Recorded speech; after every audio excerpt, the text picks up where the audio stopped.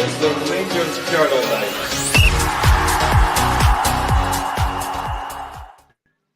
Good evening, everybody, and sorry about that wee technical mishap. One of our podders was jumping off and decided to close off his stream by accident. So, welcome back to Rangers Journal. We are live, waiting on news from Rangers Football Club's Twitter to see if Philippe Clement is going to get the bag. We're 99.9% certain, it's sure that it is going to happen. So, welcome to part 2 to this scenario, if you want to call it that.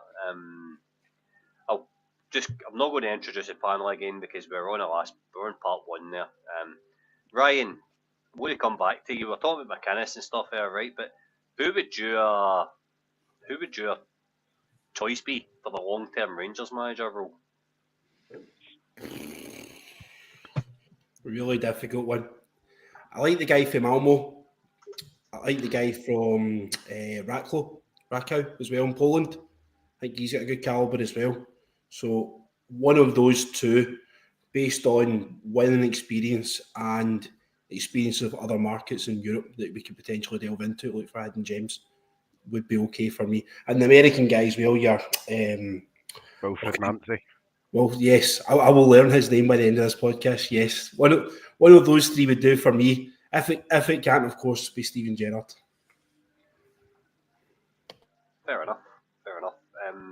Curry's just come in saying Gerrard was approached for Clement's announcement sacking. That's Scotty's FM. Say bye. Well done, Curry. Well done. Mitch, what about you? Long term choice. I've got a few names there that I like. Big Patterson, the boy for Krakow. Patterson, the man for Krakow. Gordon's choice. A big fan as well of Wilfred Nancy. I think we also need. It's going to sound terrible, but see if Gattuso was on the market, I'd take somebody just to ragdoll every single one of them.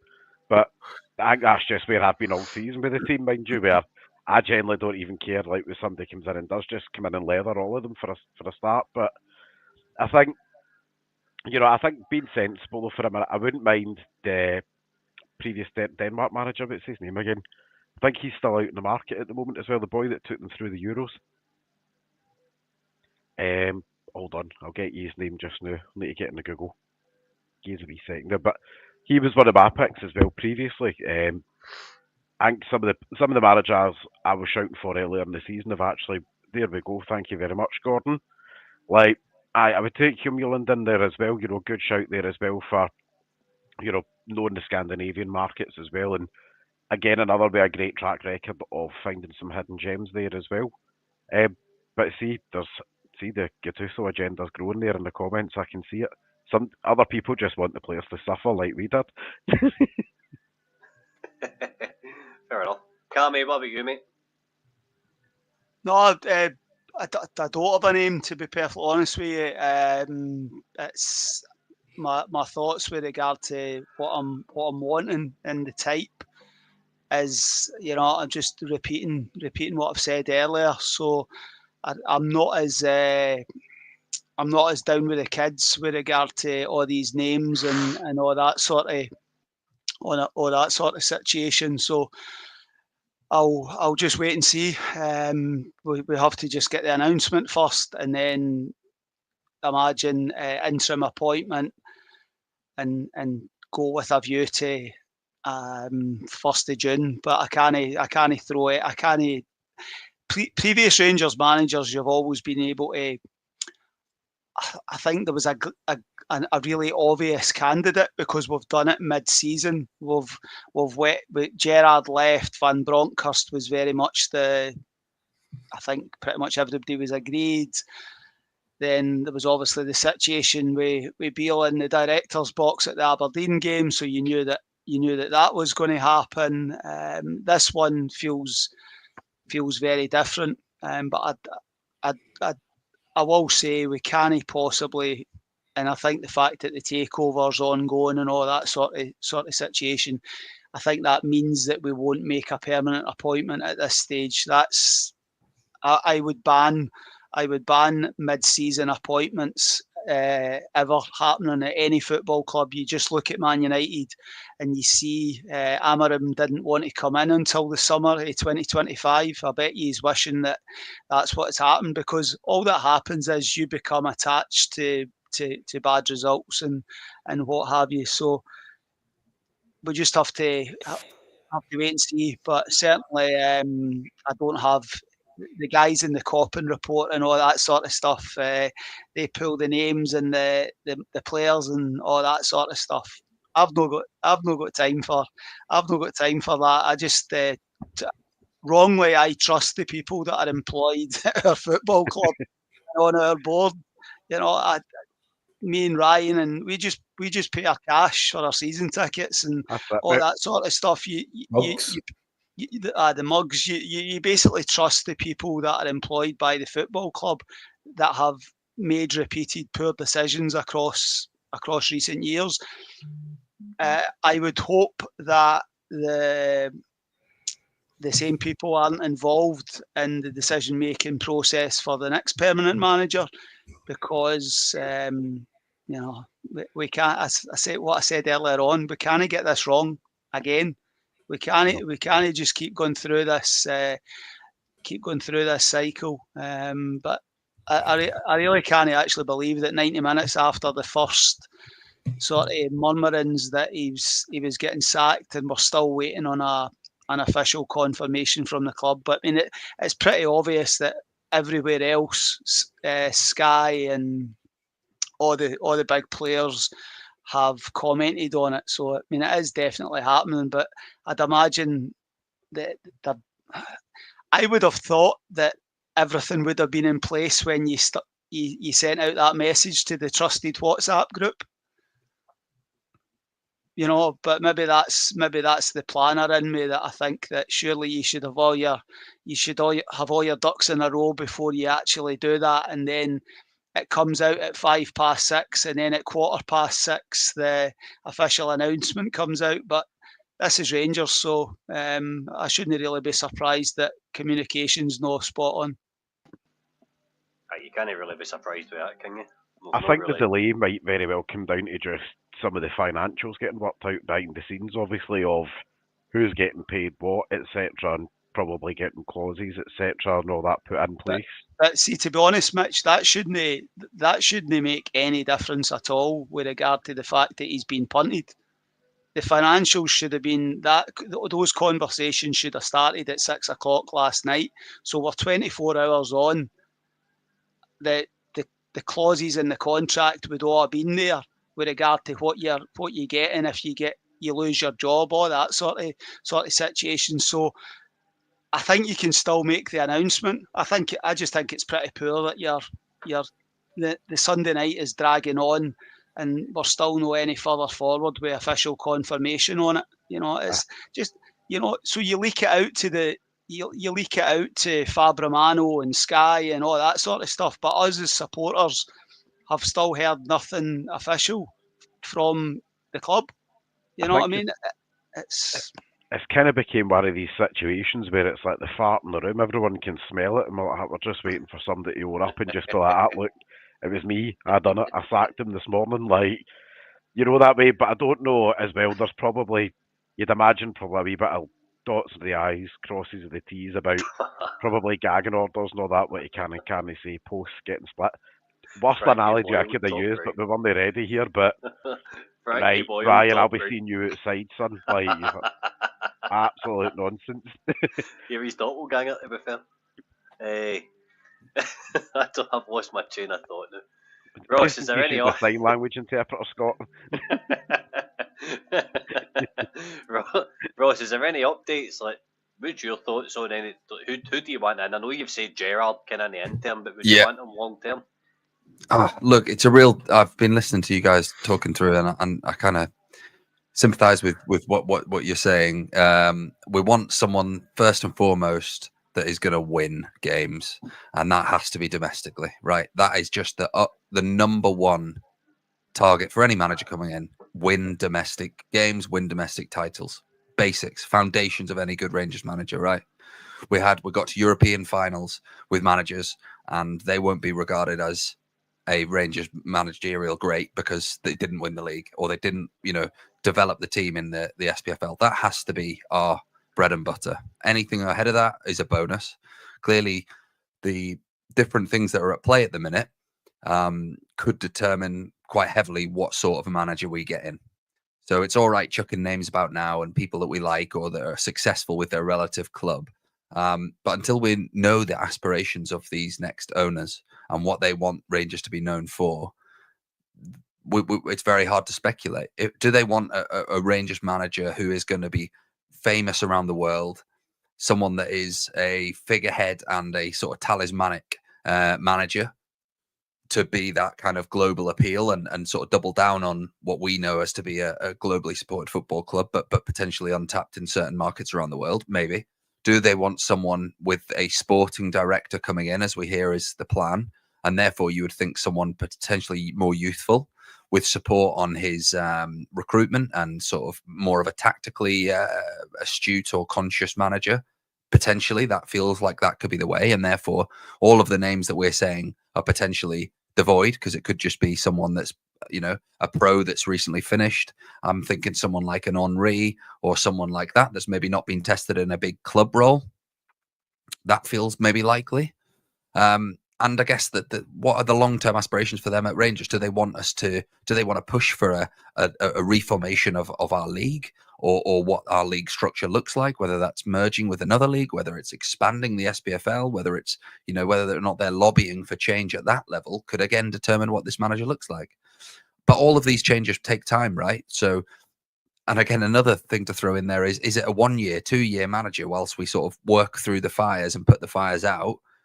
Someone who is trustworthy and experienced, or do they want a revolutionary, someone who, as all managers seem to be this at the minute, with I guess stubbornness in the approach, a la Amarim at United, who seems to be kind of young, ambitious, but very stubborn in his way and with a real philosophy. So it's really there's a number of different options, and I think trying to pluck one out at the minute is next to impossible. I think what we can do though is discuss who is the right person to come in immediately, because we know the lie of the land, right? There's no transfer windows. There's no league to play for, realistically. The cups are gone, and we've got a European last 16 tie to play. And actually, do you know what? That's probably arguably the most financially, lucrative of all of the competitions to be playing in. So it probably means a hell of a lot. So there's so many variables. And Cammy, I heard you say before, it's got to be right. It has to be right.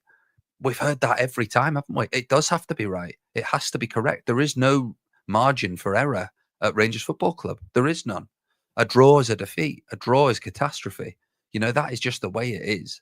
So, I'm going to just go back to my earlier point. I think Gerrard's the right man to take us through this difficult period.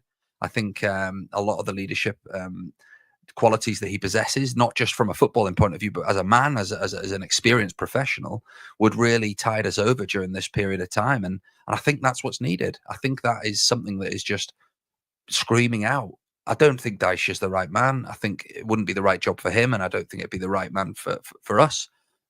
Hearing that Dyche and Gerrard are probably the two names that are being touted. Do you give it to an assistant manager who's potential, English isn't great and has only been in the door a matter of weeks? No, I don't think you do. I think that's chucking someone under a bus very quickly. And it just doesn't feel like the right thing to do. I think you get someone in and you get experienced professionals. Jock made a great point earlier about Stephen Davis. You potentially get Davis in, you potentially get Defoe back as someone who knows how to win and has proven with a league titles medal how to win. And him, then you've got Tav on the pitch still, whilst he might be divisive for a lot of people, has won a trophy with us. So you start then knitting together a nucleus of winners, albeit he hasn't won loads, but he has got evidence that he has won it. And then you start to build a bit of credibility back and a bit of respect back. And I think that as Rangers fans, that's all we want right now. Okay, we are at the bottom of the barrel. We are at our wits' end. We want respect. We want the team. We want the managerial staff and the board to show us respect as fans and give us some winners in that setup. Because Clement wasn't a winner. He wasn't a winner. Let's just face that. He was a defeatist, and it was the Flemish flop, I think, is the coin I'll use for him. And that's essentially what it was. And I know, Cammy, you love saying that he's a waffler. He was a waffler. he had an excuse for everything, and perhaps that's why he lasted so long, or sort of won over that contract extension, which no one's mentioned yet. But I mean, that feels like a pretty alien subject now to talk about. So yeah, look, going back to your question, Scotty, and apologies for my own Belgian waffle there, but in essence, the manager appointment, when it happens and the takeover happens, will be a very different landscape and understanding of what's needed to right now. So I think we need to hunker down, see out the rest of the season with someone that we trust, and let sort of the future unfold in front of us, as no doubt it will. I've just a text message saying that Talksport are reporting that it is going to be Steven Gerrard as interim manager. I don't know how much truth there is in that, etc., but it looks as if you might get your wish, to be honest with you. Love it. I love it. I think that's a great thing to do. I won't go over all the points because I've mentioned them a couple of times before, but yeah, we want respect from them and respect for us as fans who have had to go through a lot this season. And I think that shows that bringing someone in of that caliber again, even if it is just interim, but then he does well and gets a good recruitment team around him with Coppen, who has brought in some quality players, and who knows, I know.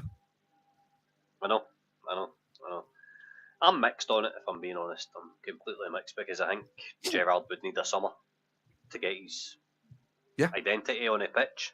I don't think he's going to come in and make a short-term impact in terms of. I don't think he'll know what to put in place to win in this league. Between now and Wednesday night and next Saturday, because he comes in with an identity. I think we need somebody to come in short-term that's going to know the players, whether it's backroom staff, Kevin Thompson or Shirai or whoever. Scotty, it's a fickle, yeah. Question for you. Do you think that they have been talking to Gerrard since his departure? Do you think that line of communication will have been opened and dialogue will have been ongoing up to this point? Wouldn't surprise me. Really, really wouldn't surprise me. I heard they were talking to Gerrard months ago. Aye. I heard they were talking to Gerrard a long time, about Christmas time before that. I was told that he'd been sounded out months ago. Yep. He is up for it. I have asked previously if he would be up for a return, and I was told that it's not even a question. It's just a time and place effort. But whether it's right or not, I don't know. Cammy, I'm going to come to you on it. Kind of voice of reason. Talksport are reporting that it is going to be Gerrard as interim. What's your initial thoughts on it, or do you think it's something that needs to be long term again? Or I don't think he's the guy to come in on an interim basis. There's not much to play for unless you're giving him a kind of 3.5-year contract or a rolling contract or whatever. I just think if he's accepting of a 3-month contract and then part ways in the summer, then fair enough. But I just don't believe that there isn't a lot of managers out there that are ever happy going in on a short term appointment. That's the thing, and that's my concern with regard to. I don't believe that Steven Gerrard should be the longer term Rangers manager. So that's my concern over. I think if it's somebody within the club until just tide us over for the next 3 months, that it then allows the permanent appointment for the 1st of June. But there's obviously Talksport, a lot of other places are talking about Gerrard. Listen, if Gerrard comes in, he'll get my backing, and we'll obviously see what happens. But I don't. It wouldn't have been the most obvious interim appointment for me, to be honest with you. But we'll just have to wait and see, Scotty. Fair enough. Mitch, what about you, mate? Well, I'll say nothing at the moment. If he comes in, mate, we'll be able to defend a corner again. And score for a corner. And there's got to be a plus in that. We've been doing that the last few weeks with Shirayan, but however, the only thing I would say about all the numerous 3,500 reports flooding about with everything is we've not even announced the current managers away yet. Let alone announcing somebody else coming in. And we've shown as a club probably the last 18 to 24 months, 9 times out of 10, when the call comes from outside the house, it's normally wrong. You know, look how many times we've been told that we transfers, etc. Like, unless, you know, it's been confirmed by the club, I think at the moment, as always, it'll be speculation. Do I think we'll be talking to a number of managers? Absolutely, because we'd be stupid if we weren't. But as I say, if he came in and it was on a end of season with the view of the new ownership taking the wheel at that point to say they will make a decision on the manager's future in the summer, then fine, fair. It gives everybody a chance. It puts Stevie back in work in the UK, which, you know, fine, is what it is. It gives a short-term kick in the arm, you know, maybe to the players. And do I think somebody like Gerrard will ragdoll the ones that need to be ragdolled? Absolutely. And as I'm still not dropping that, I still need half the squad to be ragdolled by somebody. Like, on you go, Cammy. No, on you go. Oh, no, I thought you were putting your hand up there. No. But I think it's one of these ones where you're just like, until something comes out officially for the club about ins, outs, shake it all about, it's one of these where I'm just like, look, let's roll with it. We know that Clement's gone, but we're pretty much all dead set on that there, you know. Whatever happens in the coming days, I think before Wednesday, it will likely be Shirai. I think obviously for Wednesday night, until we get ink dotted and, you know, everything else with somebody else coming in, I would imagine it'll be Shirai for then, plus probably say Kevin Thompson and somebody else from who's already there within the current coaching setup. What happens post Wednesday? Just put the seatbelt on and see what happens. Like, I think whoever the prospective new manager will be at the game probably on Wednesday to see what's going to happen. Right, I'm not even dignifying that comment with a response.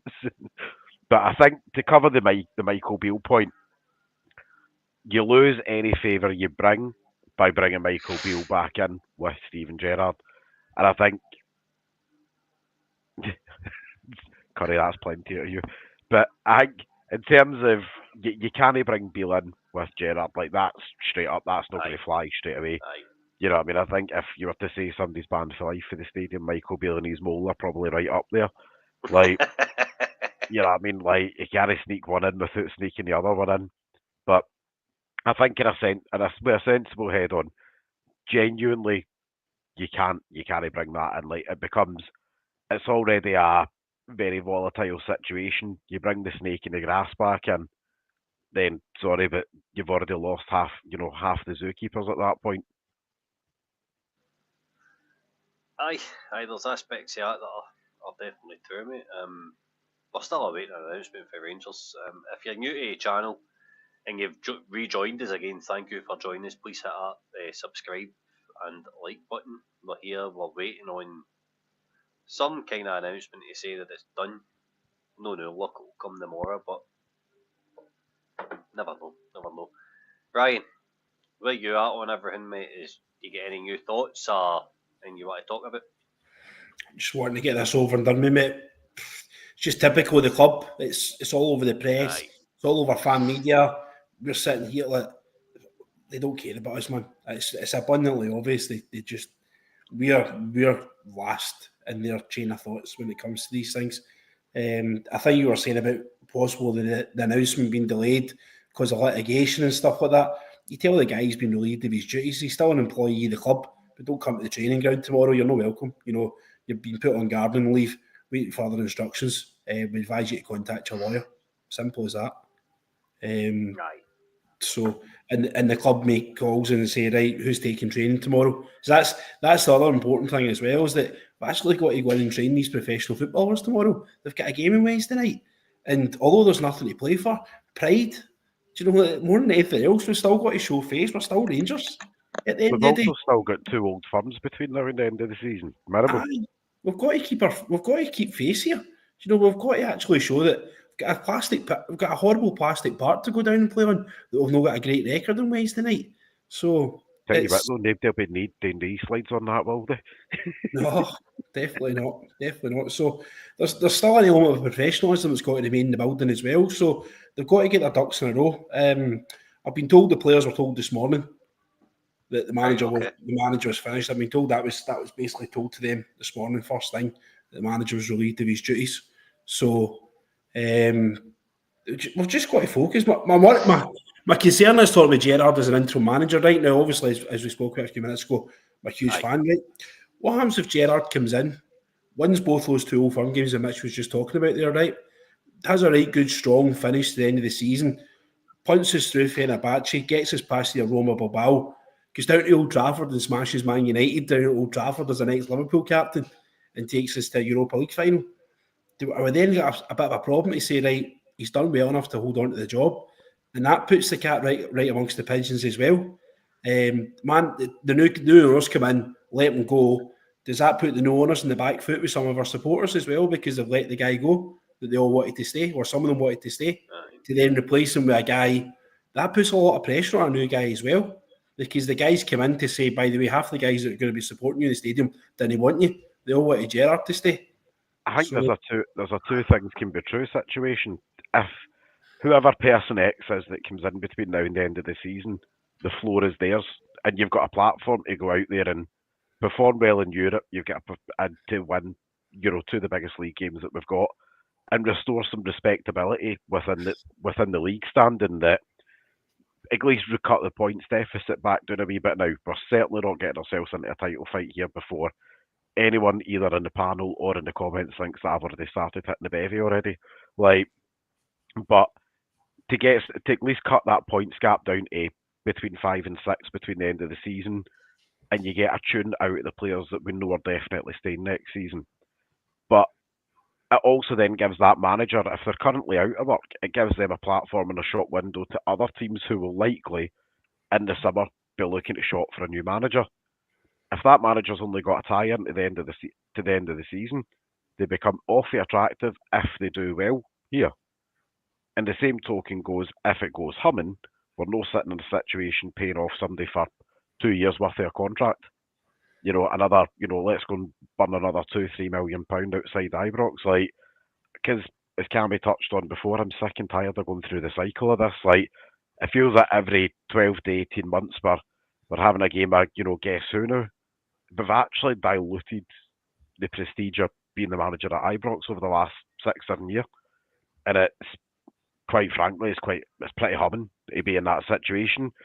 I have no objections if a Rangers manager's doing really well and a club from a top 5 league comes in and taps the shoulder and says, we want your manager and we're going to pay you to take your manager. That's how it should be. It shouldn't be that they're leaving because time and time again we've put the wrong guy in the job. I don't care if whoever the new manager is comes from Timbuktu. See, as long as they come in there and they play well, get us a good identity. Really don't care if they're Scottish, Algerian, German. Genuinely don't care what part of the globe they come from. Yep. Just come in and do the job. You look at Advocate, come from Holland. Probably didn't know much about us before he became the manager, but no, how many trophies did he win? Kind of man, an angry wee man. That's what I need somebody to come in and see. Ragdoll them.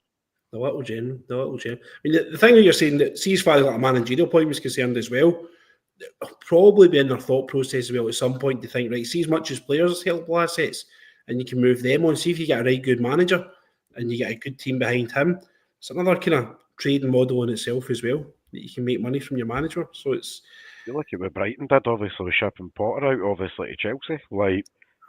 He was something like £15 million or something like that he cost Chelsea, for the whole team, not just for Potter. I think he's still on payroll then, £80,000 a week. I don't think he's got a new job yet. No, he has. He's West Ham manager. They got the West Ham job, right? But I know he was in payroll right up until he got a new job, which is why he was never in a rush to all these other jobs. Mate, he's retired basically. He's probably netting £160,000 a month right in his pocket. So, well, Doug's come in just as we're all getting ready to go up the road. Here he comes, Mom. Stop talking about him. Let's go. I know. See the thing. It's interesting that what Ryan says, that the players were aware this morning. We're now at 8 o'clock, right? That makes the lack of a statement all the more frustrating, and all the more the planning that has been going on across the last few hours. The fact that 2 hours after the media have been fed this information, that us, the supporters, are still waiting on. You know, it does. It's exactly what Ryan says. It shows the complete disregard that the people at the top of the club actually have for the Rangers support. We are only the direct debit is all they care about. They only care about what we put into the club. They'll pay lip service to everything else. There's a new communications person coming in on the 1st of April. Tell you something, he's got a hell of a job on his hands, you know, because we are running like an amateur side on, and we've played like an amateur side across the last wee while, and we're operating like an amateur side off the park. To be honest with you, it's I find the delay just ridiculous, to be perfectly honest with you.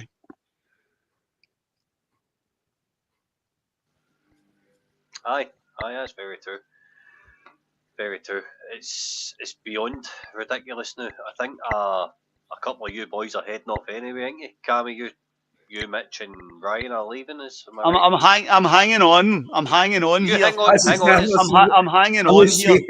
I'm I'm hanging on as long on. as he's right. champagne when I want to bust this open and live It's on one air. of these. Show, I am shows your definitely party bouncing, popper, boys. Ryan. What's that, Sure. mate? Shows Get your your- party piece. Aye, get your Party party piece, piece. right, you ready? Right. This is going to go viral. Oh no. Cheerio, cheerio, cheerio. Cheerio, cheerio. Oh yeah! Oh, yeah. Shut up. Very Duncan off now. Boys, as beautiful as it is to see you all, I've got to bounce up the road. I have duties pending. Right, enjoy, Mitch. Thanks for See coming you on. all later. See you later, bud. Cheers. Doug, welcome. How you feeling with this breaking news tonight?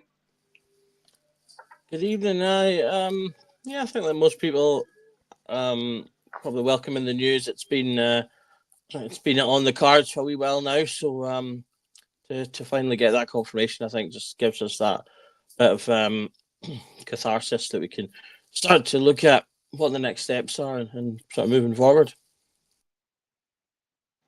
Any thoughts on an interim? No? I'm not specifically in terms of individuals, but I think if we're going to employ an interim, they have to be a very obvious interim, be that by, say, for example, someone like a Stephen Davis, who, you know, we all have faith in to coach, but we Kevin wouldn't Thompson. expect to be the next Every day. manager. Yeah, Kevin Thompson, again, someone that we can trust to coach and lead the team, but who we wouldn't expect to necessarily be given managerial job straight away. So be it from that point of view, or simply from the point of view that the club come out and very clearly state at the beginning, this person has been hired from now until June 31st, and then they will be finished regardless. Even if they win the Europa League, they will be finished on that day, and we will look to employ a new manager after that point. Because one of the things I was going to come on and say was basically everything that Ryan sort of kicked off, and I think Mitch chimed in as well with, you know, if, for example, this news about it being Gerrard, who I think is a terrible idea myself, precisely because it will lead to. I'm fairly confident we will get better under Gerrard. We'll start being a bit grittier. We'll get a bit more fight in us. We'll probably beat Celtic at least once, and that's exactly what will happen. Is we'll get to the end of the season, and you'll still have a fan base divided. Because you'll have half of them going, Gerrard needs to be given the job full time. Look what he's done in just these months. And you'll have the other half that are saying, no, it's a bad idea. We hate him because of the way he left, etc. And we'll be no better off in a lot of ways because the board are then put in a various position where they have to then make a decision. So I think they need to be clear. They can still put Gerrard in as long as at the beginning they are clear about he's here for this short period of time to do this specific job while we, you know, decide on someone. Because that's my concern, is that, as I say, we end up a couple of months down the line with a fan base refractured on a different issue because of what he's done in between. So if we do have an interim, it needs to be a clear interim. Otherwise, if they're open to Gerrard coming in, doing well and getting the job, then just give him the job. Because why mess about with it? If you're going to give the job to someone who you're comfortable with potentially having it long term, then just give it to them long term and just do that. It's not what I would want, because I want to do the interim and then fresh start, clean line from a summer point of view. That would be my preferred option. But if they are going to put someone in, if it's someone that in their minds they think we might give this to long term, then just do it straight away, because you're just adding fracture points otherwise. You know what? They're all very true points, Doug, in that sense. Please, in the comments, let me know if my mic is too low or too loud, or I'm trying to fix this technical issue. I've had a couple of comments tonight saying that I'm speaking a wee bit too low. Ryan, you away, mate? Aye, that's me. The adrenaline's worn off now, so I'm going to go. Right, no worries, mate. All Thanks right, for coming guys. on. Good luck. Cheers. Catch you later. Bye-bye. See you later. See you Cheers, later. pal. Please, if you're new to the channel and you are watching, please subscribe. We're here. We're trying to break any news as it comes out. Cammy, have you got any thoughts on Doug's points before you head off? I think you're chucking it, aren't you? To be honest, Doug articulated that far better than I had been trying to, with regard to my concern over Steven Gerrard. That is, it has to be a very obvious interim appointment. Otherwise, you are in that sort of, if there is a bit of success. Well, success. What would you define as success between now and the end of May? The only thing that would be successful is winning the Europa League. And as I had many a conversation with Ryan yesterday at Ibrox and saying, we're not going to the Europa League final, pal, so don't be booking any hotels at the end of May sort of thing. So I think it has to just be a very clear, that's been my wish since the start of the year, after we had the horrendous run of away results, that it was an interim appointment with a view to a permanent appointment from the 1st of June, clean slate for the pre-season. That remains the case for me. That's why I think it will be the assistant manager, with Stephen Smith, Stephen Davis, anybody, Kevin Thompson, anybody along those lines. Colin Stewart will survive. He's probably been through more Rangers managers than Tav, to be perfectly honest with you. But it just has to be a clear interim appointment. So that's really the last with me, and I think Ryan pretty much covered the energy of 2 hours ago for me has kind of gone. I was hoping that when I came on, that during the course of the chat, that we would get a bit more information out officially from the club, but unfortunately not. So I'll love yous and leave yous, guys. Take care. Thanks for coming on, Cammy. Cheers, guys. See you later. It's appreciated. And there's Dino, fresh for his Tinder date by looks at. How are you getting on, my man? Well, I'm cracking open my celebratory drink, mate. Cheers, pal. I'm on my third, I think. I'm on my third. Well, the bairn's just doing so. Actually, she was doing quicker than I thought the night, so I'm glad I'm able to get on earlier. So how are you feeling? Come on, reportedly confirmed by Heart and Hand, Chris Jack, etc. I would imagine I've not seen 4 lads' tweet, but I would imagine they've confirmed that he's away. How are you feeling about it all? D for delighted, but P for pissed off it's taken them this long in the same breath. I remember watching old Firm game with you at New Year there, and mine sitting in the boozer, and you were like, it's just bittersweet. Right now, you wanted to celebrate as much as anything else, but in the back of your mind, you were like, he's still in charge, it doesn't matter. And that day, in fact, even the old Firm before that, we'd said that he should have got the root tool at the end. But he didn't, he stayed on a job. And then coming out, and I know he's away now and it's irrelevant, but what really pissed me off, excuse my language, was him yesterday saying that result was the worst in his Rangers career. And I'm like, it just shows you how much he didn't get it. Because the Queen's Park result should be the worst result of his entire managerial career. Not just his Rangers career. He should have been away at Pt2. I know. Pt2 was the night we went 9 points behind Aberdeen. That's it. It's game over. Cheerio. Right. Sorry. So, And I was listening to, before I was half listening to what you were saying there, Doug, and I would do like what you were saying there about, you know, the club coming out with a clear and transparent plan to us fans about the next steps of what's going to be happening between now and the summer and whatnot, and the next full-time permanent manager. And I mean, I would give my my left arm for that, for those type of comms to come from our club. But it's so true, because that's what should be happening. But I'm really sceptical that the club have the capacity to do that. Now, as Cammy touched on there's a new person coming in that's going to be in control of all the comms and things like that. I can't remember the terminology that Cammy used, but it's somebody starting the beginning of April. So I guess that's probably going to be something that's going to be addressed by that person. And I really do hope that as fans are, you know, irrespective of the interim manager coming in and you know, being successful in a short space of time, they're not going to be in position from the 1st of June or whatever. So I totally and utterly back everything that you said there, and I really hope that that's going to be the case. But there has to be some sort of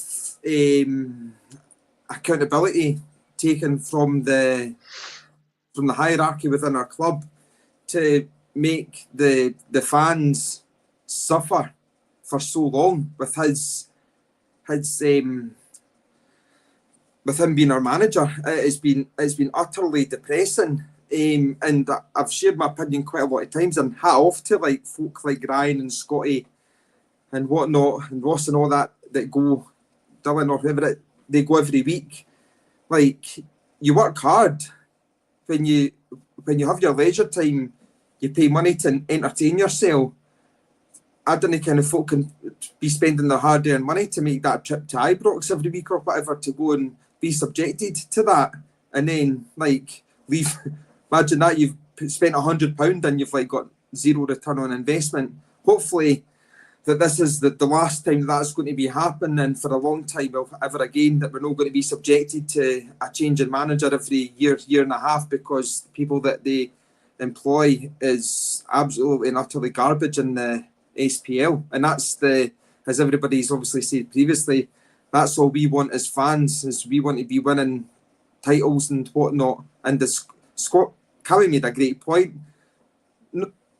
No getting that mob or the beneficiaries of us being successful in Europe, or being better than them in Europe, that they get the top prize because we're better than them in Europe, but they're better than us domestically. No, that needs to change. Like, I totally agree with Cammy there.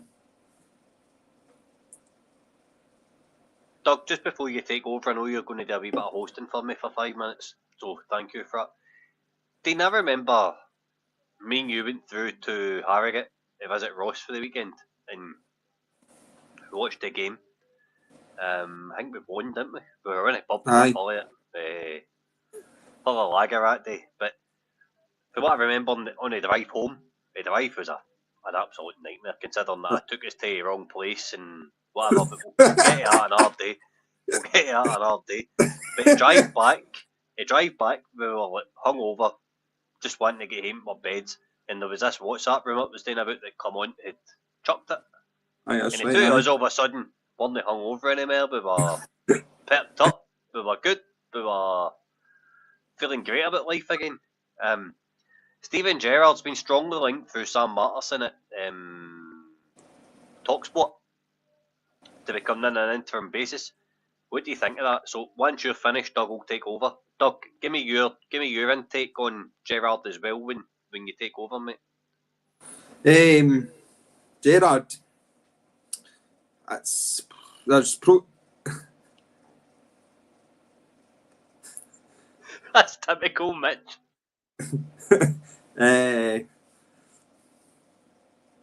Steven Gerrard, an interim manager. What's your thoughts? Is it a yes or a no? Or why pros yes, and why cons. no? And I think all the pros and cons, I don't think I would have any more than what's already been alluded to on this pod. What I will say though is that when Gerrard left, although we were in front of them, but they were on a rebuild of themselves with Ange coming in. And we weren't doing particularly great. Teams had actually learned to set up against us, play against us, and do well against us. And he didn't get back. So there was a number of reasons as to why he left. I do think that if he stayed, we probably would have won the league again. I do think that. But if he got backed, and it didn't look like he was going to get backed, this whole fixing the roof when the sun is shining comment makes me think that was the case. And if he does come back in and he does do well, and like Doug said, you want it if he does come in and do well, then he's going to get the job on the 1st of June permanently. So you want that from the club. I would take him back, because what's missing is there's no everything that he brought to that Rangers side. We lack, that fight, that bite, that grit, that determination. Roll the socks up or roll the sleeves up, as the saying goes, when the going gets tough. He was very good at doing that and drilling that into the players, and you know that at the end of the day, if these players are deciding to down tools for Clement, they're not going to down tools for him. So, and as a word that somebody used earlier on, pride, restore some pride in the club between now and the end of the season. I know we're not going to win anything, but let's go out and actually the last 2 Old Firm games and win both of them. So we've got a good bit of momentum going into the start of pre-season. That's what I want. And if Gerrard happens to be that man, and he's going to be backed by this new group, and maybe he's learned from his mistakes that he made when he was here, because he was unsuccessful, let's be honest, top the 10, 155, however, not very successful otherwise. So perhaps he's learned his lessons and from his mistakes, and he could be a very good candidate to take us forward, because we know at the end of the day, the standards are going to come back, and that's something that we've lacked since he left. The standards have disappeared out of this club, and we need them back. And nobody better than him, I think, in this present moment in time, to come in and instill in the players. As Ross said earlier on, a draw is a catastrophe. So I don't think half these players even know that what a draw means to us as fans, if I'm being quite honest with you. And I think that wasn't fed from Clement. So I didn't actually get the impression that when we drew, when Gerrard drew, you could see it. Gerrard was hating life that we even drew. Even when we drew away in Europe, Gerrard was you could see that he was angry and pissed off. So I think having that back in our club is something that's going to be needed. What do you think, Doug? Yeah, I agree that obviously there's I don't think Clement ever fully got it in terms of Rangers manager. He didn't understand the gravity in which we held situations like draws and the results that he was getting. And while it's fine in one way to be looking at things pragmatically, and perhaps he was getting told in the background, look, we're going to give you the time, even though things might not be going the way we want, we're going to give you time and things like that. I think he still needed to appreciate that gravity in terms of how the fans are looking at it. His failure to do that just meant he became more and more unpopular with his, particularly when he's speaking out to the fans and after games and things. I put a wee thing in the comments for the guys that are there to see what they think. So I put in just do you think Gerrard should be the interim manager, yes or no? As I say, my main worry about that is again, let's say, what if Gerrard comes in, does all that stuff, and then we're at the end of the season and half of the fans are saying, right, well, Gerrard should get the job now because he's put the standards back in, we're winning games, we're beating Celtic, etc. Or indeed, even if they say from the beginning, Gerrard's only going to do this short period of time, and that's what he does, and then he goes, does that make it worse that we then maybe have 4 months of better standards and everything else, and then it potentially drops again under whoever comes in? So I think there's a concern there as well. So they should just bring him in, or don't bring him in, one or the other. I've actually got a wee answer to that about what you're saying about is for the 4 months. What we all get from him is that he will instill that in the staff that are there. So if this assistant manager is going to be the assistant manager for him and hypothetically the next permanent manager, then this assistant manager is going to see what it's like from learning from the best, i.e. Gerrard. So I think, irrespective if he's here for 4 months or 4 years, he will leave a lasting impression on those in and around him. And as soon as the people that were there when Gerrard was here started to obviously, leave the club and whatnot, it's no surprise that things have went done a 180. So if there's good, and again, I keep saying this, I think we've all talked about this and stuff. You've got people like Kevin Thompson now in the club, who's there from a young age. And people had mentioned earlier on, Stephen Davis, Jermaine Defoe, people like that. Even getting one of them in to be part of the coaching staff for next season as well, I think is incredibly important, imperatively important, in my opinion. That we need to have those types of people in our club. I mean, now I always I'm envious of them across the city. I'll be honest, right? They've got John Kennedy in there. John Kennedy has been there for how long? And he's a Celtic man, right? He's their next manager, Dean. 100%. Next manager. So, but he's been there for how long, right? And they're successful. He's been a successful assistant coach.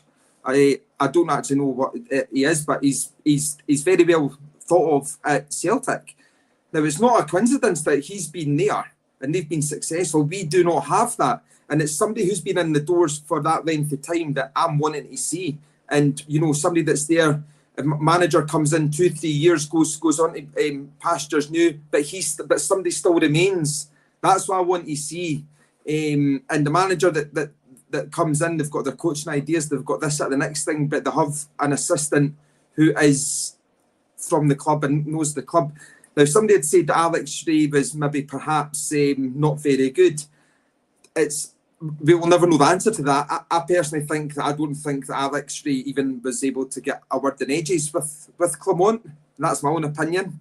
Because when Alex McLeish had Alex Shray in Belgium, he spoke very highly of the influence and stuff that Alex Shray had with him in Belgium.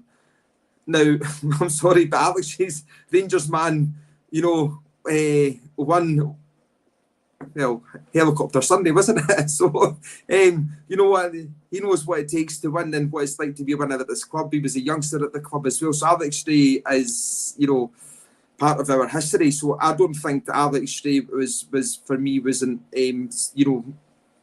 any good. I just don't think he was allowed to actually portray how useful he could actually have been to Clement. That's just my own opinion. But yeah, I just wanted to have a wee point there, Doug. No, that's fine. That's fine. That's what podcasting's all about, opinions. On that point of opinions, I've closed the poll in the chat there. So 54% said yes to Gerrard and 45% said no. So I think that shows a pretty divided opinion there. On that same point, there's a significant percentage of people not currently subscribed who are watching the channel. So please do, if you are enjoying the chat that we've been having this evening, then do give us a like and subscribe and select that bell to get notifications. I've got it on good authority that there are a few folk from across the other side of the city watching our stream tonight as well. So I would say that they're the most likely people who are not subscribed. So if you're not subscribed, then you're probably a Celtic fan. So, I mean, you better get subscribed if you're a Rangers fan, because I mean, you don't want us sitting looking at our stats and putting you into that group, do you? So if Doug, you are, can I cut in for 2 seconds, right? You Muscat signed a 1-year rolling deal in January. Muscat is not on a long-term deal in China. Sorry, mate. No, that's fine. That's fine. I mean, that's a good point to move on to there.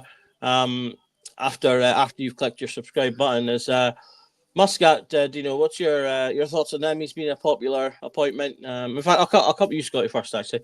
Well, I'll now come back to Dino. Muscat's obviously been a popular opinion. Curry, that's my entire job here. I mean, what else can one do? I've got to pay for all this beer. We've got to pay for all this beard oil somehow. Muscat, Scotty, he's been a popular one amongst a lot of the fans. What's your thoughts on him? Kevin Muscat branches back to the days of me podding every Sunday night on the Gallant Few with Shona McLean, Colin McDuff, Davy Tomlinson, Andrew Stewart. I could name the lot of them. Some of them have moved on to different things, and I've moved on to obviously this with you guys, but the basics are there with Kevin Muscat through Ange at Celtic. Now, I hate to do the comparison, right? Because he played a brand of football that nobody in the league could pot with, right? Take a throw in quickly, take a corner quickly, take a goal kick quickly. If the ball gets passed to you, pass it quickly, and then see when you finish passing it, run like a madman. Just run. That's all I wanted you to do, and that's what football's about these days. So, for me, Kevin Muscat being his assistant and taking his philosophy and making it his own, and when I say that, Muscat has got 2 or 3 formations he uses within the same style of football. So for me, Kevin Muscat was the man back when I was podding for a Gallant Few, and Shona was wanting to come on at the time, and when come on get a job, Shona came on and she was eating like Belgian chocolate and all this, trying to wind me up, and it was a good laugh and good fun was had and all this type of stuff. And at one point I admitted to her, you know what, you were right, I was wrong. But if looking back to Kevin Muscat's going to bring a style of play to this football club that nobody else in this league can pot with. Whether Celtic can pot with it or not, that's untested, that's untried.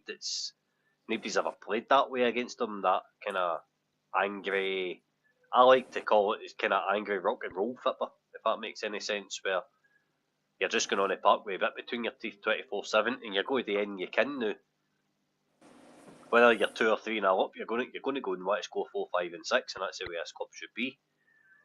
Whether that's right under Muscat or not remains to be seen, and we won't ever know until it's seen. I think the club needs an identity. I've previously been on pods saying that I would like McInnes to come in the door because it would close the gap domestically. It would help us not just get to cup finals, it would help us win the cup finals because he's got Brendan Rodgers' ticket in some matches with Kilmarnock, and I think that's easy to say. But come McInnes comes an awful lot of baggage in terms of he says no before, he's whatever, right? Can I come in there? Can I come in there on a point you made there? So you said McInnes has got Celtic's ticket. Do you think Rangers fans would accept him approaching games with Rangers the way that he approaches games with Kilmarnock in, say, Old Firm matches? I don't think he would. McInnes is very much approaches games on a game-by-game basis. See if you look at his tactics for Kilmarnock, see if he's playing Ross County, Kilmarnock are attacking. If he's playing Aberdeen, they're counter-attacking. If he's playing, Dunfermline in the Cup, they're attacking again. He changes it. But when they get the ball forward, it's all the same. It's not side to side. It's more get the ball forward as quick as you can via a long ball or whether it's whatever. Derek McInnes is going to walk into Auchenhowie. Say he gets the job right. I'm not saying he is walking into Auchenhowie the night he's interim manager. That is not the case at all. He's never going to leave Kilmarnock for Rangers. But if he's to get the job long term, he's going to walk in and he's going to say to Jack Butland, right, show me your kicking. And then he's going to say to Cyril Dessers, show me a hold-up play. And he's going to see a guy that can kick a ball in a traffic cone standing trying to control a football. Right? So that's not going to work. So he would need to find something different. And I believe he's got the adaptability to do that. Now, on an interim basis, I believe McInnes would be a better job than Gerrard, for example, because Gerrard needs time in the training pitch. Unlike the last few weeks, we've heard that Clement said time in the training pitch. Now, we've had zero evidence that that's came to fruition at all, right? Apart from set pieces, and you've got to assume that's down to the new Moroccan guy that's in charge. Granted, whatever. I don't really care, to be honest. I'm just happy this episode of Philippe Clement is nearly over. And we'll conclude our series now. If you wanted to know if Philippe Clement was a good manager in Belgium and France, head on over to your playlist. You'll find everything you need to know about him. But in terms of Muscat will come in. He'll put a style of play in place, an identity at Rangers, which then we can succession plan for that. So the guys for the Copping report have been plugging Wilfred Nancy. 3-4-3 seems to be making waves in football. 4-4-2 seems to be coming back. The guys at the tactic group will be able to tell you what's more popular in football these days than me, but I'm more of if Rangers are going to do this and do it right, you give it to Kevin Thompson and you give it to Stephen Davis to the end of the season, or the guy Shirai, who's the assistant manager, you give it to them because he's a club appointed coach apparently. Sorry, I'm just banning somebody. And you give it to the club appointed coach to the end of the season, or you just get somebody in now.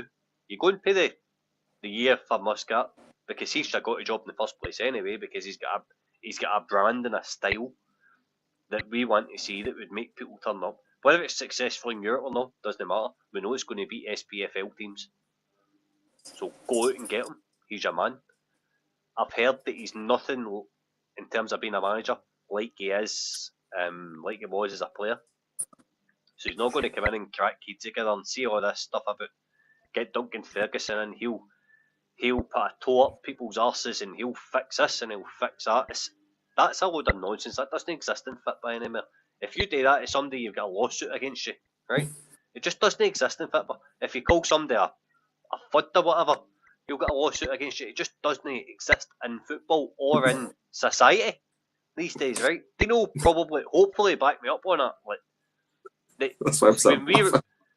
when we wrote my work, we need to watch what we're saying to folk, right? So that exists in football just as well as what it does in any walk of life. So you're never going to get Duncan Ferguson coming in and kicking chairs over and doing this, or Sir Alex or Walter or whoever it was.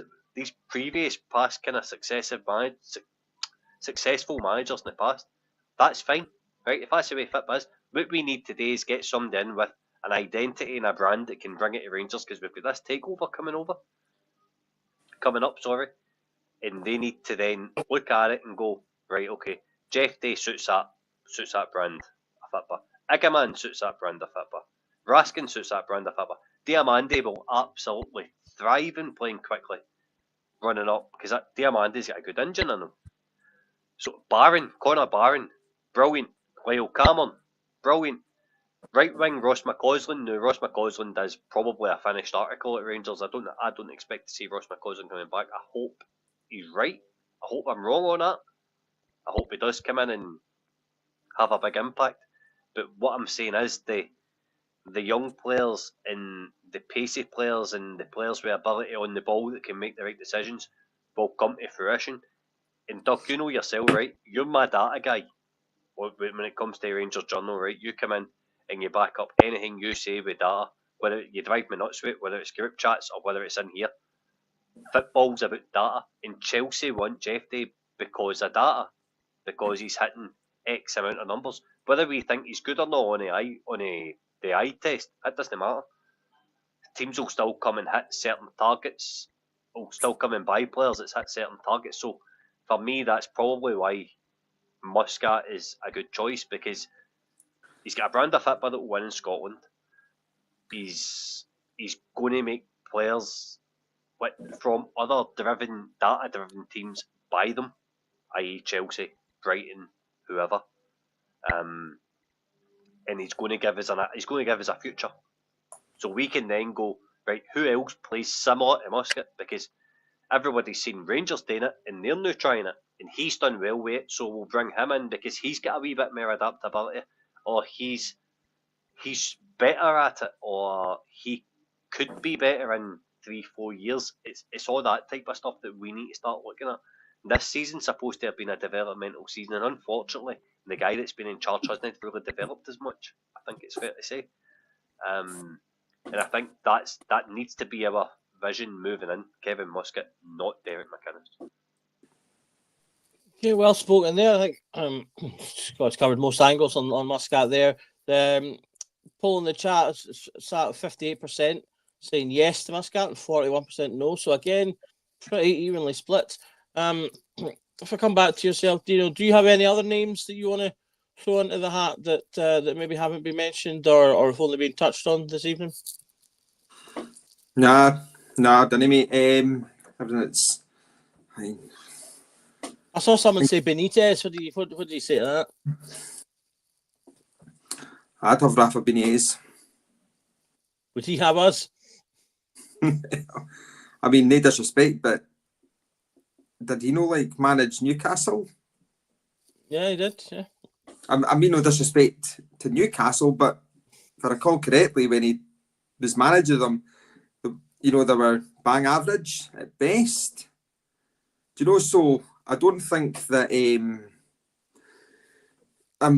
point I'm making is that he has a history of managing, relatively successful teams, or so Valencia, Liverpool to name but two. So big clubs, they're big clubs. Newcastle, not so big as the point I'm making. So if he went to Newcastle, there's a chance he could come to Rangers, revive his own career. Definitely, I'd give him. I'd give him a great opportunity. I would take Benitez in a heartbeat. Yeah. So I was wondering. I don't actually know if he's in a job right now or not. Having a quick look at that. Rafa Benitez. It would appear not. So his last job was at. Excuse me. His last job was at Celta Vigo, and he had Everton prior to that.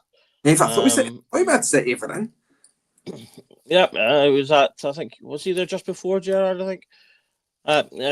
Lampard, sorry. And then some club called Dalian Professional FC. No idea who that is. They're the Middle East somewhere. I would assume so. I'm just popping them open here. They are in the Chinese Super League. Chinese Super League. Mind that now. And then before that was Newcastle, so that was 2016 to 19. And then prior to that was Real Madrid. So that's a jump. Real Madrid to Newcastle.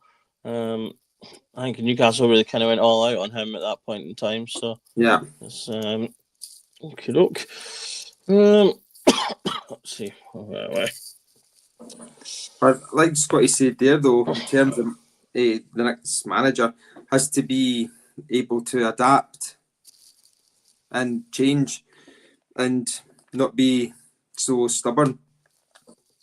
And I think, one of the things about Muscat, what Scotty was saying there, is he can. There's been, I'm sure I read, I could be wrong, and maybe somebody in the comments can back me up, but I'm sure in games of football, he changed his formation twice in one game. So essentially had three different formations in the one game. So, because he adapted to the opposition and how the game was going. I remember somebody tweeting it or whatever when we were looking at him in a year past, October, September, whenever it was, obviously. So it was October Clement came in. So yeah, and I remember thinking, that's actually really appealing to us because, due to the inability of previous Rangers managers who couldn't change things domestically and just, wait with what they were doing and hope for the best. So the fact that there's, you look at it, you try to look at it, I guess, constructively, that if he's going to be like that in the Rangers chair and he's 0-0 at half time, changes the formation or whatever, or, we're drawn against St Mirren away and we're 70 minutes gone, and he changes the formation and we go and score 2 goals. That's what we're going to need. And we've not had that for forever, it seems like. So, yeah, it has to be somebody and that has to be one of the main boxes that get ticked in the interview process is the manager's has evidence of changing formation, changing tactics, changing personnel to get the win, and that is as important as any other box as far as I'm concerned for us. And I get bums off seats as well. That's like they want to be going to Ibrox and you're falling asleep after 30 minutes because the football's absolutely rank rotten to watch. You want to be going to Ibrox and have adrenaline pumping through your body for 90 minutes. Do you know what I mean? Absolutely. Yeah. We've got Gordon's coming in a question. Do we know any of the coaching staff that are left at the club for the game on Wednesday? Don't know about any specifics about that. I would assume, obviously, if Clement goes, the likelihood is that some of his key staff will go. However, you're still going to have your Gavin Rays probably still there. We've obviously got Kevin Thompson, who's recently joined the youth setup, who could come in and help. And as far as we're aware, the assistant manager, that was a club appointment, so he should be likely to stay in his position as well. So I think, Gordon, it's likely that the assistant in the immediate instance will take over the running of the clubs until they obviously appoint either a new person or a full interim manager. I wouldn't even be surprised, Doug, sorry to interrupt you there, sorry. I wouldn't even be surprised if part of his interview process was being told, look, he could potentially be on the way at the door. It looks like that's how it's going. We're bringing you in. If he goes, we're going to need you to take over the reins till the summer. Or words to that effect. That would not surprise me in the slightest if that's because he's only been in, 2-3 weeks? Do you know, so... I mean, that's got to be in the job description for any assistant, I would assume, to be honest, that they've got the potential of stepping up, be that a manager getting sacked, sick, or whatever. So he will hopefully already be in the mindset to do that. We've chatted a lot about, obviously, who might come in and what come in. I thought it might be worth maybe just having a little bit of chat about Clement's time, and maybe chat a little bit about the key points of what we thought went wrong. I was chatting with him, with my pals earlier, and it's easier for us to forget now. Can I nip got a in point? for 2 seconds? Can I nip in for 2 seconds, Doug? Just a wee question to you and Dean, right? So, Stuart Kettlewell had done an interview with The Sun on YouTube not long ago, and he was saying he was a player developer.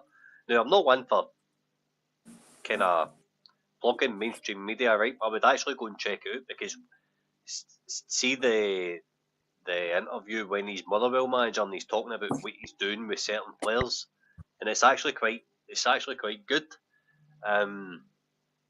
So, Dean, how would you potentially feel about a guy like Kettlewell who's managed in the SPFL? Right, he's not being successful at Motherwell is neither he. If you're top 6, I would say you're successful. I think that's fair.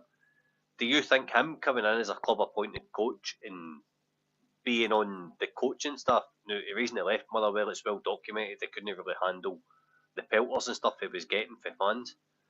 Do you think that that's something that Rangers should look at? Maybe not as an interim manager, but as a coach that can come in and get the feel of it, get to know the players. He's a good man manager, and be a kind of bridge between Scottish identity. He was saying in his interview that his whole family's all Rangers fans, so that kind of is a hint with a nudge that tells you he's potentially a Rangers fan.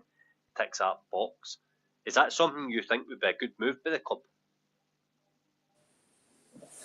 Well, it's a wee bit out the box, but it's nothing else has worked.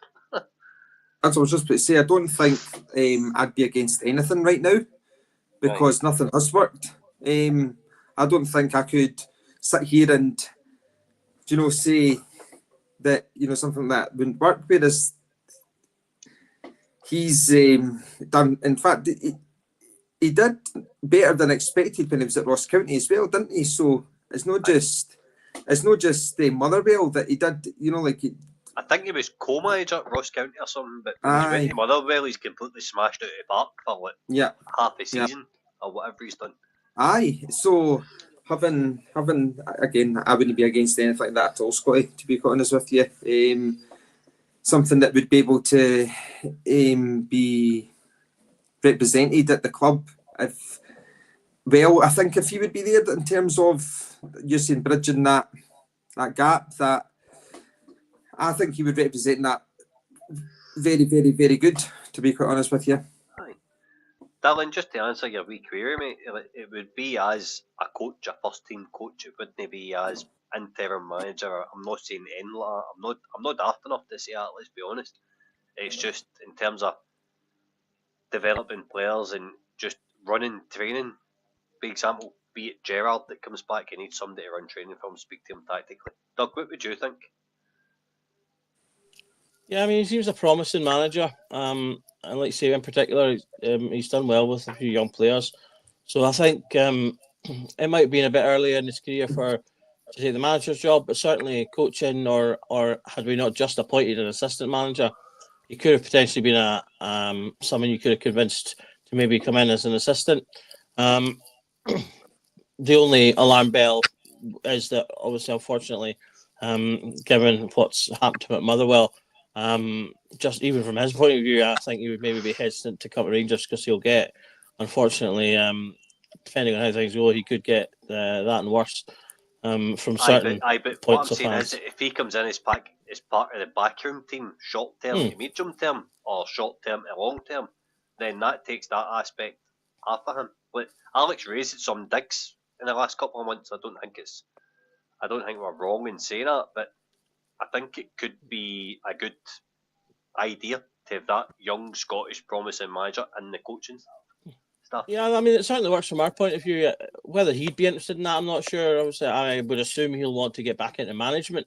But maybe the size of the club, and again, if we're coming to him saying, look, we're looking for someone just for a couple of months to steady things over while we are looking at bigger things, maybe that's something that appeals to him, gets him back into work for a period of time. He's a little bit out of the spotlight if he's behind the scenes as well, coaching. So that could potentially work for everybody, and I would welcome that. As I say, I do think a decent up and coming manager. So having someone like that in the coaching team, I think would be beneficial. It was just purely a thought. Like, Rangers are potentially without a manager every night, so it gets your juices going a wee bit. It gets you thinking, right, what could we do to make things better? Like, who could come in to have this impact on this player or that impact on that player? And we all remember the kind of impact that Super Ali had on Kenny Miller via Scotland, that brought him eventually back to Ibrox. Whether we all liked it or not, and Kenny Miller was a success the second time he came back to Rangers. He was very good in terms of scoring against Celtic and found the back of the net without a problem. Chris Boyd was an accomplished striker under Alan McCoist as well. And it's just that wee nudge, you know what, why don't you try and do this? Why don't you turn that way when you're defending? Why don't you? All these wee kind of small things can make a difference. And having somebody like that with a compensation clause hanging over him on the coaching staff, so when likes of your Watford down in England come calling, or whoever, Birmingham or Leighton Orient, come saying we want him, right, well, you're going to need to pay a certain fee to get him, because he's yours and he's yours for the next X amount of years. It was just a thought purely. Doug, I'll let you. No, I think it's a good thought, and I think also another big point you hit on that is important for me is someone that can manage the players' mentalities. I felt in the last 2 games, for 3 games, the players looked devoid of confidence. I don't think it's so much that they're poor players. At least a handful of them have shown themselves not to be, but they seem really lacking in confidence to me. That's why we've got so many niggling passes that people just aren't controlling, or knocking too far or too short. They've just not got the confidence right now, and so someone that can come in and deal with that mentality side of things, I think, is a big thing. And a lot of people would probably say, well, that's Gerrard for you, and maybe it is, but someone of similar type that can, as I say, come in and I think if you do nothing else but just inject confidence into the players, you'd immediately see 25% improvement, and then build upon that with better tactics, slightly improved use of players and positions, and I think that then gets you towards where we're wanting to move to. You okay, mate? Oh yes, it's constantly. It's as if my asthma knows when I want to talk, and then it only appears then. I can be absolutely perfect all day when I'm due on a pod, and then 5 minutes before it'll come. Or even right now, it's just decided to disappear. But what can you do?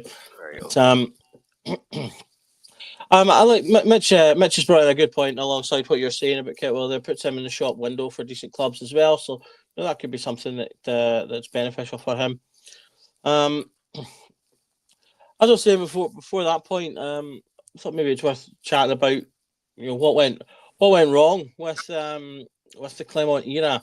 As we all know, it started well. He came in, and I think an interesting point that my pal was talking to my pal about it earlier, and he was saying that it all started so well, and my brain immediately went in, what do you mean it started well? Pre-season looked shaky and we drew to Hearts and Kiev, and that was when he reminded me that he was in the for 6 months before that. I was like, well, that's true, and he did start well with that team, and I think there is something to be said that it feels like, they obviously kind of did what they usually do, did well, got to the tail end of a title chase, and then it kind of collapsed. We then obviously cleared the decks. We got rid of a lot of established players that had been there for a long time, that would kind of come to the end of their tether. We got rid of a lot of injured players who'd been in and out of the team constantly for a couple of years and weren't really providing us what we needed availability-wise. And then obviously brought in a whole raft of new, younger players. I think it's fair to say most of them we can count as better assets for the club as a whole.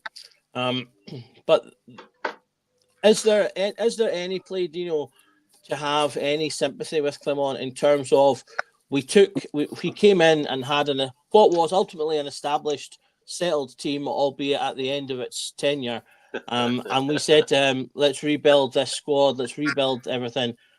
Did that, but then we've not even given him a year to do it. Is there any sympathy there at all, or did he have plenty to build with? Doug, Dean, see before you start, Doug, you've asked the wrong guy that question, right? I'm just going to say to you right now, it's like asking Dean if he would take cereal Dessers for a pint.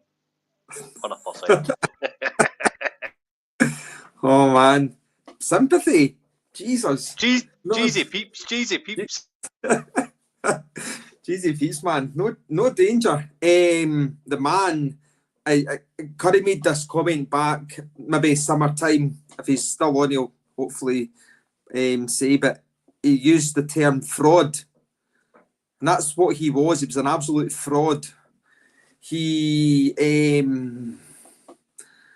it's like every year the majority of the teams in the SPL have a rebuild. They do, because they have a lot of players on loan, on 1-year contracts, so on and so forth. Like, these clubs consistently have a conveyor belt of players, right? So every year these teams have a rebuild, right? And that's factual, right? But they didn't use that at every turn, that when they have a result that doesn't go their way. No manager would lower themselves that badly to say, well, we've got a rebuild. When Celtic had that massive rebuild under Ange, I did a few stumbles the first 2-3 months, but they kicked on, and they were wiping teams left, right, and centre in the league.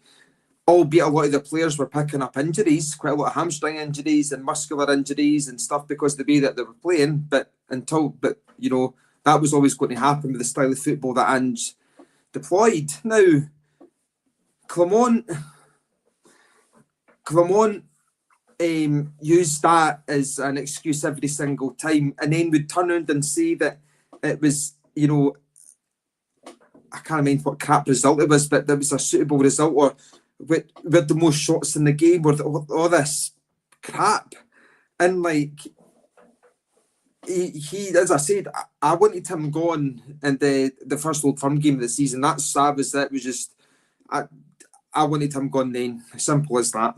And he just kept backing himself into another corner, digging himself a bigger hole, and everybody could see through it.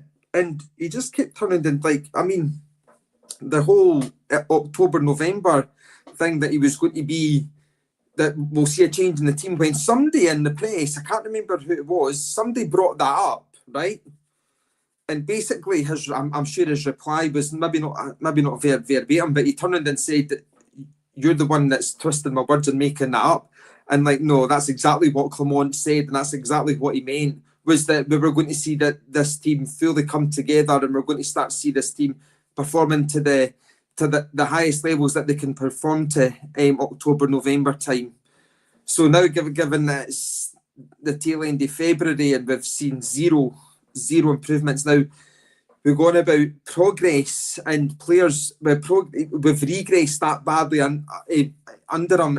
It's worse than when we had Kashina. At least Kashina, actually, you see him developing players. I mean, use Diamondi as an example here. Very, very well sought after in Denmark. He was very good in Denmark, right? He was a very, very good player. He's came to Rangers and he's gotten worse. Now, albeit players can't play in Scotland, but I don't think Clement used him right. I reckon under the right manager, we can see Diamondi be an absolute top player for us. That's just my opinion. But until that happens, we'll never see that, so it's all never going to be an opinion. But we don't have anybody in our team that you think, well, since Clement's came in, he's taken them up 2-3 levels. Not one player. I mean, we signed Jack Butland. Right, Jack Butland was talks of going in the England squad for the championships. I did a podcast with Andy Firth about that, right? Jack Butland looks half the player he was before he signed.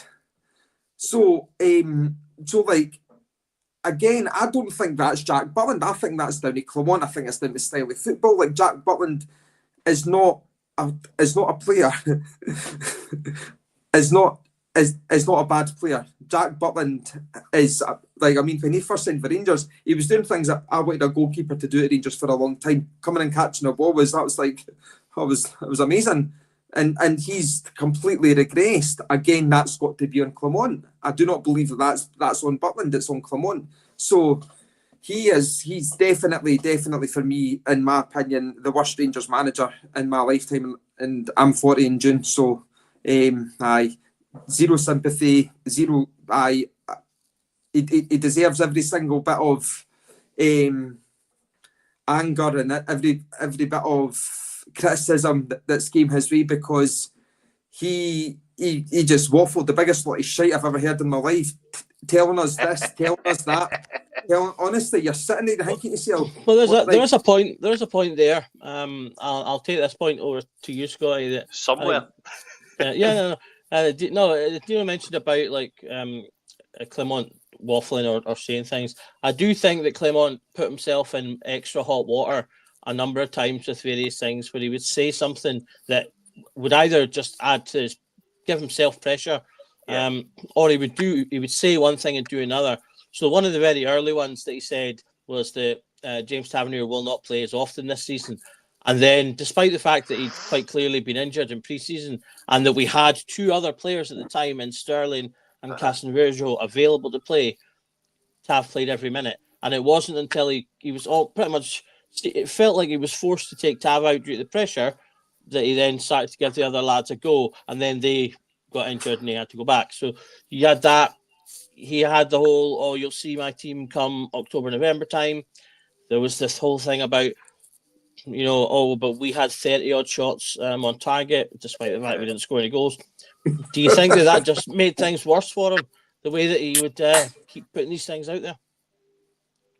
Right, I've just seen it pop up on BBC Sport on my phone here. Rangers sack manager Philippe Clement. Is that 9 o'clock? Is that an official thing there?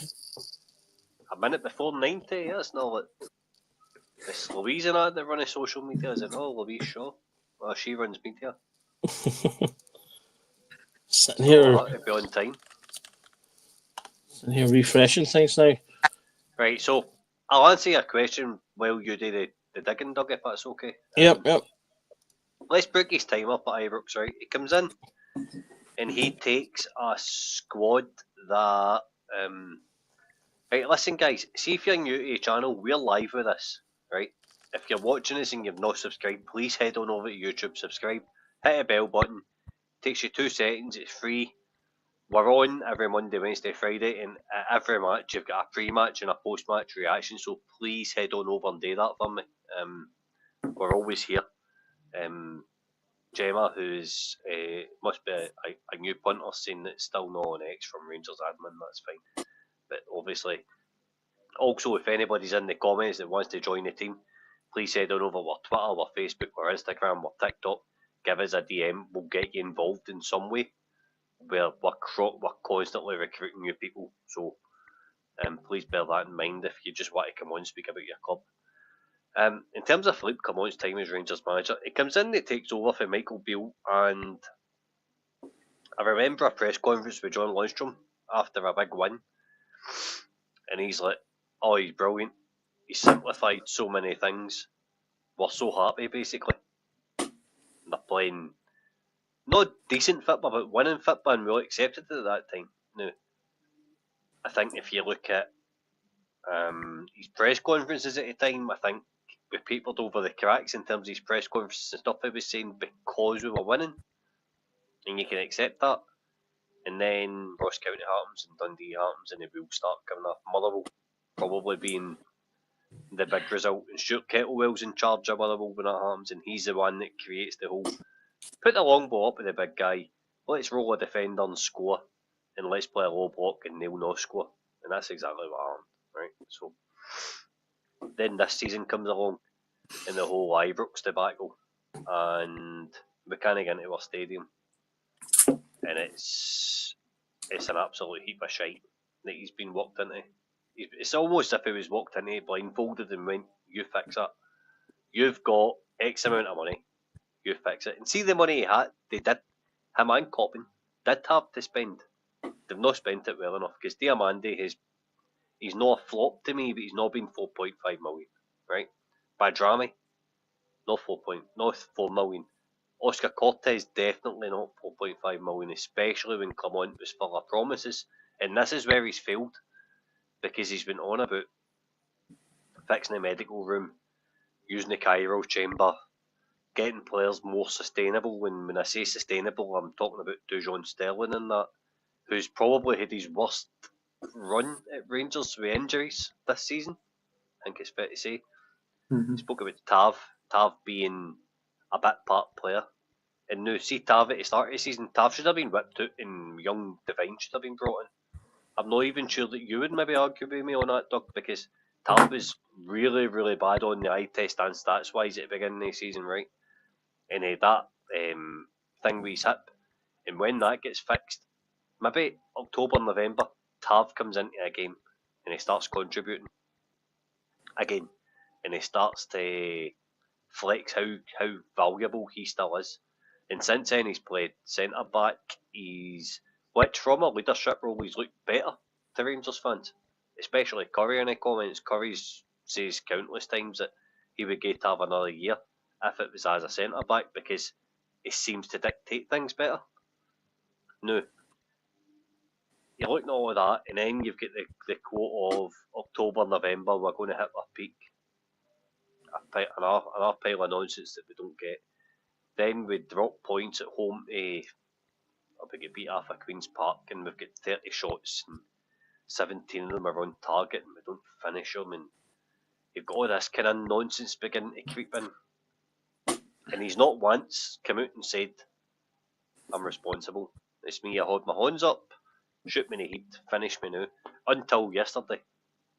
And it's when that defeat is St Mirren, when Olasanya scores that goal, you see him, he just puts his head down and he knows that's it. And he walks right down the tunnel at 90 minutes. And I says last night, that's him, he's a dead man walking, there's no coming back for that, he's not defending himself.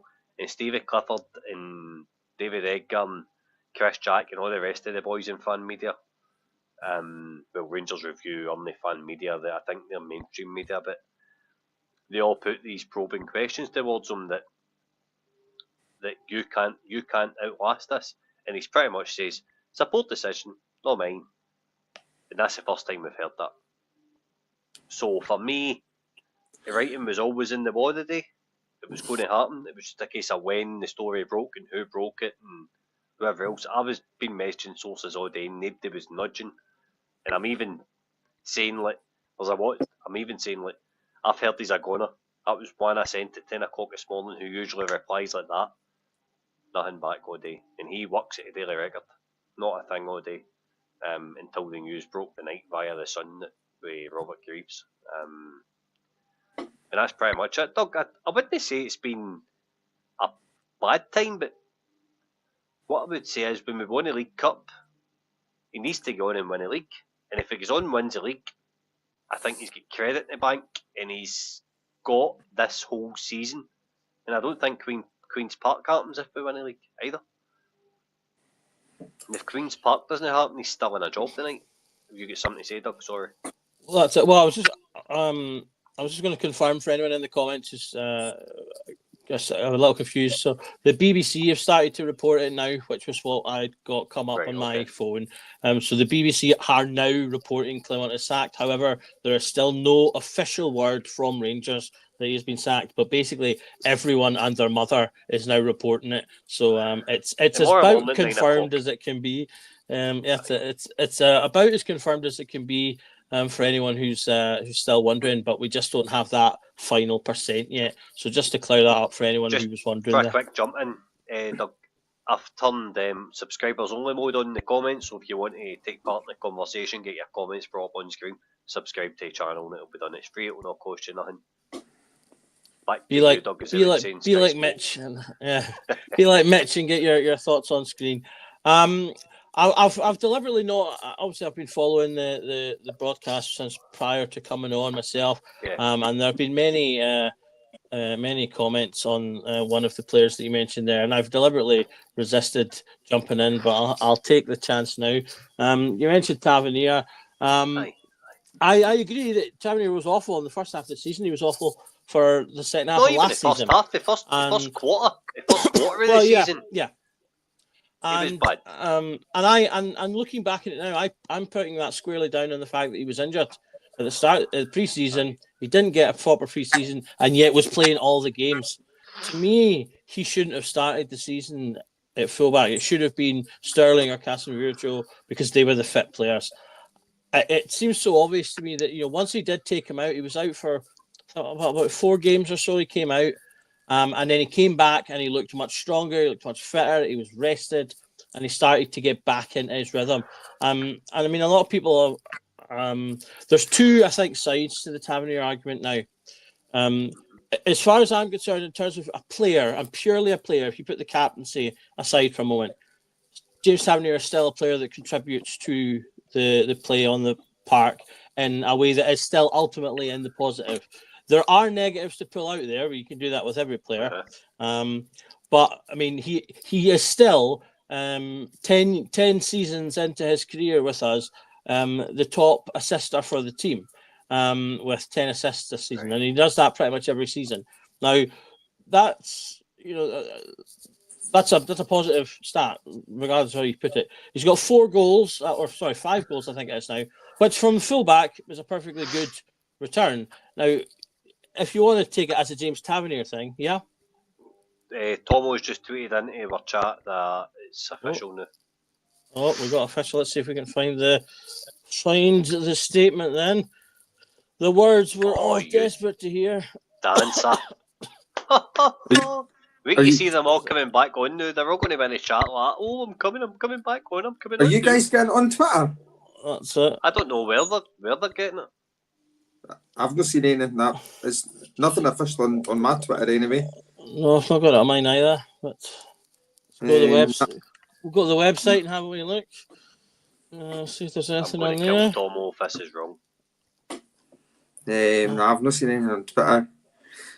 But I mean, it's definitely a cultural thing that there is zero assertiveness in anything in the club. we take ages doing anything at the club. If we take ages taking throw-ins, corners, announcing the manager being sacked. Honestly, it is a cultural thing. Like, so bringing somebody in with a style of football that's going to be quick and fast, the club are not going to ken what hit them.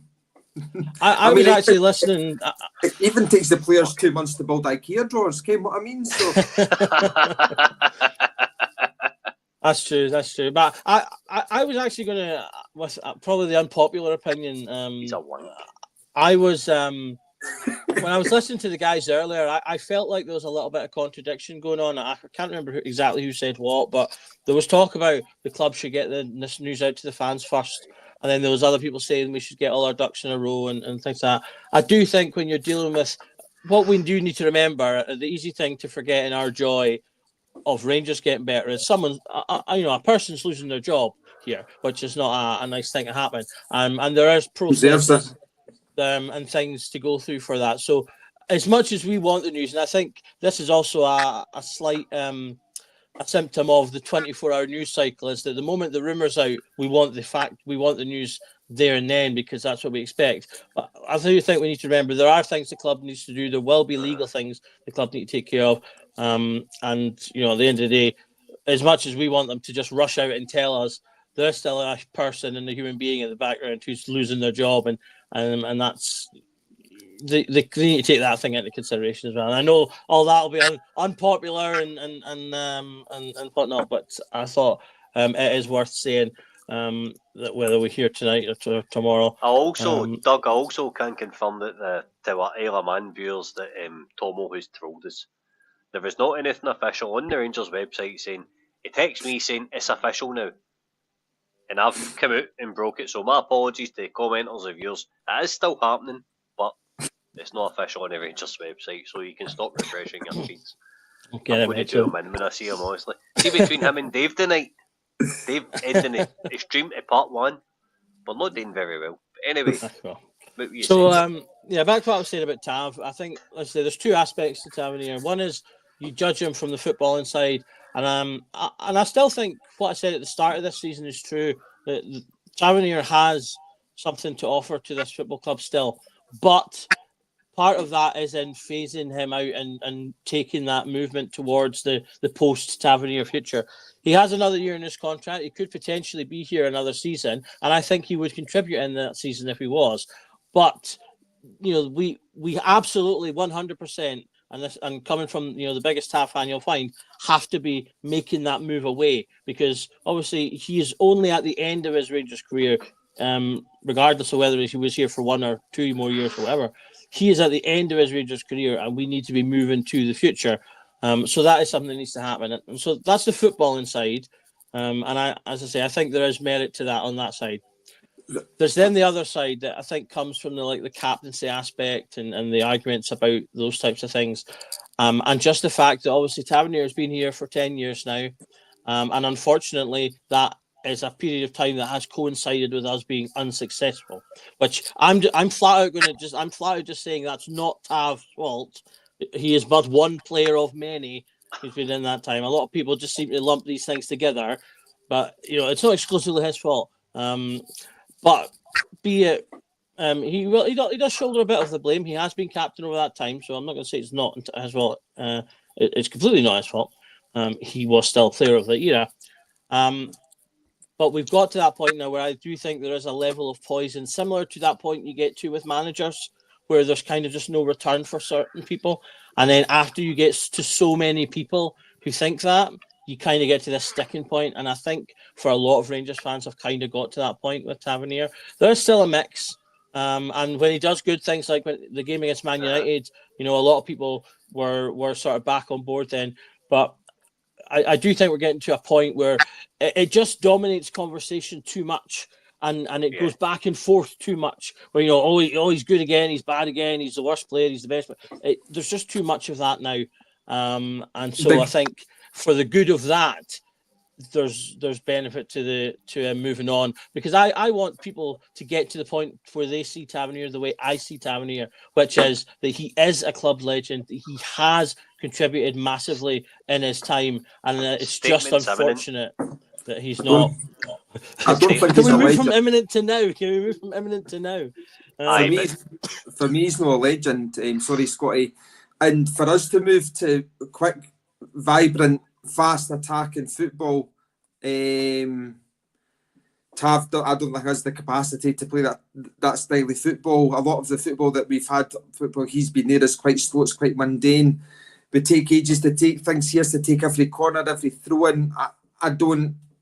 I think his presence in the team is the reason for that happening. And it doesn't matter, I think, who's in charge. I think that's just maybe a cultural thing. So I think him leaving is going to open the door for so many different new aspects going forward. And sorry if I butted in on you there, Scotty. I think you raised an interesting point there, Dino, because you're saying that you think that would carry on if he's in the team. So to me, that would suggest that the players listen to Tavernier more than they listen to the manager, if that's the case, because these tactics should come from the manager in terms of how we take throws and how we do that stuff. So if the manager is there sitting going, we should be doing everything quickly, and Tavernier is getting everyone to do things slowly, to me that's a problem, because you've got players listening to a player more than they listen to the manager. But could that be part of the problem? Very much so, but also I noticed for Clement, though, I think it's only been the last wee while we've started to mix it up in terms of set pieces, and there have been loads of times in the last year and a half that when we've had the corners under Clement, or just under a year and a half, and a fast, short corner was the viable option, and we had players in places and attacking places around the pitch, but yet we waited a minute and a half when Tav coming over to take the corner, where the quick free kick or the quick corner was the right play. So again, I think it's a cultural thing. I think it's just instilled, like Tav taking all the free kicks. Corners like I think Hadji is just as good, if not better. I've seen Hadji take free kicks corners for Romania. He'd got coaching from Pt2, and he was very vocal about that, and that so I'm just trying to use that as an example of one player. I know Hadji's been in and out the team, but whilst Tav's been here, but I'm just using that as an example. And like you can see, like times when Hadji was going to take it, but then he's like, but Tav's coming to take it. Like Tav isn't any better than Hadji, but we would still waste that extra 30 seconds on him taking it, and we're drawing 0-0, or we're getting beat 1-0, or we're just scraping a 1-0, hanging by a Shugley tack against, and we're away to St Mirren. I'm just obviously antagonising. I'm just angry. I'm just angry that that's happened for a prolonged period of time. And I just think it's a cultural thing, and I don't think Clement did anything to change that. Doug, I really don't. And it's only been this last wee while that we've started to mix it up at set pieces. We've seen for how long our set pieces are they're embarrassing how bad we are at them. So like, what do they do in the training pitch all week? Like, they definitely didn't practice set pieces. 100% didn't. Because I'm sorry, if you play for a Sunday League amateur team and you're football training one night a week, part of that training, if you're conceding goals and not scoring for set pieces, you're going to have at least 10-15 minutes in that hour and a half practice of doing set pieces, aren't you? That's just basics. And the professional football players, it's their job. And yet we can't score and concede it free kicks and corners. That doesn't make any sense. And another thing I think we as well under Clement, like you mentioned earlier, Square, just whilst that's in my head, was every goal we seemed to concede seemed to be the same way. Long ball, punted, big centre half, ragdoll in the centre halves. Every single goal that every single goal that we concede isn't down to magnificent, skillful players in opposition who have done, Barcelona-esque type of football. It's been basics, and they've scored and they've beat us or the draw against us. And like that's what I'm saying. How do you know then go to the training ground on a Monday morning going like, look what we did wrong there. Like we need to cut this out. Like you need to be when it comes out, like you need to stick your heat on that ball. Just things like that, you know. But aye, that was kind of what I was thinking there, Doug. Sorry. Well, I mean, what I'd come back with that is I partly agree with you, but then I feel like there's the stats to back up the tactics that we use, and that's largely that Tavernier is the best ball striker in the club, and the statistics back that up. Right now, he's created the second most chances in the SPL. The only player who's created more chances than him is Václav Černý. And a large part of that is because not just their general play, but because Tavernier and Černý take free kicks. They helped Barisic's numbers when he was there as well. Hadji is another one who's good. I agree that I would like to see him maybe strike a few more on occasion. I definitely agree with that. But I think it's interesting in when you talk about it like over periods of time, it says to me anyway, partly because the stats back up that like Tavernier in terms of chance creation is regularly top of the league or in the top 3, and he's done that year on year on year on year. So if he's the only person that we're constantly giving that role to, because obviously that role is, again, this is all decided by the what have we got it done? Rangers Football Club can confirm it has tonight parted company with men's first team manager Philippe Clement. The club would like to put on record their sincere thanks to Philippe for his hard work and dedication during his spell in charge. A further update from the club will follow in due course. See you later. Done. 9:20. Broken live on the Rangers Journal. The biggest and best news here first, people. Get your subscriptions in. This is the content. Get subbing. So, this is the content. So how do you feel, Dino? It's finally official, 100%. I'll sleep better tonight. Put it that way. But just quickly, actually, to caveat what you were saying, like just quickly, when I was on the pod with Jock the other night, and he said we're a moments team. And we passed the ball to these players, Tavernier. We passed the ball to Černý because we're absolutely clueless and we don't know how to score. Or so basically, there's a reason why they two are the two highest, and it's no Celtic. And it's no Celtic players, because Celtic actually can play football and score goals by actually playing football. We passed the ball to these players because the manager is clueless and crap, and they've got no tactical nous about them. There's no setup, there's no style of play. So like Celtic have scored more goals than us, so therefore they have obviously created more chances than us, and yet they are the two players that are the top of that stat are Rangers players. So that to me substantiates what Jock said the other night. We're a moments team, and we pass these we score in moments. We don't have 11 players on or 10 players on the pack that can go and create goals, which Celtic do. And that's the key point. That's the key point, is that we don't have 10, 11 players. We only have 1 or 2 players. And that's why these guys are constantly at the top of these tables, because we can create chances, but we don't put them away. And that's part of the reason why our set pieces are so poor. We have people who are good at taking set pieces, but we don't have, our defenders aren't scoring goals. Like, defenders usually get their goals across the season, primarily headers from corners and set pieces. That's usually a defenders where they'll get their chunk of goals from. And our defenders have not been doing that. Our strikers are not scoring. And I think that's the problem. And that's been our problem for years, is that we've relied on 1 or 2 players in the team to do that little bit extra. Mitch mentions in the comments there, the stats don't really matter if you put the ball in the back. Well, they matter because they tell the story of why we're not putting the ball in the back of the net. Right, if you've got the 2... Yep. Finish off what you're saying, then we need to go on to come on leaving Rangers. Yep. So if breaking news, we've got loads of new viewers. They want to speak about that. Go. So all I was going to say is if you've got the 2 best chance creating players in the league, and you're not scoring goals, then that tells you where the problem is. It's not chance creation; it's chance putting away. But yes, Philippe Clement is finally gone. How are you feeling, Scotty?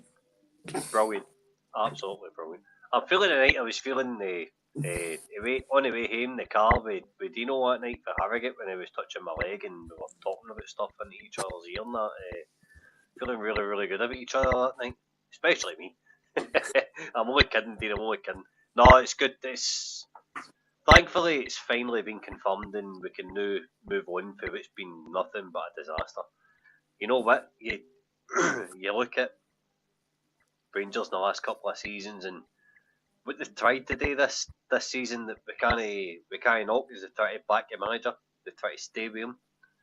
Countless seasons growing up, I used to see Man United under Sir Alex and they'd be 10th, 11th in the league, and they'd end up finishing second or winning the title when they're in October, November. Right?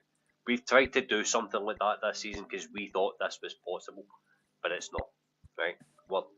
We're at a stage where the rebuild's happened. Coppin, for me, this is a Nils Coppin decision, as well as Patrick Stewart on the board, because I think Nils Coppin's got a vision on how he wants things to progress on the park. That's his job. He buys the players. Jeff Day's a club player, he's not a Clement player. Igaman's a club player. Shirai's a coach, etc., etc. Everything's club related now, and we now bring in a head coach to run things. No manager gets brought in because they're not a manager, they're a head coach. They're there to coach the players they're given, unless they go to somebody and say, listen, I really want him. He's going to make an impact. He can do this in the short term, and this is the evidence that I have. I.e. Stevie G with Joe Aribo, right? Take that as an example. Stevie G's in for the next 2.5 years, and he goes, Joe Aribo has just been, he's got a relegation release clause. We can get him on loan for this amount. I've spoke to his agent because I know him. Or we can get this youngster for Liverpool, similar to Ryan Kent deal, unless the manager can use their connections. Whereas if a manager just goes, well, you know what, I was watching this guy in the telly all night and I think he might look good. That's Ali McCoy's levels when he bought Mervan Celik. You know what I mean? That's stupidity for me. The stupidity just doesn't work. So I'm That's glad how we it's got finally... Barisic, remember? Well, aye. We were But just like, he's Barisic, good, let's buy him. aye, but Barisic was at Ibrox, and Curry, I see you back in the comments, mate. It's good to see. If you want to come on, please click that link. I emailed you and jump on. This is good news, and it'd be good to view your input on it. But while we're just on this, it's good, but it should have happened the night we get beat off Aberdeen. 2-1 at Pt2, we go 9 points behind. That's where you instill the standards of Rangers Football Club, because no Rangers manager lets that happen. Regardless whether it's a rebuild or not, we still had a bigger budget than Aberdeen. Who do I think comes in as interim? I think realistically, Michael, I think you're looking at maybe Stephen Davis, or you're looking at Kevin Thompson. Kevin Thompson's a friend of the podcast. I've not spoken to him tonight. I'm not going to speak to him because I'm not going to put him in that position where I'm going to force him into or ask him to give me an answer. Whatever he's doing, I wish him sort of good luck in whatever journey he's on with the club, and I'm glad he's back. But Can I just chime in, Scotty, and just say that point you said in Aberdeen, that was the point for me that I started to really turn on Clement, because for me that was the first. You know, he'd come in, he had the team prior to the start of this season. He got his start with the rebuild and things like that. I felt that he was hampered a little in terms of the European stuff. You know, he wasn't at Ibrox. We hadn't signed very many players, so I kind of thought there was a little bit of leeway there. Dino touched on, you know, for him it was the Celtic game. I did have slight concerns there because I felt after having done well in the cup final last season, despite losing, that he then didn't seem to learn those lessons in that game.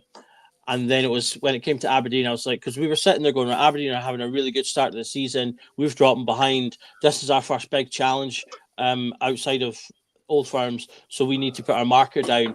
And we were just so poor. Aberdeen wanted that so much more than we did that day. They fought, they scrapped. I mean, they were unlucky in that they missed a penalty in that game as well, so they could have beat us by more. And that was when I really first started going, he's not. Is he getting the fight into these players? Is he going to be able to push that angle? I think as time went, we saw that wasn't the case. Mm-hmm. Who's your question, Doug? So let me break this down for you a wee bit, right? So he's away now. Dean, let's me and you just have a wee quick conversation about this. So he's away. How you feeling? How apart from really, really good, the lads in the journal chart are very fucking annoyed that this wasn't done 6 months earlier. Yeah, I'm incredibly angered. I think it's actually quite abhorrent. It's taken the club so long to do it in the first place. We've all got our opinions as to when that time should have been, but we can all agree that should have been way last year. Celtic game, Aberdeen game, Dundee United game. Just we all agree that everybody had a turning point, but it was last year. We're now nearly at the end of February. We're out the Scottish, we're out of the league. But the thing is, we know that change has been needed badly in the club for a long period of time, but the folk that are in charge are that incompetent and inept to not make the decision sooner. Patrick Stewart coming out the other day and basically saying Queen's Park result, we know it was bad, but it's all right because we're still in Europe. No, it's no fucking all right. Excuse my language, sorry. Aye, Bold's bitch. No, Dino, let it all out. No, you're right. But that's like, it's no, like, people that are in charge of Rangers need to realise that that's not all right. Simple as that. And then turning and coming and basically giving him a free pass till Fenerbahce's done with. And then obviously the result at the weekend, we knew was going to happen. But I knew it was going to happen. Like, as I said, the players, I know it's different perceptions, but my perception was the Queen's game, players to me like they're down tools, and that for me was only going to, it was only going to go one way after that. We were only going to get embarrassed furthermore, in which we did. St Mirren hadn't won back-to-back games in the league since 79-80 season. That's 45 years ago. That's a hard pill to swallow. That's a hard pill to swallow. That should not have been, because that was when we were going through a very bleak time indeed in our history. And that should never have been repeated, let's be honest. And Clement, I think you're the one, Doug, did you not say about all the records and stats or something that Clement had broken? Was it you that said it? And many people have pointed them out. There's been far too many. So I mean, it's incredible that he's been allowed to be able to make these consistently bad, make these everything worse than it already is, and the fact that the board, again, the lack of assertiveness. It's a cultural thing. I keep saying that at the club. I genuinely believe that. Like, they actually are fine with second place, fine with taking their time to do things. I mean, it's 20 back in 9 on the Sunday night, and they're bringing the official statement out. Like, why was the official statement not done at 6 o'clock last night? Do you know what I mean? Why was he not like, right, fine, come up to the boardroom, come up to the blue room or whatever? And they were all watching the game at Ibrox. So I mean, I don't think that, is anybody going to say no to him getting sacked yesterday? No. Like, well, come on, let's go and sack him. Tell him that he's got to come up and see us at 6 o'clock. Give him, do you know what I mean? Give him time to say bye to the players, but come up and see us at 6 o'clock and get sacked. Goodbye. Out, over. That's when it should have been done. And the statement maybe released benefited the doubt 6:30 last night to the Rangers fans. But no, the backing in on a Sunday night after hearing for us that's already done. I know sometimes you can't help leaks, but as I said, the decision yesterday should have been one of the most easiest decisions for them to make. It shouldn't go to a vote because everybody should have voted yes, he needs gone. tell him he's meeting us at 6 o'clock and he's getting sacked. Simple. And that's what should have happened. But we've been subjected to this for far too long now, that this club think it's acceptable to be, lethargic and lack of assertiveness in anything that comes from our club. Now, I appreciate that taking their time to get the next person in. Everybody respects and everybody wants that. But I didn't want it going on into the summer and the start of the transfer window, and we've still not got a permanent manager. It needs to be done in the way that's the complete polar opposites of how this club has been run for, as I said, far too many years to that I care to think. Yeah, definitely. Just I'll answer Dylan put a question asking about, are we all part of the same supporters club or something? I don't know about the other guys. I'm not part of any supporters clubs. I am a supporters club of one.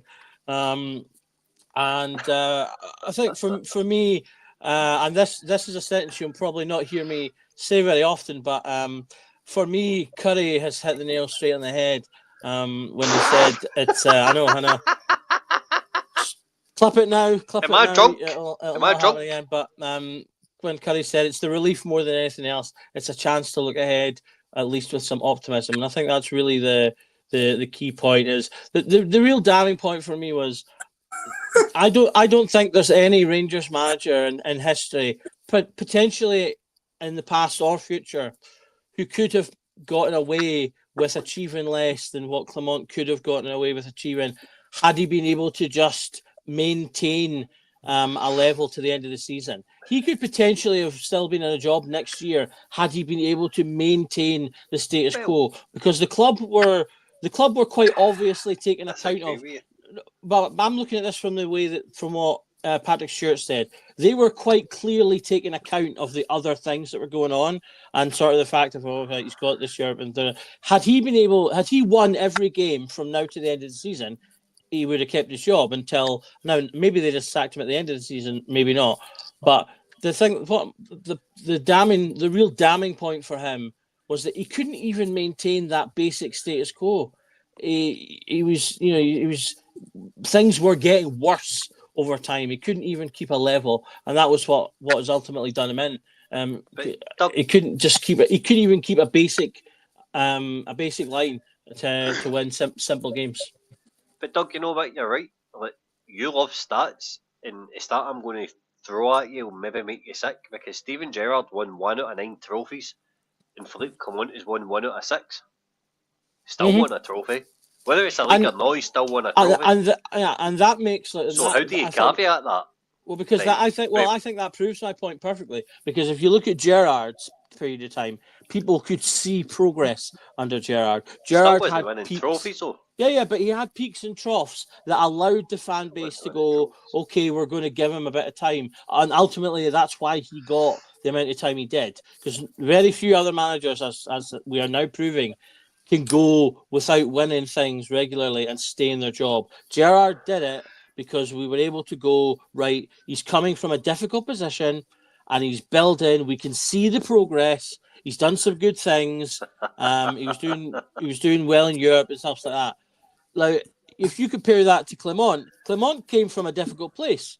Clement did well in Europe, but Clement did not make improvements. If anything, he was going the other way, and there were no like peaks and troughs. It was like the occasional. Well, he did okay at home, but then he was just getting worse and worse over time, and that's why he's lost his job. Whereas Gerrard got given the benefit of the doubt, although he had rough periods where the fans were done. There was periods where the fans were done with Gerrard too, but they had something to hold on to, and Clement could not give us anything to hold on to. And that's why he's lost his job, whereas Gerrard got a bit of time. 100%. I'm just playing devil's advocate, because see, if I was to sit here and say that James Tavernier was a shite player for Rangers, you'd be like, well, I disagree because blah, blah, blah. All I'm saying he is, Clement's won 1 trophy in 16 months, and Gerrard won 1 in 36. 3.5 years. Aye. So, you need to put it into perspective a wee bit, right? Clement was not good enough. His style of play was not good enough. Was it good enough in Europe? Hell yes. See what right? I'm just going to vote this out here, right? It's just a wee bit of a fairy tale between now and end of the season. Give me Giovanni Van Bronckhorst back, just for his wee tactical tweets. Giovanni Van Bronckhorst will come in and beat Jose Mourinho in the Europa League and get us on a run. Dino, yes or no? Just for a wee bit of romance here, just for not for domestic success, but you're here for 4 months, or you're here until the end of this. You're here until the end of the Europa League campaign. But why not? Aye, to make for us only silverware that we're in, that we can actually win. Van Bronckhorst got us to Europa League final without a striker. So, aye, if there's do you know what's actually a really good point? You can't say no to that, because you know that he's got that in his arsenal to be able to tweak. So yeah, He doesn't know what he's talking about, by the way. He's fucking old as that boy sometimes. Aye, so I would be up for that. Doug, what about you? Just for a wee bit of romanticising and see if Yeah, Gio bring him in was for to Europe. Aye, just Why that's not? all we've got left. That's all we've got left. Curry still not got a fucking striker. We didn't have a striker when we got to Europa League final last time. So, Exactly. So what are you worried Exactly. about? Hey, this time we've got Dessers. Yay! Premier League over League Cup, mate. Aye, I know that's very true, James. That's very true. But at the same time, like, I don't know if you've noticed, James, but we're a little bit away from the Premier League at the moment. Just a touch. aye, Just a it touch. depends on how you measure 13 points. That's true. That's true. I measure it like that. You know, I measure it like that myself. But if you know, you know. That's all I'll say.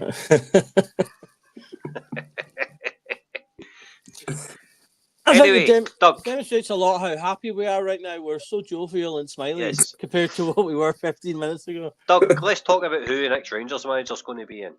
Who do you want? What do you want? Do you want somebody's going to bring in domestic success, Kettlewell, McInnes, Yes. or do you want somebody that's going to bring an identity that's got to have a caveat attached to it? Like, but There's only comments one as well. What do you want? Is McInnes the right guy? There's only one identity that matters, and that's winning. Nothing. It doesn't matter whether you're playing beautiful football, you're playing 3, you're playing 2 at the back, 1 at the back. I don't particularly care, and neither will fans either. If you at the end of the season are holding the trophy up, so that's the one identity. And I agree with Dino in terms of what he's talked about in the last 10 minutes or so, in terms of culture, the identity, the culture is to be about winning, and that's the main thing. I'm not quite as concerned about the identity on the pitch per se, as long as it's a winning one. I do think it needs to be someone that is flexible, because we do have a kind of a unique, situation where, like you say, we will play in Europe most years, be that Champions League or Europa League, Yeah. and we want to do as well as we can there, because I think that's important for the club's stature, for getting good players in, and things like that. So we want to do well there. There's also the financial aspects, and all that stuff will help us with the number one goal, which is winning the league. So that's the most important thing for me. Can I caveat that for 2 seconds, Doug? Right, let's get excited, right? Well, we're in the summer. The takeover's happened. We've got money at our backs. We've got, when I say money, I caveat that with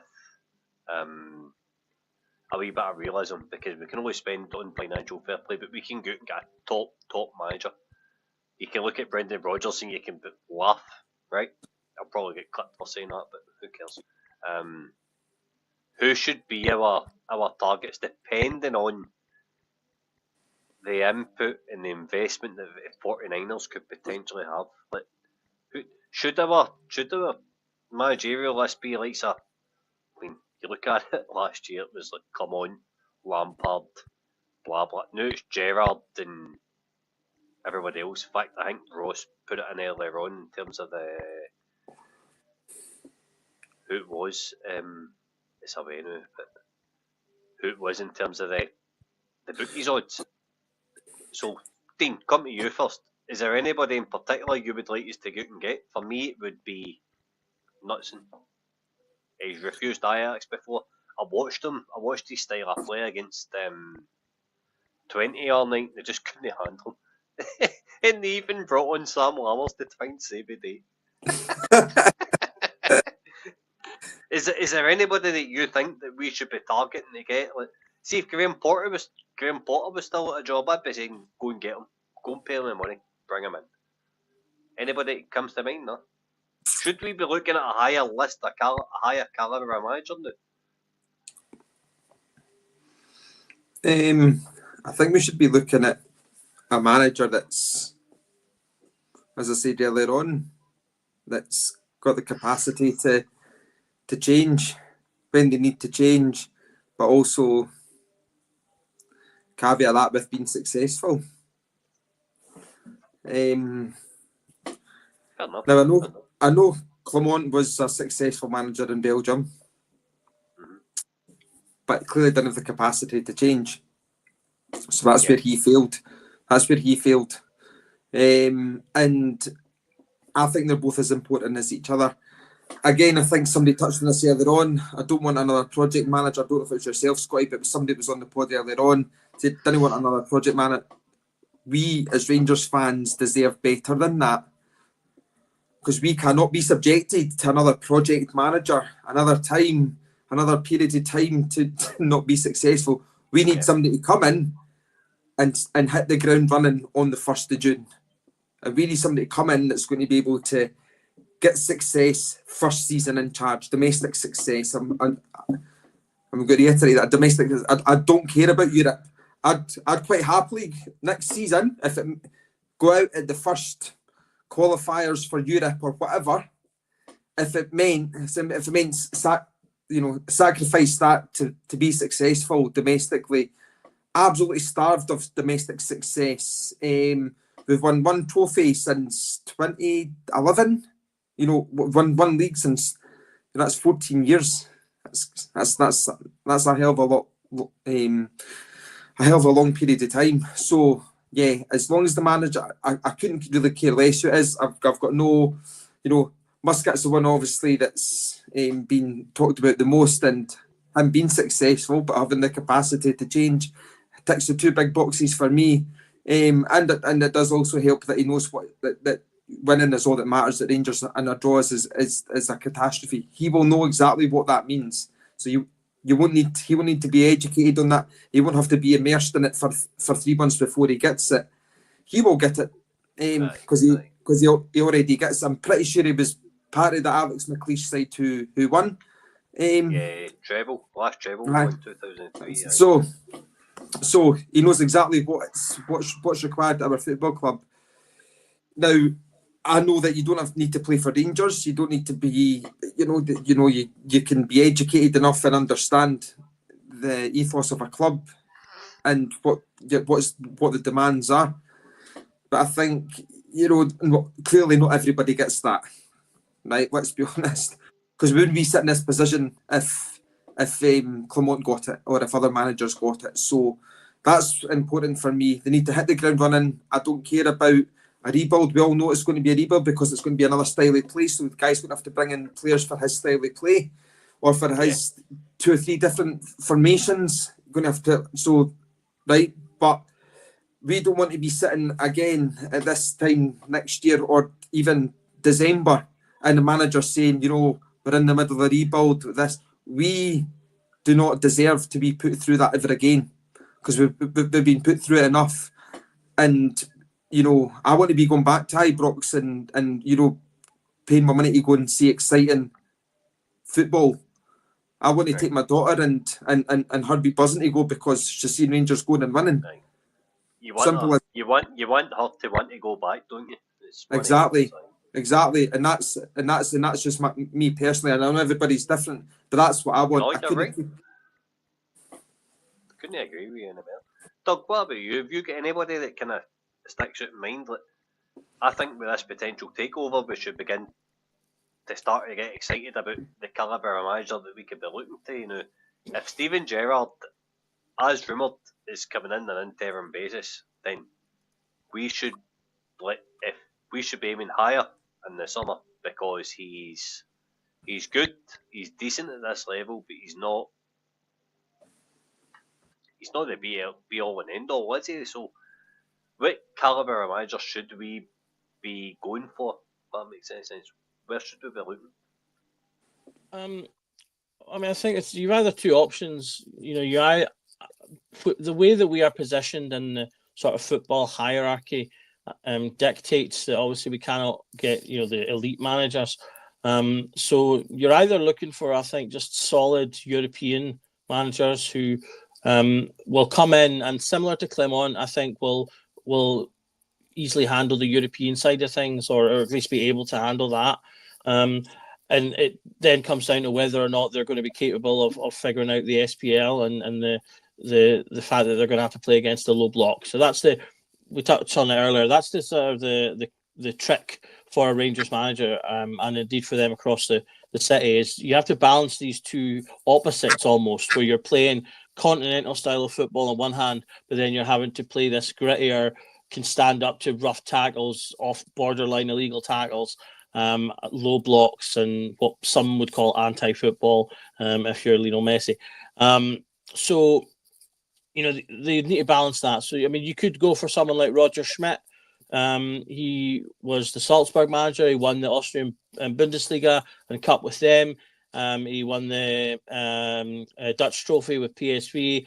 He won the league with Benfica. He's had a pretty decent career. He's a well thought of manager. He's got a good points per game ratio. He's older and probably a bit more traditional. So he's that kind of Clement-esque European style manager, not a name I think many have thought about. If you're looking above that, you're starting to look, I think, at people like maybe Nuri Sahin or Terzic. They've both managed Dortmund recent times. You've got Schulmand, who's been mentioned. Gary O'Neill, people have mentioned as well. He was obviously at Wolves for a time. I think they're that kind of slightly higher level that if we were to get them, we're probably going to have to pay for it. And it's do they want to be in Scotland? It's going to be the tough sell. If it's not going to be that, then you're looking at your Gerrard kind of what I kind of refer to as project manager, because ultimately, I think, again, considering where we are in the football hierarchy, we're a big club in a small pond. So similar to how we're looking at the players in terms of bringing in young players, developing them, and then selling them for big value, I think in a way we're probably positioned to do the same thing with managers, where we bring in probably younger, interesting managers who want to put themselves on the map, and Europe gives them the opportunity to do that, win some trophies, build themselves a bit of a reputation that will then get them the big job, like at the one of the top 5 leagues. And I say that it doesn't necessarily have to be a young manager. Actually, it just needs to be someone with a track record. You've got obviously Postecoglou is the perfect example of that. Postecoglou had been a good manager for years before he came to Celtic. He'd won stuff at multiple clubs. He had his brand of football and all that stuff. He came over to obviously his first big European job, which was Celtic. And then he did that. He won domestic trophies. He did okay in Europe, and then he got his big job. So, and if you're going to go for the older manager, that's what you'd be offering them. You'd be saying to them, "Come here, win trophies with us, show the world what you've got, and then you could potentially get to manage one of the big 5 leagues." And that's kind of what we're going to be offering those types of guys. Am I okay to jump in here? Yep. So, Big Scott McPike for SM Media and the Rangers Assessment has tweeted that. Hold on. I would actually urge anybody to go and check out his channel because it's really good. He's tweeted that a strong contender to come in for interim managers Barry Ferguson, which isn't one that I'm happy about because it's just a boot kicker.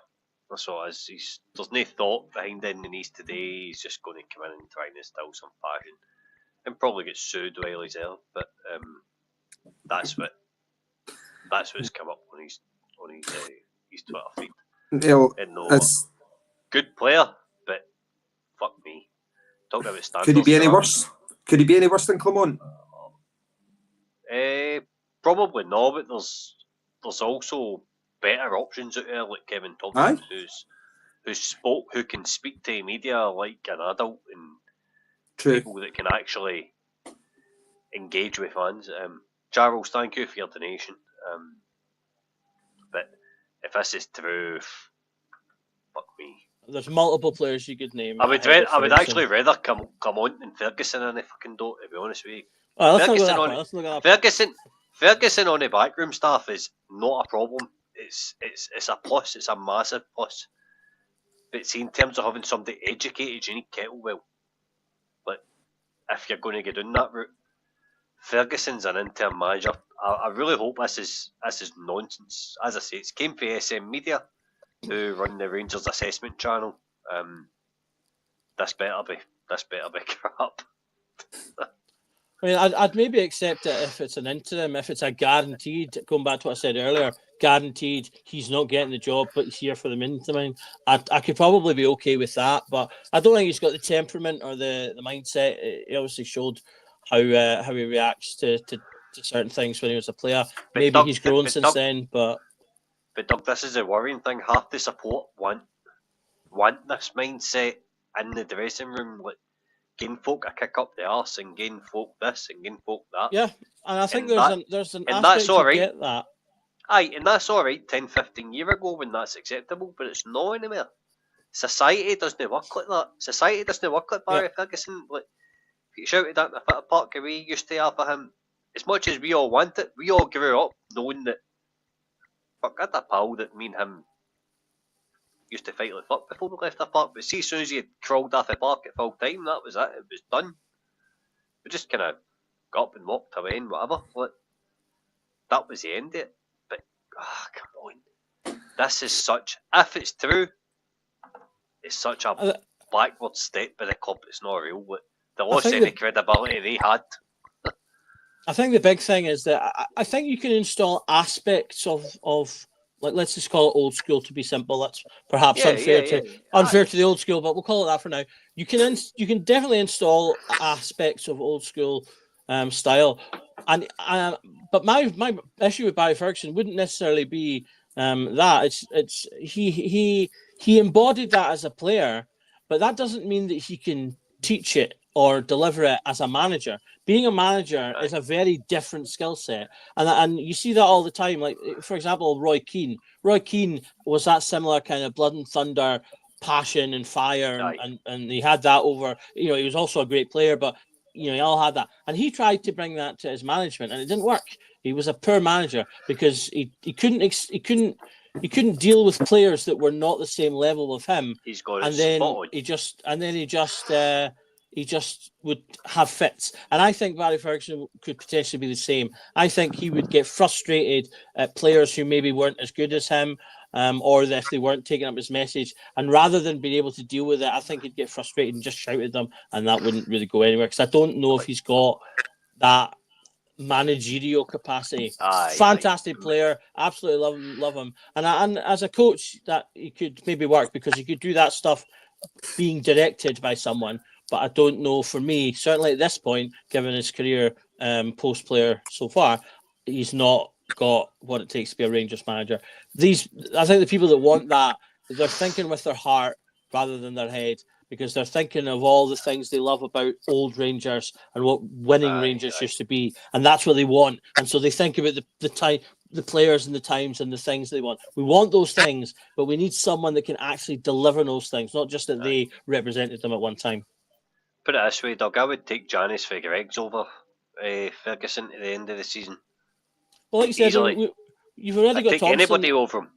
No. I think Neil McCann would be better. He's quite clearly a clever guy. Curry says other lads. Aye. I've heard if somebody for out at the end of the season to put the cones out, take a training, aye. If Ferguson's coming in as part of a backroom staff, fine. No qualms about it whatsoever. But we've just done the same thing with Alex Ray in the last 16 months, and it's done absolutely nothing for us. Nothing. Like, absolutely hee-ho. One of my podders is Alex Ray's nephew, so he claims. And it's not went well, put it that way. Dean, what do you think on this? Would you be happy with Ferguson? Because I know you're quite like me, you're quite old school on like the way fitness should be trained and all that kind of stuff. Like, what's your thoughts? I wouldn't be. I'll be honest. I wouldn't be against it. Right, okay. Why? Due to the fact that he would have he'll have you at the team if you're not going to go through a brick wall for the jersey.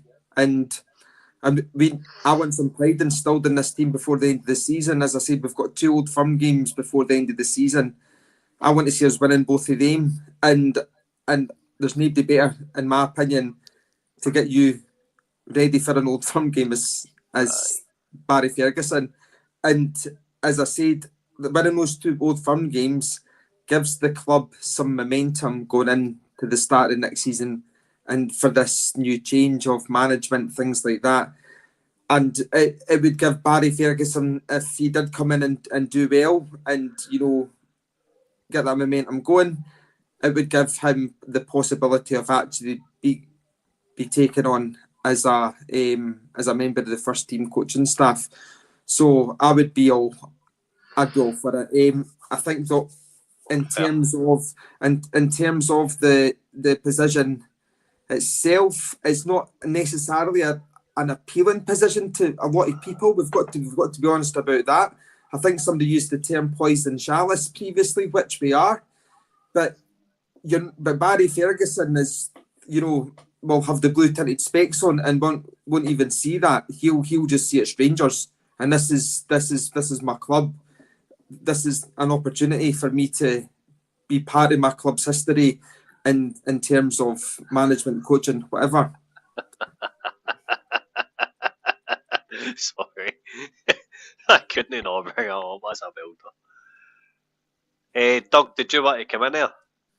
Well, yeah, the point I was going to make was, like, say Ferguson comes in and he does what you say, and he looks over them and he's like, right, I'm pulling out the players that aren't running through brick walls. On the basis of the last 2 matches, that would be everyone. So what does he do now? He's removed 11. He's removed the first 11. What's he doing after that? Well, we'll play the B team. And you'll be happy with that? If we get scunnered the rest of the season, they're all on loan. The B team. I've been sent away. This is my concern about someone like Ferguson, is that I reckon he can do step 1, shout at them, tell them they're not good enough, put the standards in.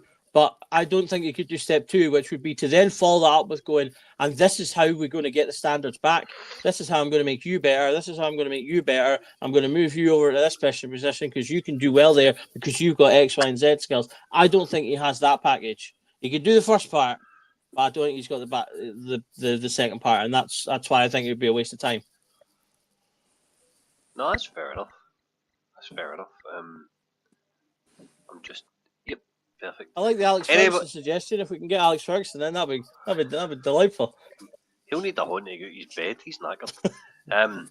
Put a bed in his moon. Anybody's new to the channel, please subscribe and like the videos. We'll be live tomorrow night at 6:30. No, we were going to speak about sporting directors tomorrow night, but I don't think we will anywhere. I think we're going to speak about potential managerial options, but just continuing on, we'll keep going on a wee while if you gentlemen have got the time. Aye. Doug, have you got any further questions you want to ask? And it's burning away in the back of your head? Not really. I must say I'm surprised. I think the thought that come up, I'm surprised at how eager we seem to be to take people with absolutely no experience just because they played for us once. We've mentioned a lot, and I've done that a little bit myself. So I mean, I'm slightly guilty of it as well.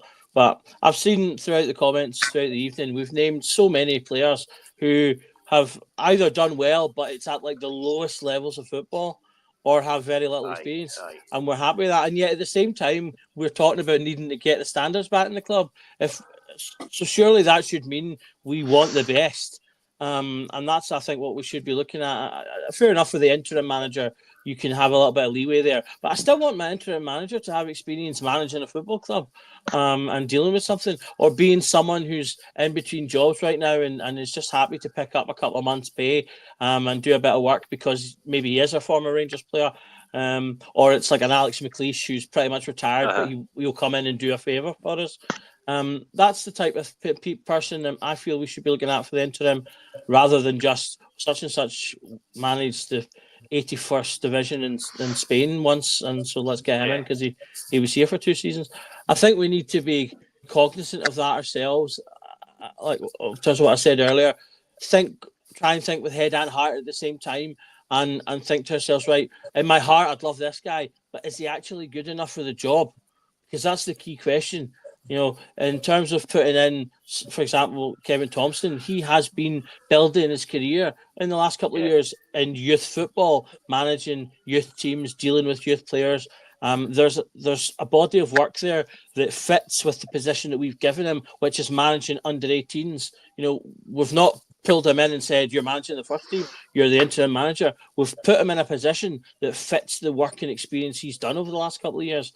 And that's what we need to, I think, do with our main positions, is looking at someone who actually, right, okay, we're looking for an interim manager. So we should be looking at someone who has been a manager, or at the very least an assistant. I mean, that all might be me. I kind of feel like the assistant manager is the guy that'll step in anyway. That seems like it would be most sense. You're not going to spend any money doing that. But Doug, do you not think if they were going to do that, they would have put that in the statement so I can come on? No?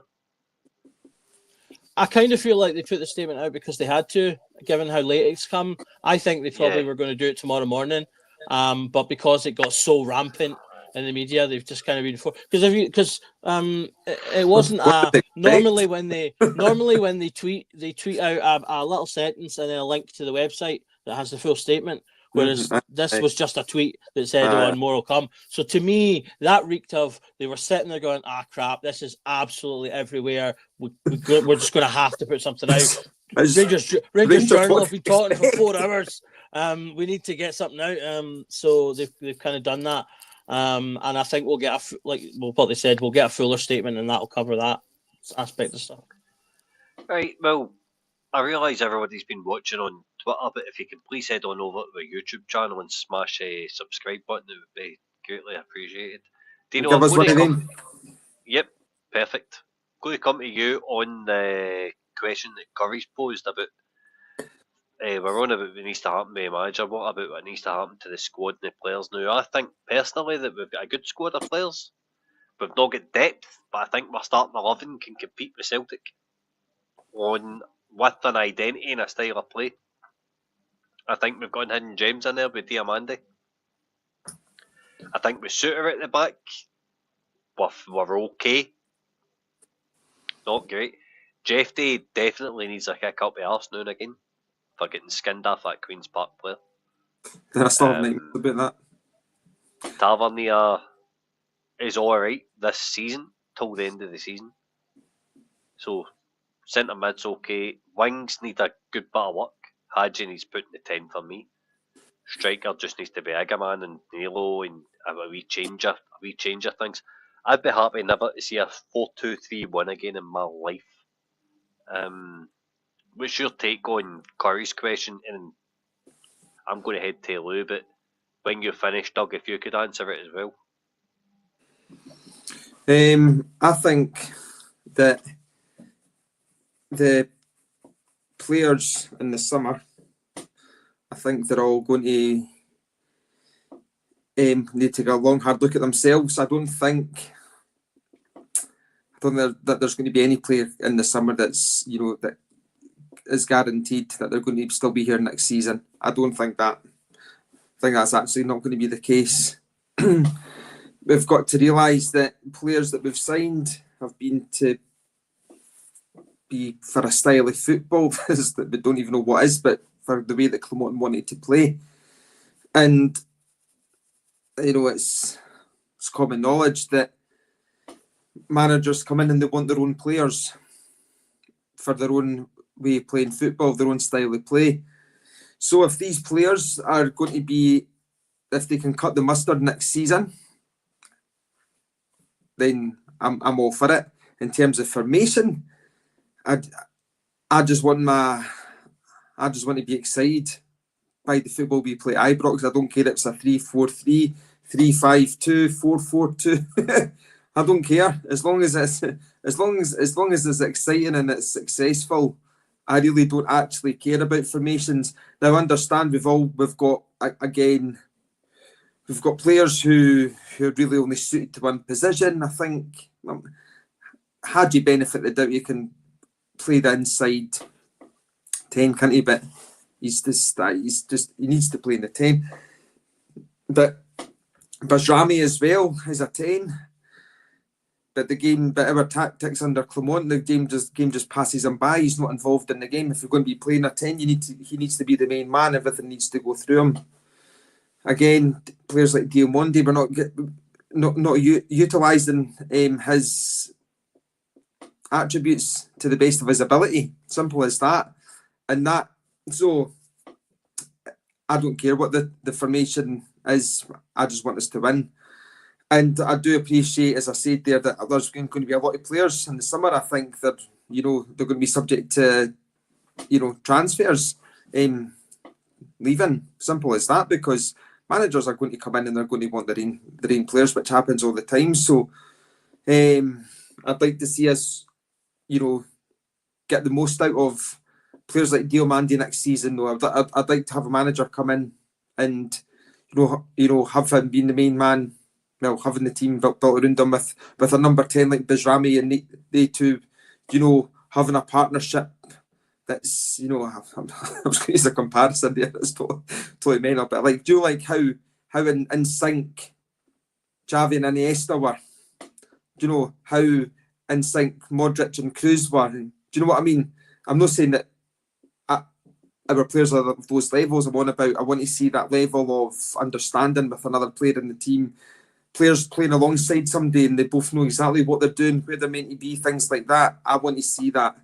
And as I said to Doug there, Scotty, I don't care if it's a 3-5-2, 3-4-3, 4-4-2, 4-4-1-1, 4-3-3.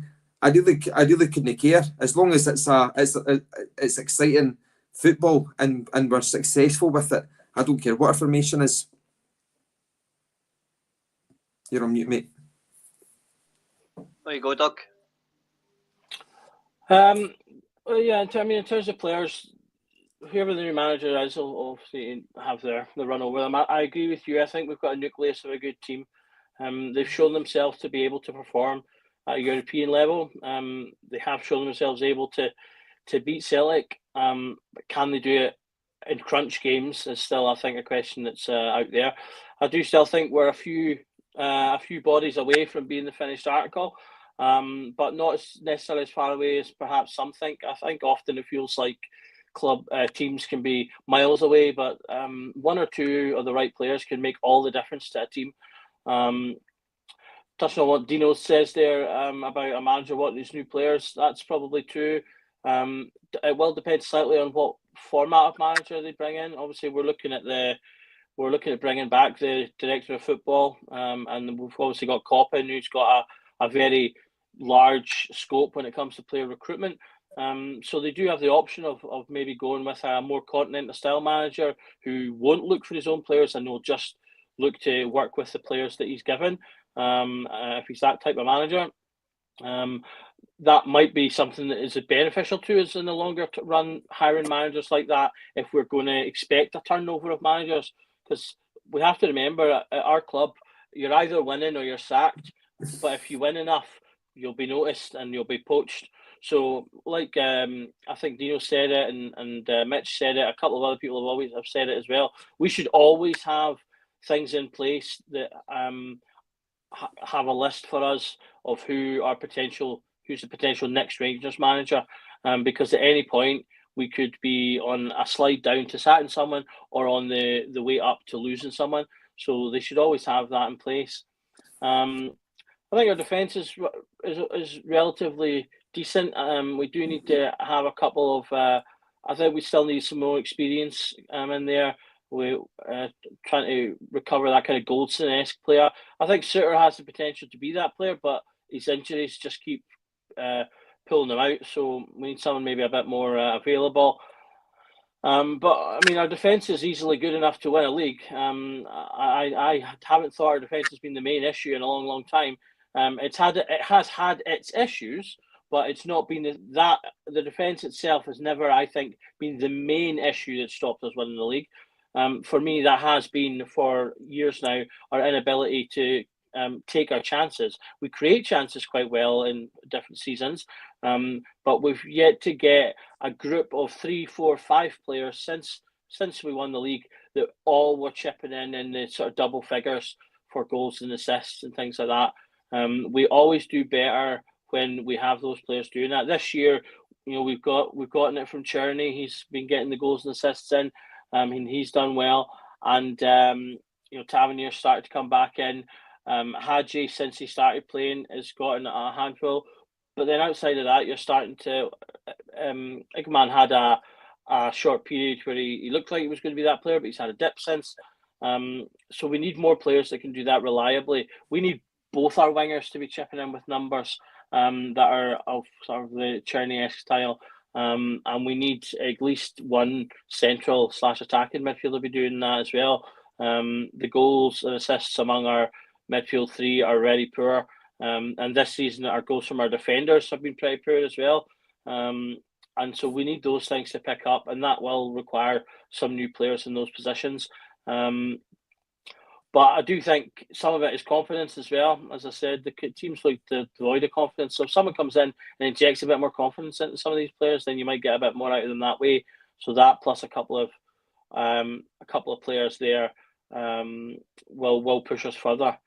In terms of players that need to absolutely be out the door, for maybe the first time in a long time, I don't think there's anyone that 100% absolutely needs to be out the door. Tom Lawrence is the closest. And Tab. I wouldn't put either of those two as 100% need to be out the door because they're damaging. Lawrence, his injuries are damaging because he's not available and he's on, I believe, a reasonable amount of money. Dessers, although he's expensive, he does score goals, so he does still get something, and Tab obviously contributes as well. So I think yes, you can say both of them should be moved on as part of that, but I'm kind of like that I'm sitting here for the first time in a couple of years, and there's not 4 or 5 names immediately springing to my head as 100% need to be out the door because they're damaging the club kind of thing. Whereas before, I think that's been the case, be it because they were just chronically injured or because they were chronically poor. So I think that is a step of progress. Sasha Tavolieri, who's never wrong about any news, has just reported that Azam Sharai now set to take the ad interim coach role after Philippe Clement's departure and will take training back this Monday. Rangers counts on Sharai. So breaking news again on the Rangers Journal tonight. You'll get it here. Hit the subscribe button, hit the bell button. We're live again with this, that Sharai is now interim Rangers manager, probably until the end of the season. Dino, what's your take on that, the assistant manager getting it?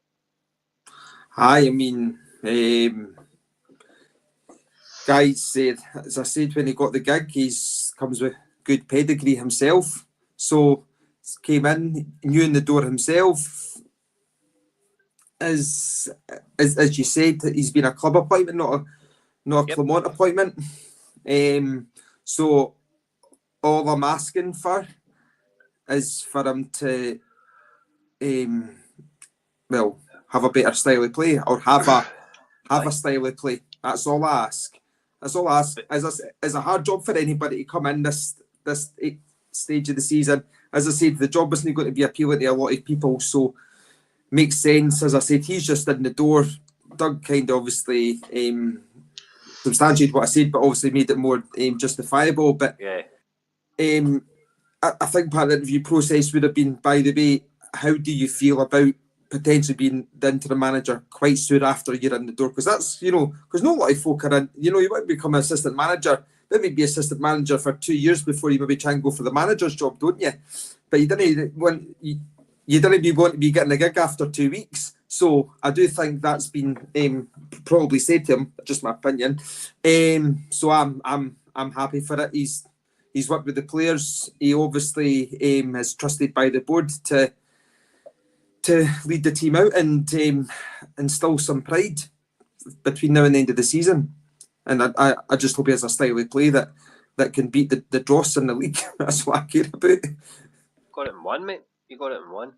I think that everything that's went on so far this season with Rangers, I think that this, how do I put it, this appointment last month caused a wee bit of friction, Doug, in terms of, is he coming in? Why are you getting your assistant manager 3.5 years? I think it's clear now why we've given him 3.5 years. I don't know much about him. I'll have a Moroccan correspondent probably tomorrow or Tuesday, giving us an in-depth detail on him about the Moroccan Olympics, about the Olympics, Morocco at the Olympics, and where they won gold and they won the whole thing. And Agaman wasn't there, by the way, but it was at Strasbourg, who's a sister company of Chelsea. And now he's ended up at us. It's all kind of falling into place with this 49ers part, to be honest with you, because Chelsea are linked with Leeds through certain investors and whatever. Doug, what's your take on this? I mean, to the point you made about how some folk were angry that we appointed him in the first place, I personally thought that was a little bit silly. I mean, we needed a new assistant manager because our assistant manager had to leave, so you needed to employ someone. 3 years is a standard contract. So I mean, I thought that was more just people angry because they were upset with Clement.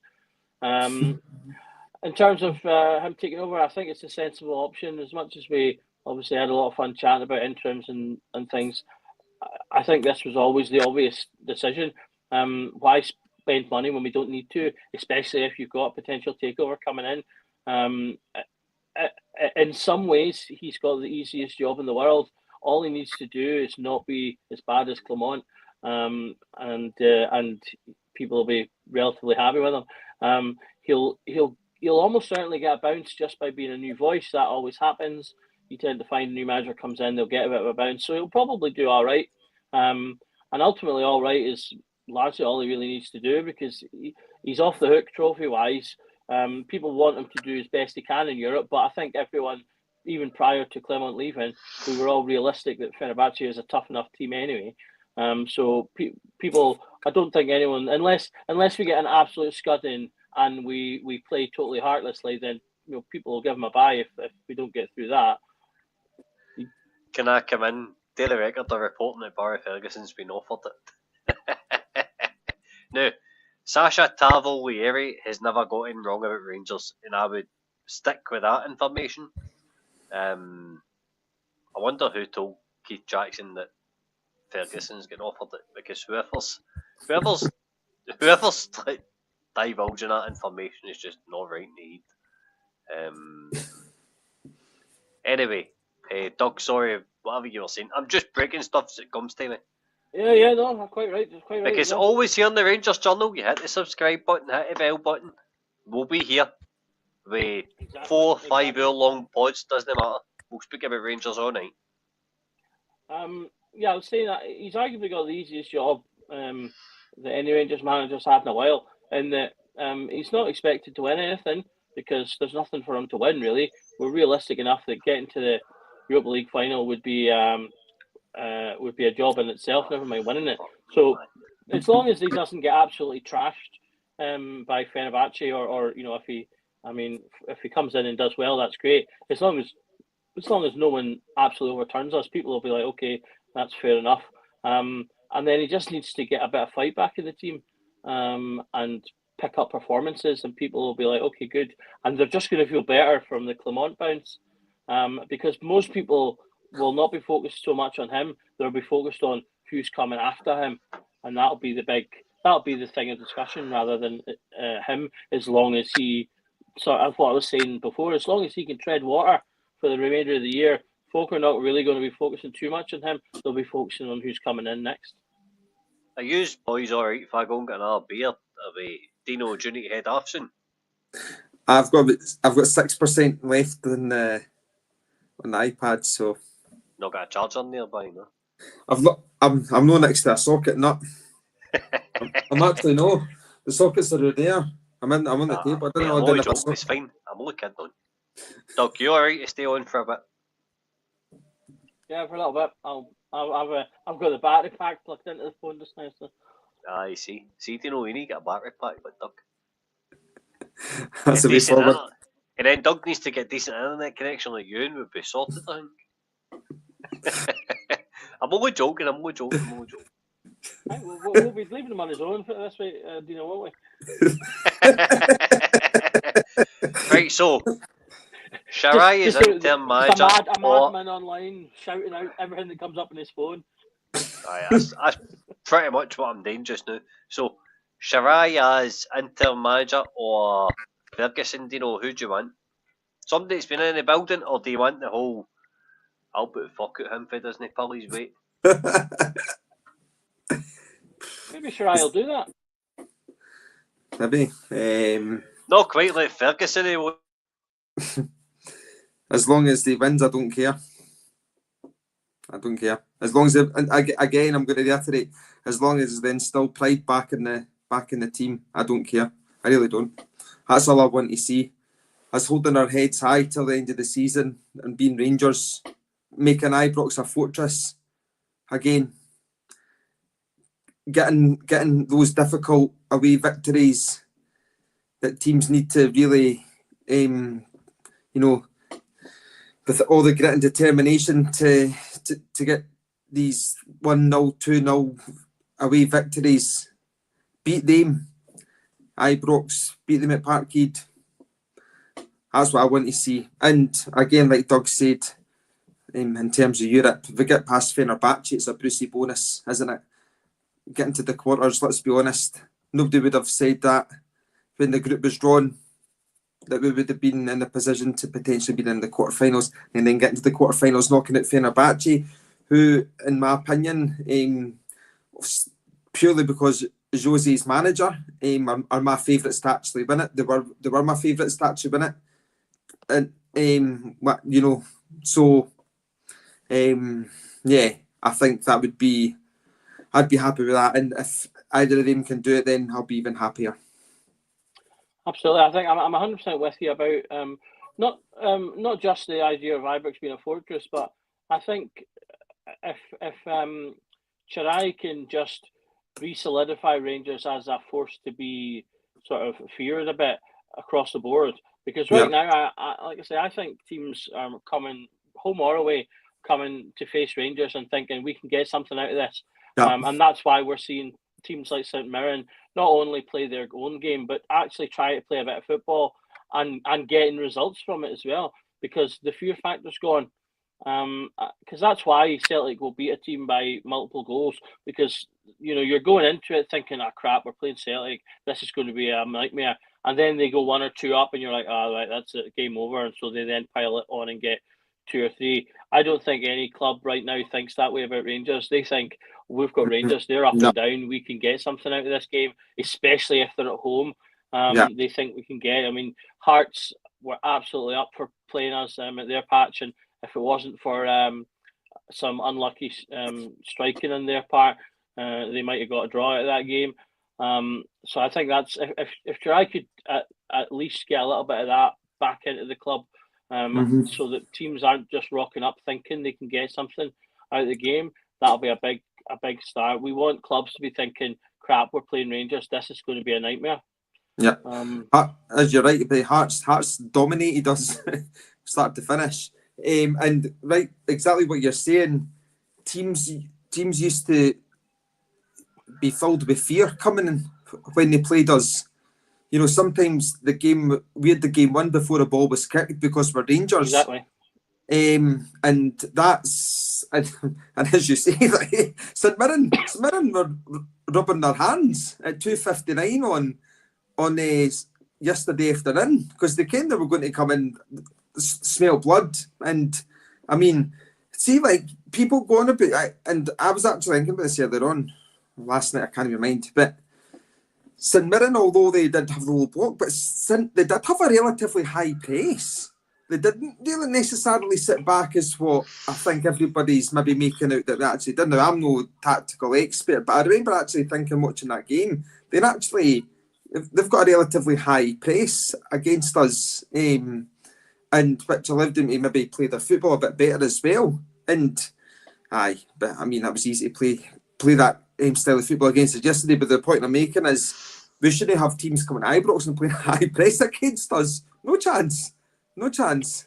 Because The if you come to play mentality a high aspect press, of that. if you come to play a high press against us, we're going to absolutely capitalise on that, and we're going to punish you for playing a high press against us at Ibrox. Do you get what I mean?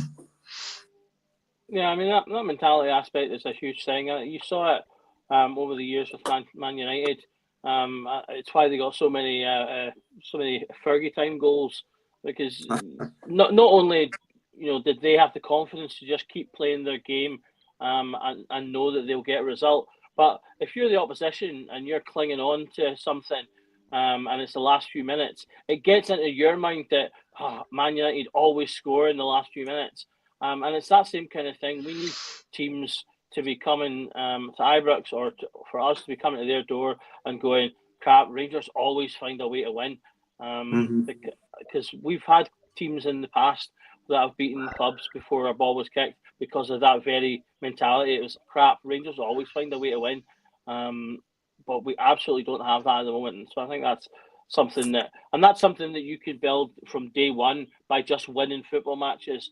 And showing a bit of confidence, even if there's the adage as well that Rangers, as much as we hate this to think about it, Rangers can lose games, but they can only lose games when they're beat by an obviously better team. Like if we play Real Madrid and lose, very few people are going to be furious. The only other thing is that we've just had a bad day, whereas we've maybe gone at it, we've been all over a team, we've been positive, we've been gritty, we've done all the things that people want from a Rangers team, but for whatever reason it's just not happened. Then you can go, okay, something happened, or maybe there's a deflection, or maybe just one day St Mirren just do have a really good day, and you just have to put your hands up and go, you know what? They just had a good day today. But what you can never, ever have is a Rangers team who don't put the effort in at the bare minimum. And that's what we've been getting, and that's what we've been feeling of late, is that we're looking at this team going, where's the heart? Where's the no heart? Where's the grit from the beginning to put our stamp on this game and say, we're Rangers here. How dare you think you can get into this game? No.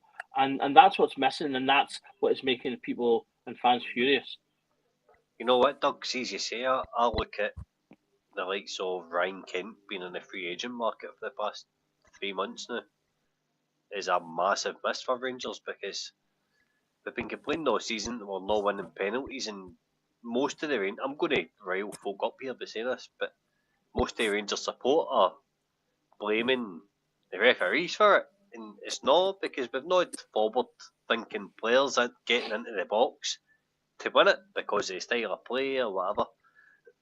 You look at Yanis Hadji, right? He's been our best goal creator since he's come into the side compared to anybody else, right? That's including Tav.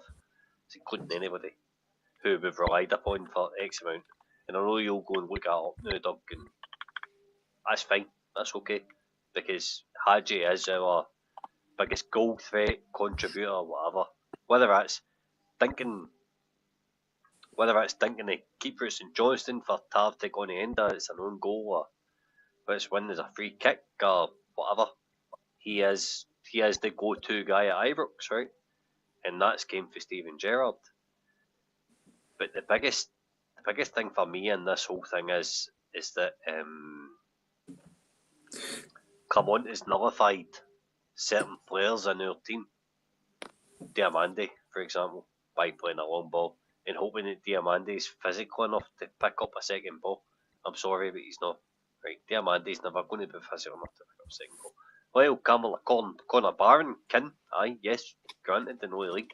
They know where to tackle people, they know where people are going to move the ball to when they come up, so they can win it back. So I've been screaming about Lawrence Shankland and how that Shankland playing as a 10 a day. I watched the match and I'm like, that boy's outstanding. Like the way he went about his business, it was conducting him at Adelaide Park, and it's exactly what PC wants your number 10 today. Is they're up deep, pick the ball up, go forward to it, and counter-attacking situations, choose the right pass, and I think Shankland assisted one of Kabanga's goals today. Pog's spot on in terms of 4-3-3. He'd definitely bring Rice into Midley Park, and Raskin is a 6. Rice is left-footed, put him in the left as an 8, and let Diamande do what he wants, and then play the ball out and see what happens. We tried to play the ball out on Sunday at certain times, and I was flabbergasted by it because St Mirren's press was perfect.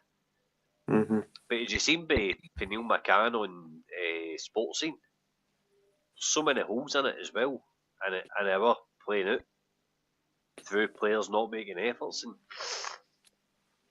as much as I'll plug BBC on this, we've also plugged it on our tactics shows because it's so easy to see that until it's recorded and voiced and put out to you, you won't actually see it. So We don't make difficult passes or try and make incisive forward passes. I mean, you touched on Hadji. That's a big thing Hadji does. He'll go for that pass that's a little bit more difficult because he's got the vision to do so and the confidence to do so. And he'll do that. And throughout the St Mirren game, we just were not doing that at all. We were just picking the easy pass, which a lot of the time was the backwards pass. And then that allowed St Mirren to push up even more, and then we were getting ourselves into trouble. Things like the one Butland where he spaffed the ball out and ended up having to make 2 saves and things like that. And that's the type of thing, going back to what I was saying a couple of hours ago about confidence. The players just don't look confident to make passes. People get on Tav a lot about his passing. But Tav's passing accuracy is slightly lower than your average. But a lot of the reason for that is because Tav is a player who'll try and make more forward passes and incisive passes. He'll also make a lot of the big sort of swinging forward passes, kind of like the one he did for Dessers against United.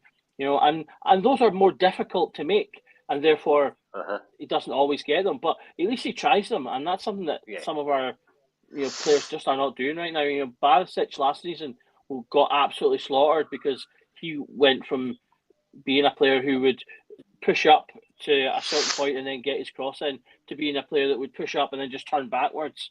And he was constantly doing that backwards. And we're seeing loads of players do that kind of thing now, which is why they're not getting anywhere against these teams. I know. But at the same time, I think a lot of our goal scoring opportunities have come from wingers not getting into the box, which is why Cortez was such a big part of our plans, which is why Seema not signing was such a big blow to come on. I mean, you look at Cherney and the goal scoring contribution he's had. Dino, do you think that's like? Do you think signing Ryan Kent in January makes a difference in terms of not in a league campaign or this or that, but in terms of the overall attacking play, I think we need somebody that. I mean, he sucked 2 defenders in, and it brought everybody else in. But should we have just went to him and said, right, this is your budget. Do you want to come in? Because it's fucking 23rd of February and the guy's still not got a club. He's petting crocodiles over in Iran. You know what I mean? Aye. Do you not think he's better than Hadji out at left mid? Because Hadji could be used elsewhere. That's exactly Common sense. Exactly what I was going to say. Putting Ryan Kent in the team would put Hadji in the 10. And you're right. It's one of the things I think is Ryan touched upon earlier on, and maybe somebody else, about the lack of pace in the team. Ryan Kent brings a bit of pace, something that we severely lack. And being out there on the left-hand side, you're going to have Hadji in the middle now. Due to the style of football that Clement tried to play, the number 10 was bypassed quite a lot, and they were non-existent because he didn't utilise the number 10 to how you should utilise a number 10. Again, I'm no tactical expert, but if you're playing a number 10, most of your attacking play should be going through them and not ball going above their head. But Ryan Kent, you're right, two players on them, that leaves an opening for Ridvan or Jefty to be inverted because he's pulled them out wide.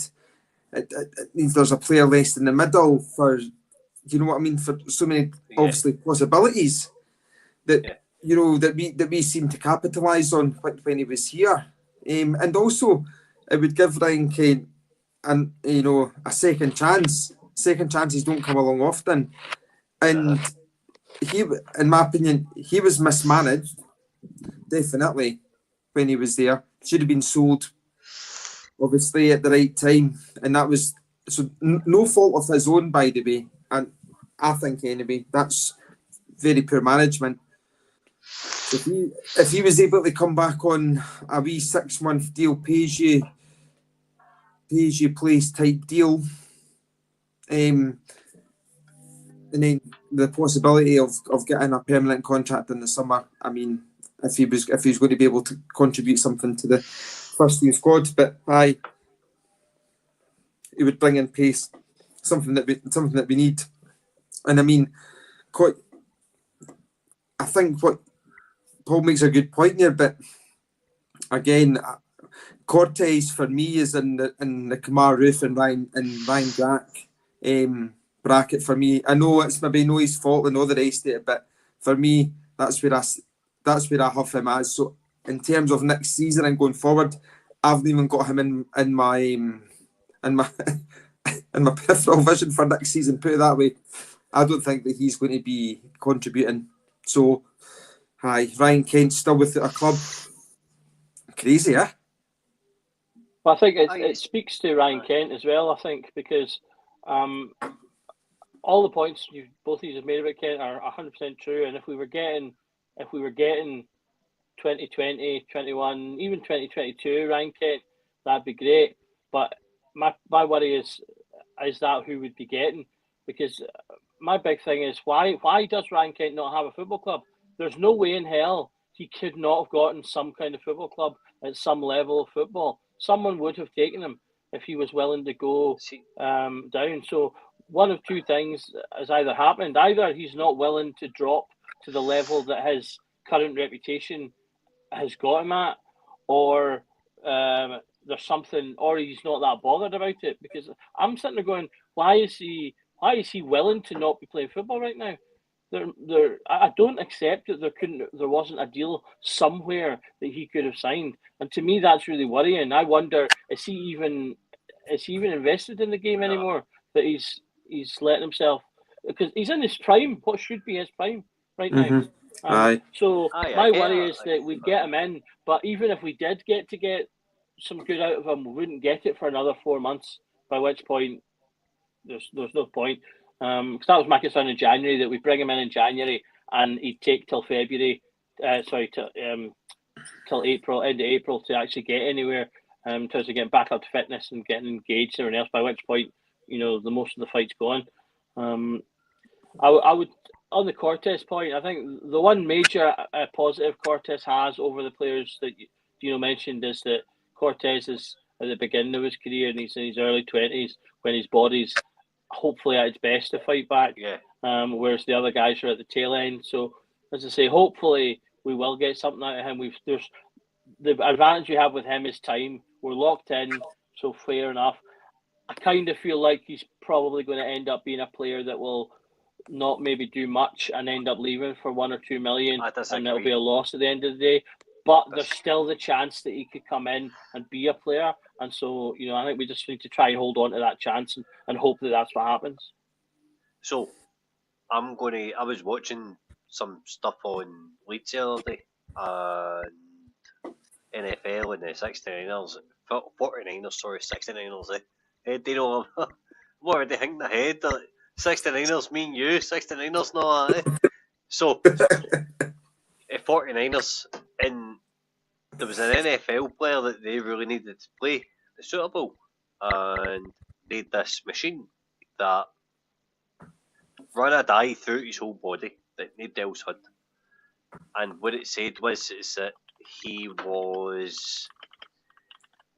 his left hamstring was 20% weaker than his right hamstring. So they gave him a training plan. They told him to go and work on it, which he did, and he came back and he's played all season since. Aye, yeah, Paul, 16 years with Lana Wolf, Scotty. Aye, listen, we nearly had Lana Wolf on for an interview and she wanted paid, so not saying anything apart from that. Aye, but if they've got this technology in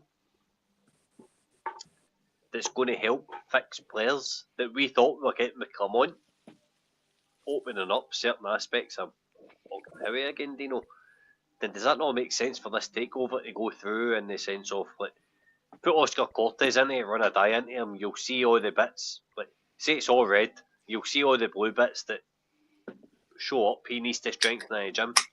It's just common sense, is it not? Aye. That is pretty Aye, much. Curry, you're spot on, mate. 100%.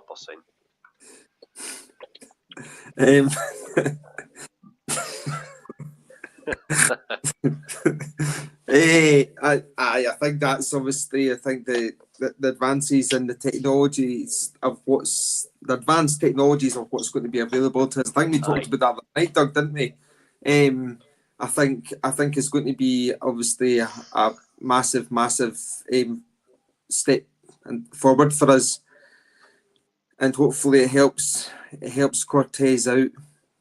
And I mean, just kind of as I said, it's just I don't know what it is. I've just got that feeling that I think it's maybe because of I guess maybe that feeling's heightened because of the money that's involved. By 4.5, that's quite a lot of money. But Dino, I think like with 49ers coming in, you're looking at we've got a transfer target list just now, right? That, for example, hasn't got Lennon Miller on it, right? I'm not saying with 49ers come in, we're going to go out and spend 15, 20 million on a player, but what I'm saying is we'll spend 15, 20 million on 6, 7 players. Because a man might leave, and financial fair play will allow us to do that. And it doesn't need to get into coffers, it doesn't need to go to shareholders or anything else. It goes to the squad. Which is where you go and you buy Lennon Miller for £5 million, or somebody else that's playing really well for 6 or 4. It lets you compete in that market again. Is that not something really, really positive the club to be looking at? Aye, definitely, 100%. You're literally going through one transfer list that's down here in transfer value to maybe what's just a wee bit higher. But if Paul's asking, do you think with this takeover we could potentially get Cherney? 100%, and we should.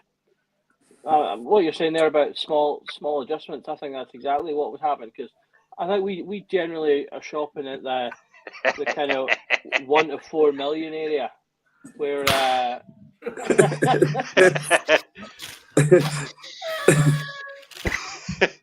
right, Ryan, what you got to say? You happy, son? Thank Crunchy.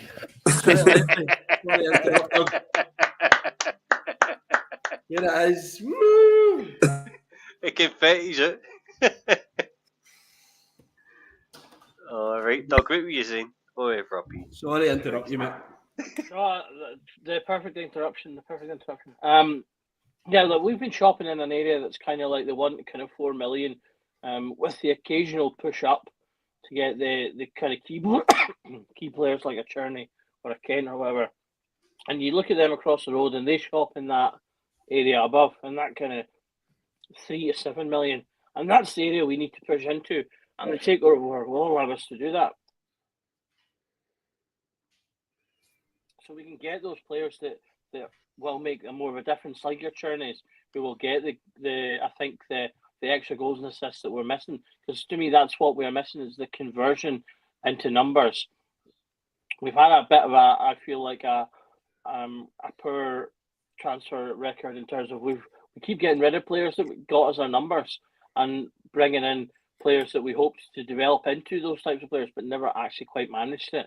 And to a degree, we're still doing it because everyone wants rid of Dessers, who's a 20-goal a season striker.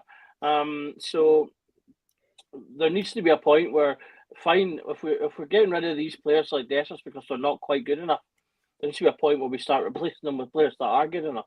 I need to do that at multiple points across the board. But since you've just come back, how are you feeling now that the news has been 100% confirmed? I'm relieved, mate, to be honest with you. I'm just excited now for what's round the corner. So, who's your number one? For anyone that may not have been watching earlier, do you have like a number one choice to come in as the new permanent manager? I'm very much for Gerrard, to be honest with you. I was disappointed when the board never backed him in the first place. You know, when he was sitting there with, I think it was McCoist and Chris Boyd, Emma Barber, maybe Ailey Barber, sorry. In the stands, yeah. Sitting with the stand, covered in champagne, talking about fixing the roof whilst the sun's shining. I was all for it. Every year that Gerrard was there when he joined, you just seen a wee bit more progress. Every single time, you know, kept cutting the gap in the league, qualifying for Europe, getting further in Europe, you know, took us into Europe. And every year you saw there was progress. And yes, he didn't qualify for the champion. The Malmo game was disappointing. You know, we had to beat the Swedish champions who were down to 10 men on our own patch over 45 minutes in the second half. And truth be told, we bottled it. We bottled it. So, and I don't think Gerrard would have made the same mistake again. I think he would have went and he'd have won the league for us again. And they'd have had another crack at it and hopefully got it straight in. So, I'm very much for getting him back and seeing what he can offer. But making sure that he gets the proper backing this time that he's listened to and his team is listened to. Yeah, I mean, obviously, at the point he left, he was ahead in the league, so he was en route to potentially winning another title at the point he went, so there's definitely legs on that. To Curry's question that was on screen there a second ago, do we think there'll be any major decisions made? If there is a takeover in the making, then no, I wouldn't expect there to be, because they would probably look to get that done first, unless it's going to take a long time. But to be honest, they've got until June, until I think it's a pressing matter. So. Yeah. Fair enough. We'll just need to wait and see how it all handles it. Brian, what's your take on the assistant manager? Right, potentially taking the reins till the end of the season, but then Sasha Tavolieri is very reliable on Twitter. He's Belgian. He's this. He's that. He's broke a couple of stories about Rangers, and then the Daily Regular saying Ferguson's been offered it. Barry Ferguson. What's your take on both? Barry Ferguson, I can tell you firsthand, isn't right for the job. One of my pals actually used to play for Barry Ferguson at Alloa, and he said he wasn't a great manager. No. He wasn't not a great people person, not a great manager. Maybe differently Rangers level, but he was basically shouting at wee guys playing in kind of Championship, League One, wee guys that are part-time who have came away from their work to play and training. He couldn't get into his head that people weren't as good as him and didn't have the same talent and ability as him. So he wasn't a great manager in that respect. But it might be different at Rangers, you know, because obviously it's a job that he's wanted, and he told Cassini that's the job he wanted as well when he was interviewed to be a coach. So remains to be seen. I think there's a place for him certainly in the building somewhere. Yeah, 100%. You know, because he's obviously walked the walk and talked the talk as far as Rangers are concerned. The other one you said was the interim manager.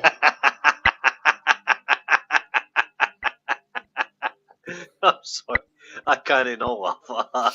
That's asking Doug for difference. I thought I was on mute. Sorry, Doug. What you saying, Ryan? Your man there, your number 2, club appointed assistant manager.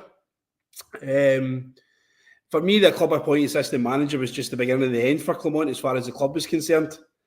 I don't know anything about the guy, to be honest with you. he's nothing more than a babysitter, to be honest with you. He's a Graham Murray kind of type of guy. He's what Neil Warnock was for Aberdeen. He's just somebody that's just going to keep the players trained, keep the players fit, and just babysit it and just be the custodian of the team till the end of the season, until such time as the right people come in and the big decisions are made. Well, Ryan, what if he starts comes in, the ball gets played forward from the back quicker? Yeah. You go to Ibrox, sit next to Cammy, you start getting entertained, we win, and we've got clean sheets. Does that not start to make you think? Causes you problems. And I said this earlier on about Gerrard possibly coming in as interim appointment as well. I would be very surprised, borderline shocked, if he could get a tune out of this team, to be honest with you. The fact he was part of Clement's managerial team already, and there's no tune coming out of it already, I don't see it happen, to be honest with you. There's certain players in the building at the moment that quite honestly just don't cut the mustard. Tavernier's been in borrowed time for a long time, to be honest with you. Yeah. Dessers obviously appreciates contribution, appreciates hard work. He's not good enough to be number 9 for Rangers. You see the chance that he missed yesterday when I think we were still at 0-0 at that point, maybe even 1-0 down, and he manages to turn his defender, and he's literally 5 yards out for goal. And it's easier to hit the target than it is not easy to target, and he nearly puts the ball in the Loudon. So he's not good enough. So there's guys in there that need to be shifted on. Even now, even when we've trimmed the squad down to pretty much as close as it can be, there's still people in the building that's going to be there. So I'm looking for fresh ideas, fresh and I'm just wanting a total clean slate, top to bottom, whole new thing, start again. And it's. Do you not think that? But do you not think there's a base there for any manager to work with? Even in the wing back area, like Jeffy, left wing back, Braskin, Dio. Yep. Man. There's probably about 10 decent young players there have got calibre. You know, spoke about Jeffy there, Enciala, you've got Raskin come on to a fine game. Diamandi, I still think is to realise his true potential at Ibrox as well. I wouldn't write off Yanis Hadji yet either. Danilo, Eagleman's the obvious one as well. So there's still a good few there, but I'm not all about this kind of player trading model as well, because see, bringing in young players and all that stuff. To give you an example, I was very much in the we should sign Lauren Shanklin camp last January, and I still believe, and I still say it today, that if we signed Lauren Shanklin last January, we'd have won the league. He'd have brought the goals to Ibrox to win his league. And yes, it might have cost £4 million, but how much money have Celtic made in the Champions League this year? So astronomical. So you're spending £4 million to win money. You don't have to just spend money in players that's going to make you money in transfer fees, because a lot of money goes into that as well. But if you bring trophies and bring Champions League football into the stadium as well, that makes money as well. So see what got me about Shanklin last season was when we beat them in the semi-final of the Scottish Cup, I think it might have been, and he gave Barry Mackay a fucking torrid time walking off that park because he never played a pass where we wanted it. And I was like, we've got Dessers up front, offered guys haircuts and that, like, what, I come for a drink if you finish your match, like. Yeah. But Shanklin's I think scoring goals for fun, like, and he's played a 10 all season. He's not played a striker. Yeah, I think that's just because he's lost a yard of pace, to be honest with you. He's had to kind of change his game a little bit. So he's relying on kind of younger, fitter boys doing his yards for him. So, but the time was when January. You see if we paid £4 million and get 6 months out of him, fine.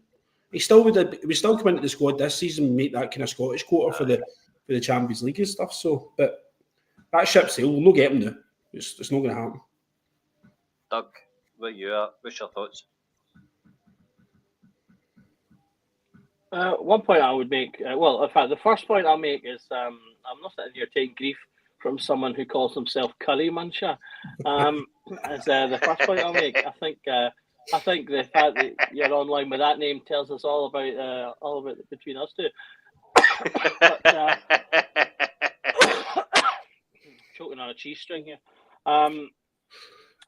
But one of the points I think that Ryan made there that's really important, that I think a lot of people often miss when talking about the transfer the transfer system, is the fact that some of the players that we buy have to be players whose value it comes on the pitch and nowhere else, or it doesn't matter if it comes elsewhere. Now, I wasn't personally on the Shankland bandwagon myself. I wouldn't have been against signing them per se, but I agree that there's going to be players that we have to pay extra for because they will be the players that are the difference between winning trophies and not winning trophies. And we'll maybe buy them and we won't make money on them. We won't sell them on for something else. And it'll be because we've bought them at 27, 28, 29 because they're at their peak and they'll score the goals, for example. So kind of what we wanted Dessers to be, which was a player that we were spending a chunk of millions on, who was an experienced player. He's been around Europe. He played at a couple of decent-sized clubs and scored goals in Europe. And so he looked like he could be the player that would do that. And so that's fine. 5 to 10% of purchases are going to be that kind of player because we need probably at least 3 of those type of players to make the difference. And the reason that we haven't won things is that we haven't had enough of those players. I think over the past 5, 6, 7 years, you've had Kent, you've had Morelos, and you've had Tav, and obviously they've overlapped on and off. But in the latter couple of years, Kent and Morelos in particular had big peaks and troughs in their performances. But on top of that, you also needed to have that midfielder that chucked in a few goals, that defender that chucked in a few goals. And we're not getting that right now. I mean, like I said earlier, our defensive line have scored practically nothing outside of Tav. Proper's gotten 2 of late, but that's where the set pieces are a problem. I don't think our delivery in terms of set pieces have been the issue. It's that the players we've got on the end of them, and they're getting on the end of them, aren't putting them away the way that they might have done before. Your centre back should be getting 3 or 4 goals each from set pieces, corners and free kicks, because half of their job in life is to head a football, and so they're able to do that into the goal. So you should be relying on them to get a couple of goals a season each. You think if you're an attacking team like we are, you probably want a couple from your fullbacks, a few assists there. We obviously get quite a lot from our right side. That's my main criticism of Jeffy, is that we get very little in terms of those numbers from him at the moment. But You need to get a drink of water in you, mate. it doesn't help reading that. Oh my God. I can't breathe. And I'm the one that's gasping. So you got that. He's fucking tremendous. And then, I talked again about your wingers. We've got Cherney this year. We had Sima this year. If we could only have had them both at the same time, and then you've got, Anhab Hadji in the middle, the 3 of them would have contributed a good chunk of goals. The biggest thing I hold against Beale is putting Hadji out on loan. Hadji should have been building himself back up with us in the team, and he'd have made a difference. But his Rangers career, I think, has ultimately been a bit scunnered by his injury and then been sent off for a year. So you need those type of players, and I do think that while I wasn't necessarily 100% on the Shankland bandwagon, at the same time I do also believe that had we signed him, he might have made the difference because he was on a hot streak there. So those are going to be decisive times. Where sometimes they're going to have to look at a player and go, "Are we going to roll the dice? Could he make the difference?" And if you look at the team we had then, that team was pretty solid, albeit it was on the lowering end of its bell curve. But it was a solid team, and if you added that little extra, maybe that would have been the difference. And then you could have cleared the decks on the back of a title winning side. Yeah, I think probably a reference I bring you back. Talking about Gerrard again, as he's kind of his name's floating about. His first 2 signings were Alan McGregor and Scott Arfield, who had no sell-on value at all. The first transfer window, I think it was, he went in January. Was it Jermaine Defoe and Steve Davis as well? Again, 2 players, massive experience. How many international caps between them? But absolutely no sell-on value at all. Mixing that in with the development of Nathan Patterson, the development of Joe Aribo, and the development of Calvin Bassey. So it can be done. You can sign seasoned pros that bring you value, but also bring through youngsters that will make you money at the same time. That you don't have to go all gung ho and be signing kids from unknown places and hoping one of them lands in there. You can see how inconsistent Eagleman can be as well. The wee man's been absolutely fantastic this season. No taking away from him, but he couldn't kick his own backside on Saturday. So you've got to understand that you have to have contingencies. And I actually wouldn't have taken him off on Saturday. I said to Gammy when he was sitting next to me that we should have left Eagleman on, pushed Eagleman out wide, and Danilo and Dessers on. Actually played all three at the same time. I know. Brian, see, he changed a manager now. Changes in with Hadji. Maybe I don't think it was Clement's decision to keep Hadji out of the team anyway. I think Clement kind of made that known that it wasn't his decision for him not to be in the squad.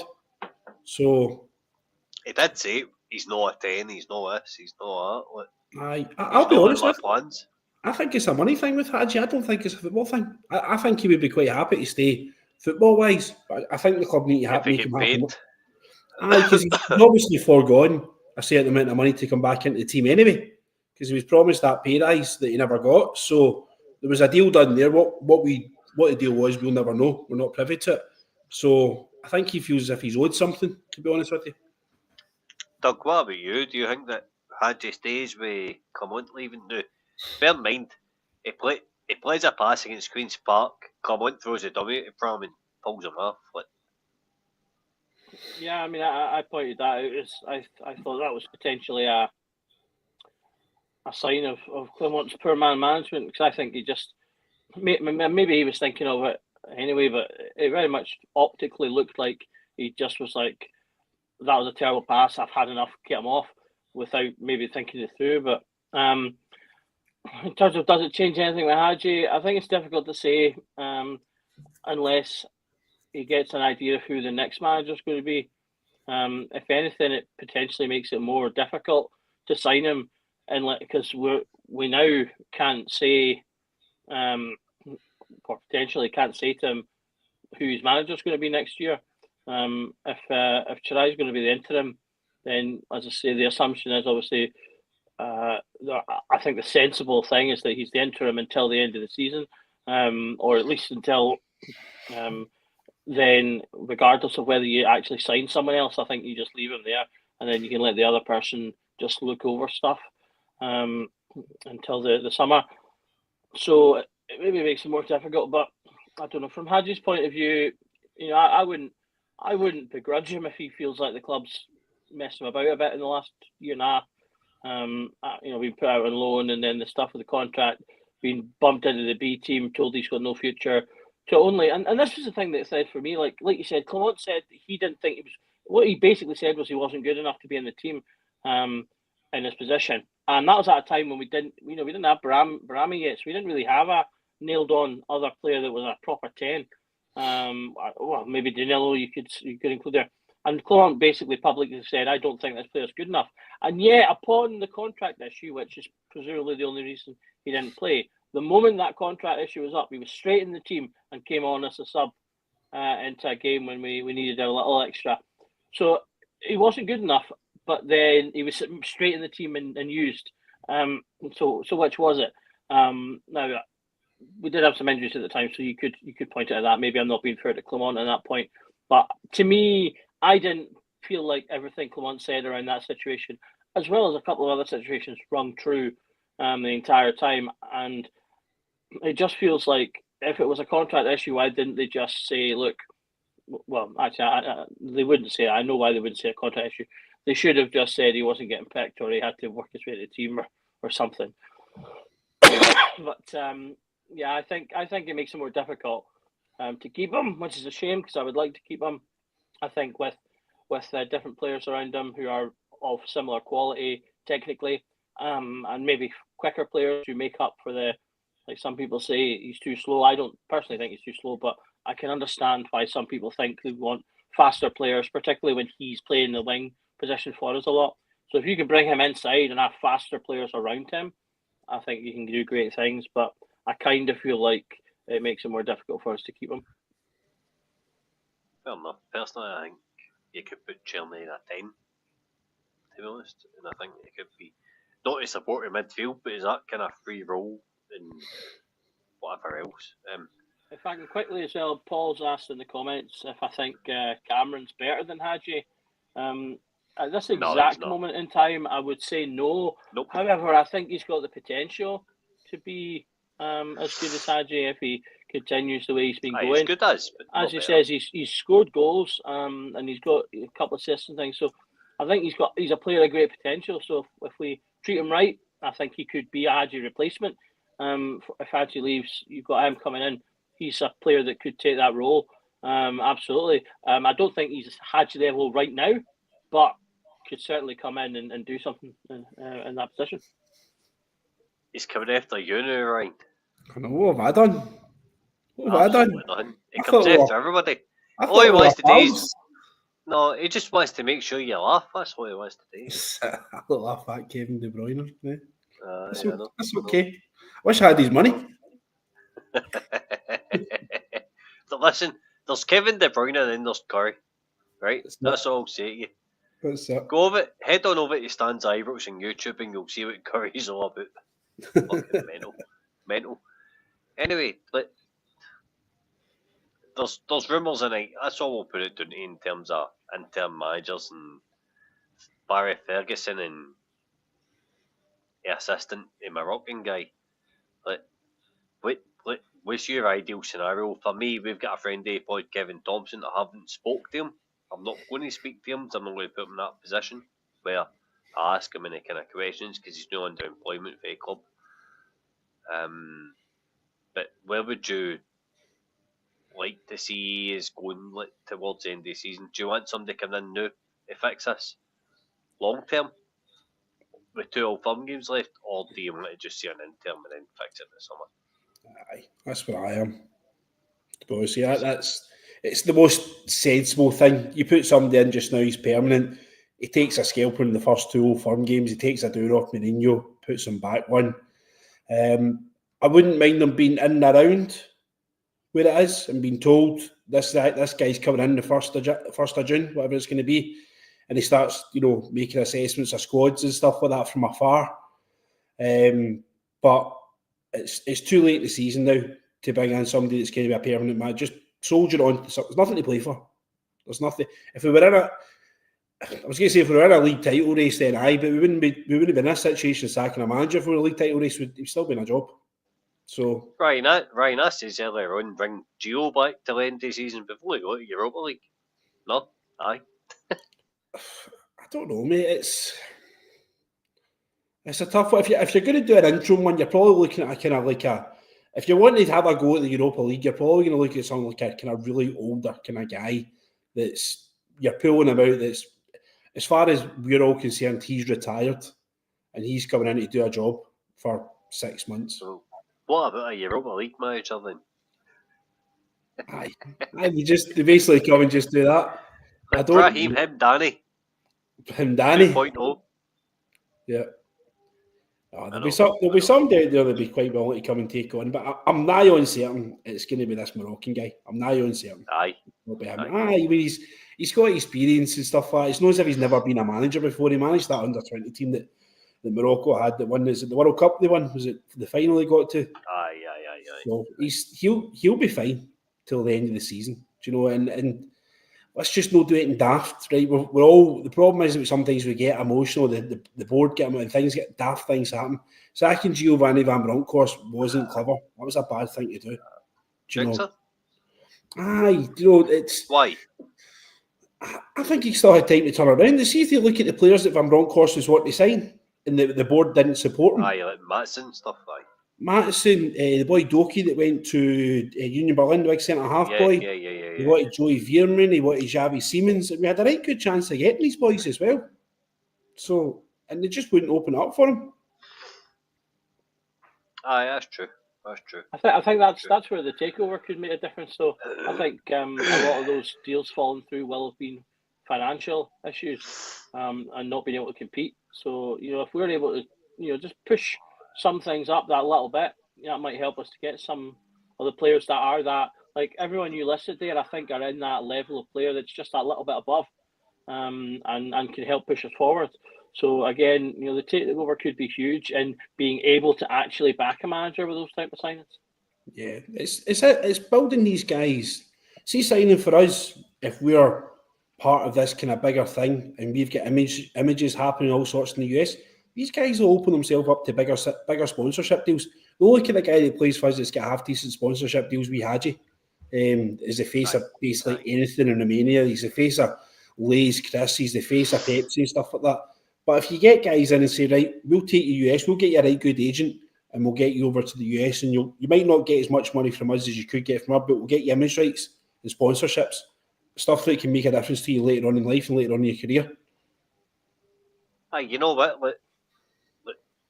Our scouting department has looked at this boy, Iman over in Malaysia, and he's top. See a Champions League over there. He's the top scorer. So when they mentioned it to me, I was like, alright, he's just a boy doing it in the Malaysian League and all this. And I seen some of the stuff he was doing in the Champions League over there.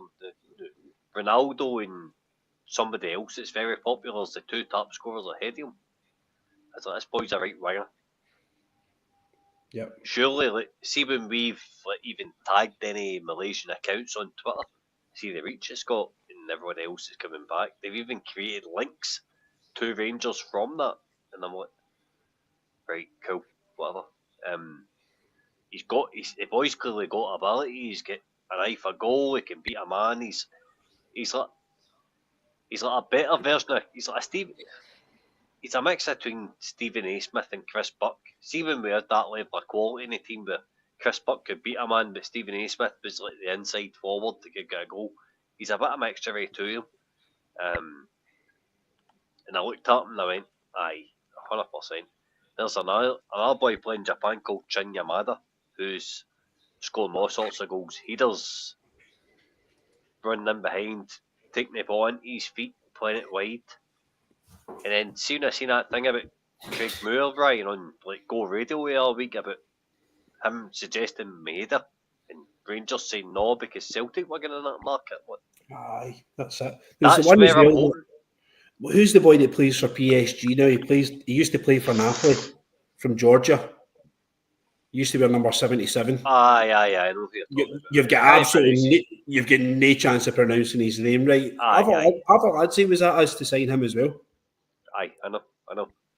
So you're hoping this kind of else all the boys coming out their shells now, telling us who's who.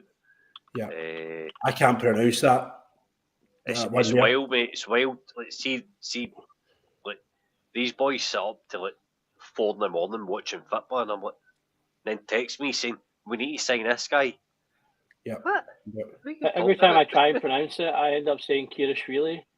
I don't know if that's some kind of post-traumatic stress or something. But I seen one that was in the comments there as well. There was Ryan Gold.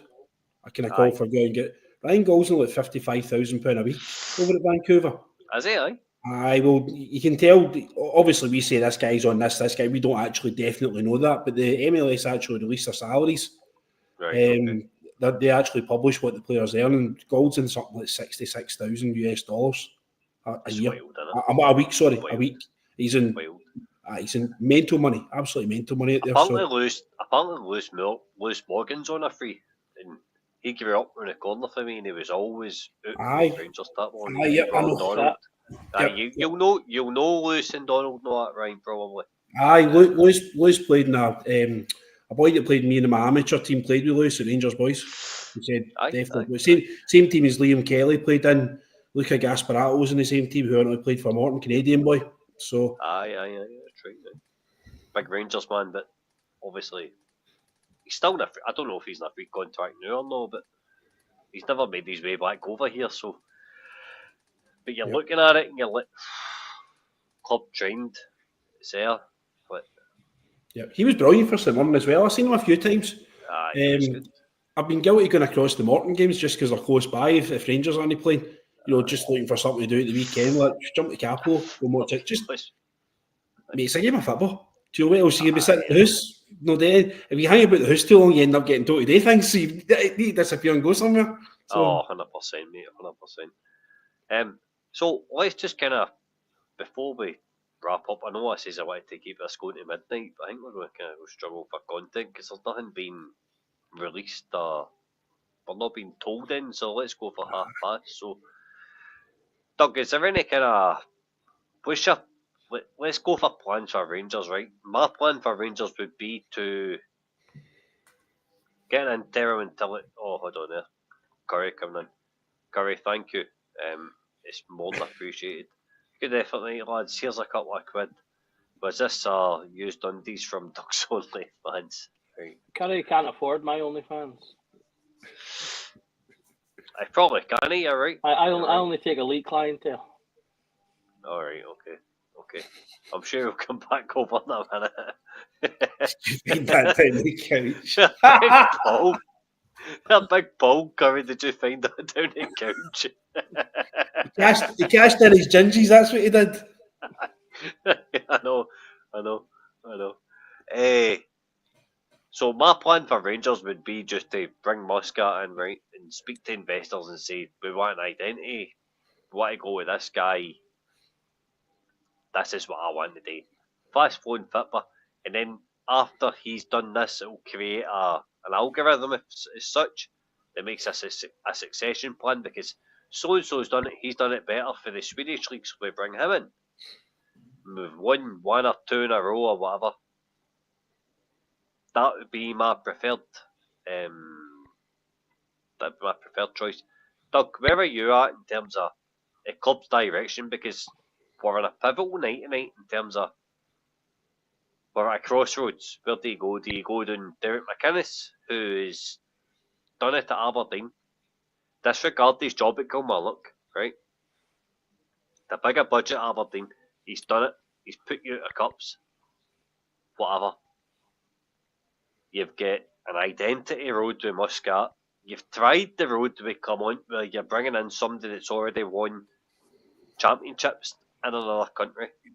Now, see if Clement's CV gets put in front of you, you're like, aye, we take him. Because he's done this, he's done that. He's so bossy ideal to Chelsea, he's outstanding. But he just couldn't transform it to Scottish football. So, Doug, where do you go with Rangers for here? Well, if I'm the CEO, first and foremost, I'm sitting our interim down and just saying to them, right, I want you just to install a bit of pride back in the team for the remainder of the season. Do your best in Europe, but ultimately, I just want you to get things into a more positive structure in terms of the playing staff. Get a bit of confidence in them, get them playing with a wee bit of swagger, so the fans are feeling a bit better with the team. That's your job until the summer. And then I'm sitting down and I'm if there's a takeover happening, then I'm speaking to them as well, and I'm saying, right, let's get this deal done. This is a perfect time for you to come in. You can put your own man in the job at the start of the coming season, etc. But something that's actually only just come into my head when you were speaking there, Scotty, is I wonder whether they now need to actually sit and think, should we look at our new manager at the same time that we're looking at our director of football? Should we look at them as a pair? Do we want to bring in people that are... We've got an opportunity to bring in people that will complement each other right now. Potentially maybe people that have had success together before and things like that. So there's maybe an opportunity there as well. The club have clearly put their fish in the basket with Coppin. They're obviously quite happy with him, and he's got his role. So I think you then are looking for the other two sides of that tripod there to push us forward successfully, because those are the three players the three people in not operational football terms that are going to make the big difference to us moving forward. So they need to get three people that can work together, that will complement each other, and then ultimately bring out the best in the team on the pitch. So I would be, as I say, telling the interim, right, I want you to just do your best to improve things on the park, get a bit of swagger, play with a bit of something that will get the fans happier, so that we can take the time. And I'd come out and say this to the fans as well. I'd be saying, right, we've put an interim manager in, or we're going to let the assistant take over for now, and we're not going to appoint someone potentially until the end of May, who will start his job for the opening window. He'll come in, immediately be able to liaise with Copman on players, etc. Look at the team and build from there. We're going to take our time. We're going to try and make sure we get the right person alongside our director of football, and we'll tell you about them in May, and that's when we'll decide it, unless something ridiculous comes to the table. Because that's what, as I say, those are the three people that are going to make the big difference to the team, and so those are the things that they need to get right. And so I want them to take the time and get those right. And like I say, they've now got an opportunity, now that I'm thinking about it, for two important roles, to try and build something in terms of looking at, okay, can we get maybe some complementary people in these positions? Fair enough, Doug. Fair enough. We'll try to see if there was any more comments. Ryan, any plans for Rangers? What do you want to see happen now? You go and you sit through the cold, the rain, the snow, the wind. You sit through everything with Cammy. Oh, Cammy's hair's fucking blew off. You're still sitting there with a full head of hair, you prick.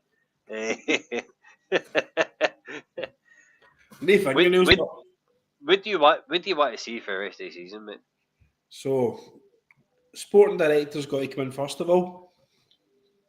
I think that's there. So obviously, everyone. At one point, the only guy that had a job in the building was Phil Clement. You know, there was no CEO, there was no chairman, there was no structure, and then all of a sudden we've got a CEO and a chairman, we've got no manager. So, I think we need to build from the top down. Have the club actually come out and officially said anything about this 49ers thing? I don't think they've actually. See, when Patrick Stewart's interview was on Wednesday, was there anything official about what's going on here? They released a statement via Chris Jack to say that they weren't commenting on speculation. Right, okay, fair enough. And if there were discussions, they wouldn't comment on it. There's probably... But it's happening. Grim Reaper's posted it, it's happening. There'll be non-disclosure agreements and stuff in place anyway. There'll be loads of that kind of stuff. So I certainly get that right. Soldier on to the end of the season. Give the guy enough time to actually build a proper background team. You know what he's gone. There was a name I was wanting to actually chuck at you as well. It's familiar to me because his mum and dad actually stay up the road. So nothing major manager wise or anything like that, but just part of the kind of somebody I'd like to see add to the background team. Current Scotland under-19s manager is Neil McFarlane, right? He also does that job alongside being the Brentford B manager as well. So if you could imagine somebody who comes to his, it probably works. Ex-Hearts midfielder. Ex-Hearts midfielder. Aye, yeah, big Rangers man, right? Oh, is he? Right, okay. Huge Rangers man, right? But the knowledge that he'll have with the lower leagues in England, the calibre of young players in England, he'll know a good few names of players that we should be looking at. And the fact he's also now the Scotland under-19s manager, he'll know pretty much any up-and-coming talent, north and south of the border. So he'd be somebody's ear. If he doesn't want a job, fine, because I imagine he's got quite a good finger on just now, and I don't imagine his family want to come back up and live in Scotland. I believe they're quite settled below the border.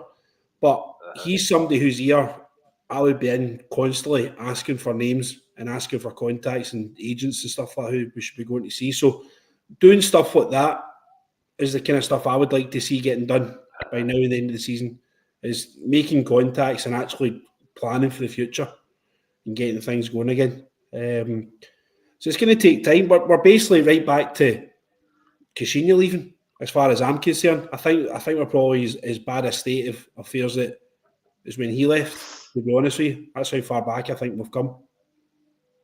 That'd be interesting to know, Doug. When Pedro left, can you look up how far we were behind Celtic at that point? That's all right. I've just a text, Ryan.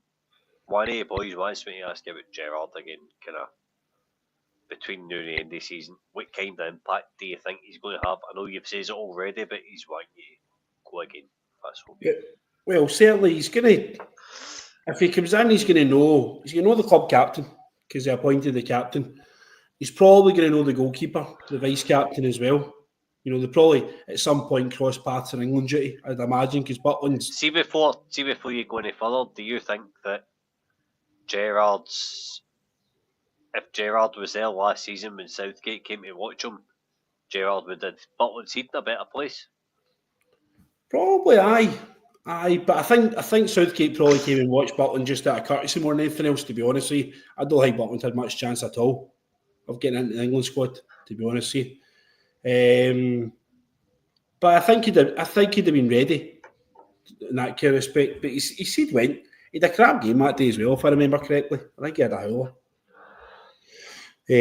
on that side of things. But no, I think if Gerrard comes back in, it's just going to steady the ship. But it's this whole risk that I was talking about earlier on. If he does come in and he does do particularly well, and he comes in and he beats them twice, beats them once at least, pulls us through the Europa League, you know, world's your oyster as far as that's concerned, because it's 2 90-minute games and anything can happen, especially at Ibrox.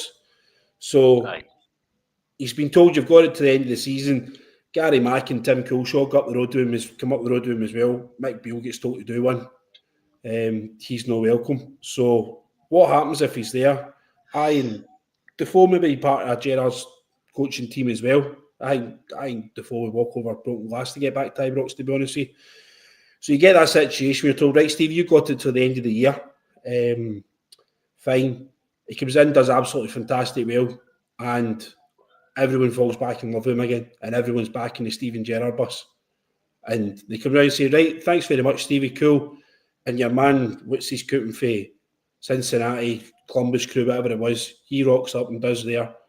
Because then loses the first Old Firm game at the end of August, and everyone's up in arms wanting him sacked. This is stupid. We should have kept Stevie. Stevie's a beat him. So it's between shit and a rock, isn't it? Really?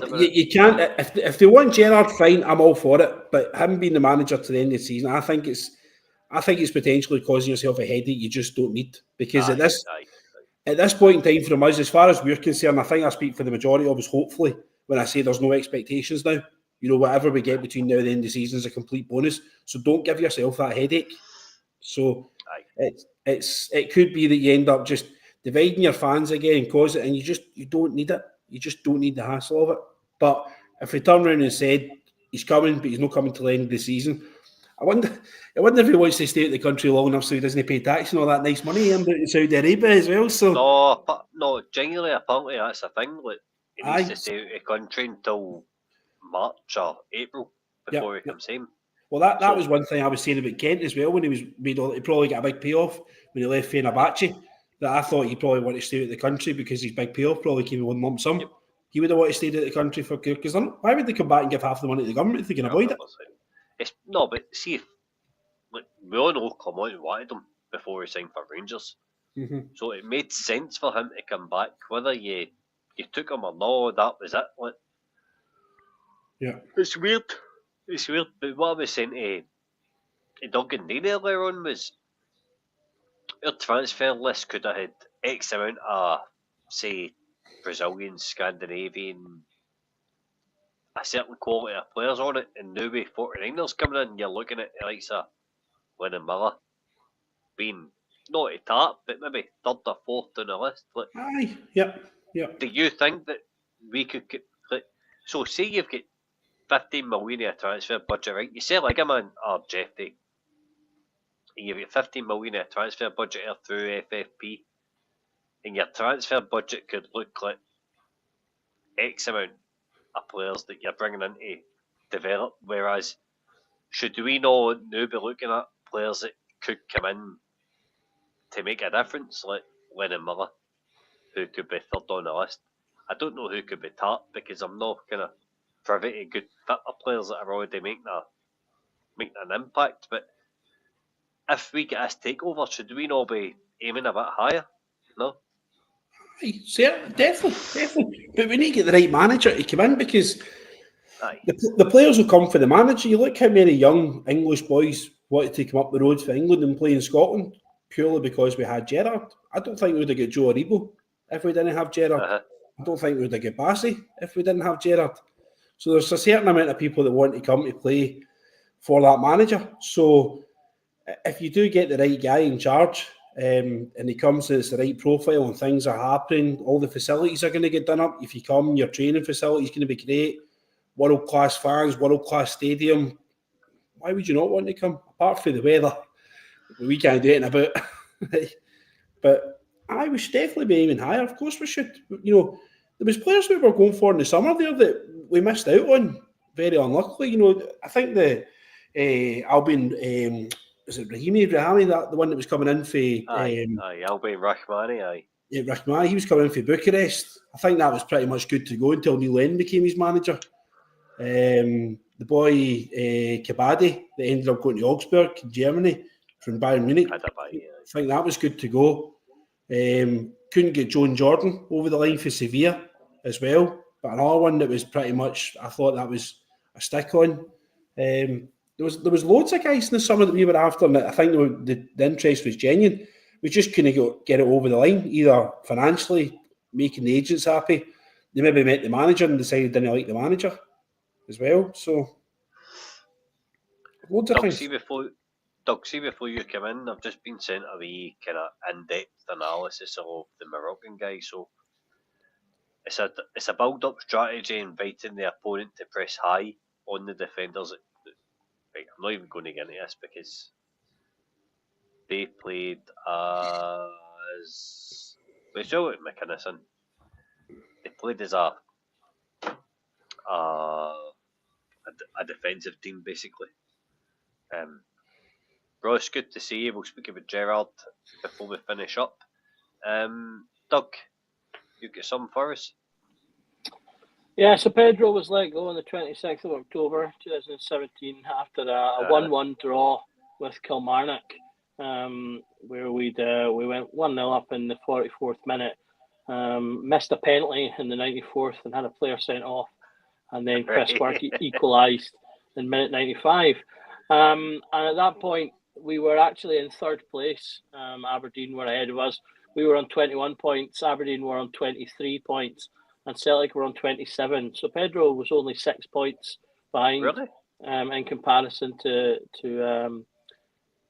Clement when he got let go. Although I would say there was a lot more than just the performances. The performances were bad under Pedro, but then there was obviously all the off-field stuff with Ferguson, and the rumours that that he was completely losing the dressing room. I don't know if he's remembered, but Clement was very Wenger-esque in that he outlawed things like tomato ketchup and Monster Munch because he was unhappy with the players' diets. He removed all the fizzy drinks from the vending machines around the training field. And one of the things the players really hated was he did training at I want to say kind of 7 a.m. to 9 or 7 a.m. to 10, and then a big break in the middle where the idea was the players could recuperate and whatever else, and then he did training again with them from 7 p.m. till 9. But ultimately what happened was the players were like, well, no, there's no point in me driving all the way home to sit for an hour or two to then just have to drive all the way back to training. So they ended up hanging about the training, getting bored. So they need to sit and bond with each other. It's a bastard. So, well, they would bond with each other over how much they hated the manager's training. So you had a whole bunch of things going on there that really compounded Caixinha's sacking. But yeah, he wasn't actually as bad off points-wise as you might have thought. I think it was just the progress Leadercorn gave it. Leadercorn. Aye. It was only going one way, though, was the thing. He would have he probably would have ended up worse off had he stayed. I think people talk about the Queen's Park game being the worst result in our history. I think that Progress Niederkorn game has to be one. Beat 2-0 off the fourth best team in Luxembourg, man. Jesus. I know. Especially with Nico fucking Crunchai in your team. He couldn't move. He was 5 stone overweight when we signed him. Literally. Said the bottle to the kettle, but I'm not trying to be a professional football player. Do you want to know the 11 from that match, the Kilmarnock match? Go for it. As a wee comparison, so that match against Kilmarnock, we had Wes Fotheringham in goal. I think it's a slight hard time. Goalkeeper Wesley was okay. Declan John at left back, Bruno Alves and McCrory centre back, and then some random right back, can't remember. James Tavernier. Windass, Jack, Holt and Candeas across the midfield, and then Dorans and a certain Alfredo Morelos up front. We also brought on Jamie Barjones, Eduardo Herrera and Aaron is it Nemani? I can never remember how it was said. They all came on that day as well. So interesting one. Who do you think out of them would get in our current team? A fit Ryan Jack, I think, would still play for Rangers. Yes. Jack was actually the one that got sent off that day. He'd certainly get in.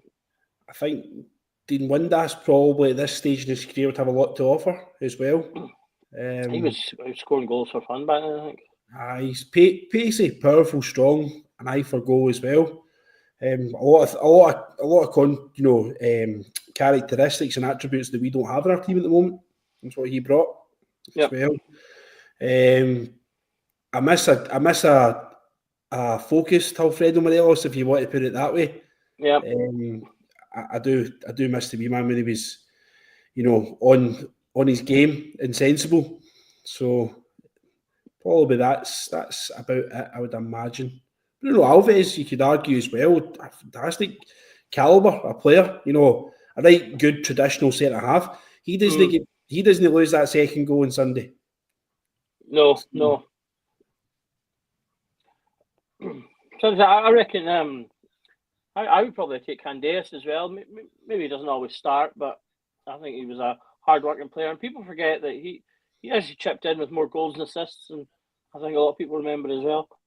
Yeah. A lot of people still talk about Candeas, that we've never actually properly replaced him as such. He was a worker. He was a grafter. Absolutely. I mean, he certainly had the application that people are missing right now. I mean, I would say if you're talking about quality, I think you could argue that until Cherney, we hadn't replaced him with a proper Rangers level starting player. People would often just say we hadn't brought in a right winger since, but I mean Scott Wright was a proper right winger. He just wasn't the best player in the world. But he would try for all his lack of skill. He at least put a shift in most of the time as well. But I think it says a lot for where we are at the moment that you can get 3 or 4 players from back then and still would want to put them into the current team. Aye, the fact that the Scott Wright one will always, baffle me as a signing. To be honest with you, we're obviously all football buffs. We like our football. We watch it regularly, religiously. I'd never heard of Scott Wright before he signed for Rangers at all. Like, his name just wasn't familiar to me at all. I'd like to think I know most of the players that play in our league of some sort. I mean, I wouldn't turn around and say I know every single St Mirren player and every single Dundee and Ross County player and stuff because they have such a high turnover. But if you're half decent to the calibre that you should be signing for Rangers, I know who you are. I was well aware of Lyle Cameron before we signed him. I was well aware of Ryan Jack before we signed him. I was well aware of Conor Barron before we signed him as well. So it's... I have always said, I have always thought that Scott Wright was a perfectly decent squad player. Obviously, he's Scottish, who was used with the European thing. The problem was that we found ourselves having to potentially rely on him to be a star player and to play more games than we'd want. And that was where things went wrong. It's one thing to have someone there as a squad player. It's another thing to be relying on them in the big games. Starts the Europa League final before Fashion Sakala as well. Yeah. So, he must have had something about him. See, if you could have taken Scott Wright's discipline with Sakala's goal scoring and pace, you'd have had one hell of a player. Oh, aye. Definitely. Sakala was a player that we should never, ever let go. Sakala was the unpredictable Superman, I called him. Outstanding player. I would love to have kept him. I understand why we didn't. I think... Aye, Brooks Tribal chief. I think we probably did need to sign him, but... sell him. The thing that's the big pain point is that we didn't replace him with someone as good. I don't think, I mean, he's gone off, and I don't know if you know, but he's now the all-time top goal scorer for, I can't remember the name, but for the club he signed for, he is now their all-time top goal scorer. Where is it got? About 10? Yeah, I think it's like 40 odd, so it's not like a huge number. But he's gone off and made records for himself, so well done him. I miss his song. That's what I really miss. Aye. I love that, man. Salmon, I know. Don't get me Aye, started. don't. I'll end up singing it. How many beers you had? Quite a few, believe it or not. Right, anyway, before we wrap up, gents, just a quick thank you to everybody for tuning in. We have currently got 3,223 people viewing us on Twitter. Head on over to our Facebook channel, hit a subscribe button, hit a wee bell button. It's free, it doesn't cost you a all. Hit a like button while you're at it. We've been on here for, that's 4 years now, but there's a 2.5 year pod before that. Speaking about Rangers, so please help us out as much as you can. Even if you're from other parts of the country, it doesn't matter. Hit a like button, hit a subscribe button. Leave a comment, it doesn't really matter, because if your comment's shite, I'll just ban it. It's fine. So on. Ryan, thanks for joining me tonight, mate. No, no worries. Thanks for having me. And you, Doug, as well, mate. I think we will be back tomorrow night, Ryan, with some sporting directors. We're going to go ahead with that. Appointments. Right, okay. Aye, Go hopefully with some manager candidates too. Hopefully we can maybe do both. No? P.S. Ryan, do the Marty. Away you go, Mitch. I know he's taking the piss. I'll not make my work tomorrow if I try and do that. Half of the sick. Aye, I know. Doug, thanks for coming on, mate. If you can get potential managers from the bookies and sporting directors, I think Ryan's already got them for Gordon, but thank you for coming on, mate. That was a pleasure. Obviously, we've been waiting on this news for a wee while, some even longer than others, so it was good to come on and like, not that I want to shout him out anymore, but like Kelly said earlier, it's nice to be kind of talking with a bit of hope again and looking forward with a bit of positivity now that we've kind of turned the corner and closed the book on this, unfortunately, another unsuccessful managerial chapter. Well, whether you deem it unsuccessful or not, it's here, it's happened, and his photo is going up in the Blue Room. One thing that I would love to see for this new board and the impending takeover, if they're watching, is when I was on a two-way stadium with Curry, it was made aware to us that nobody works for Ibrox anywhere. The manager doesn't work for his manager's office. None of the board members pop in to say hello. It's just pretty much an empty shell of a stadium during the day, and that's not really good enough. So if you're watching and you're buying into Rangers, stick somebody in during the day to poke their head in, make sure everybody's alright, and get it a working place again. Because if you can make that place successful, then Rangers will maybe be successful everywhere else. And I hope that everybody's enjoyed the show tonight. If you've not subscribed yet, please subscribe to the channel. Please head on over to YouTube. You'll find us. We'll be back here the morning at 6:30. Again, speaking everything Rangers, we've lasted every other fan media podcast on Rangers tonight. In terms of issues, it's nearly a 6-hour marathon we've provided for you, so please at least give that a wee bit of appreciation, and anybody else that's watching in terms of fan media, use the same, because we've already done the same for you. And apart from that, remember, cheers troops, every night is Rangers Journal night.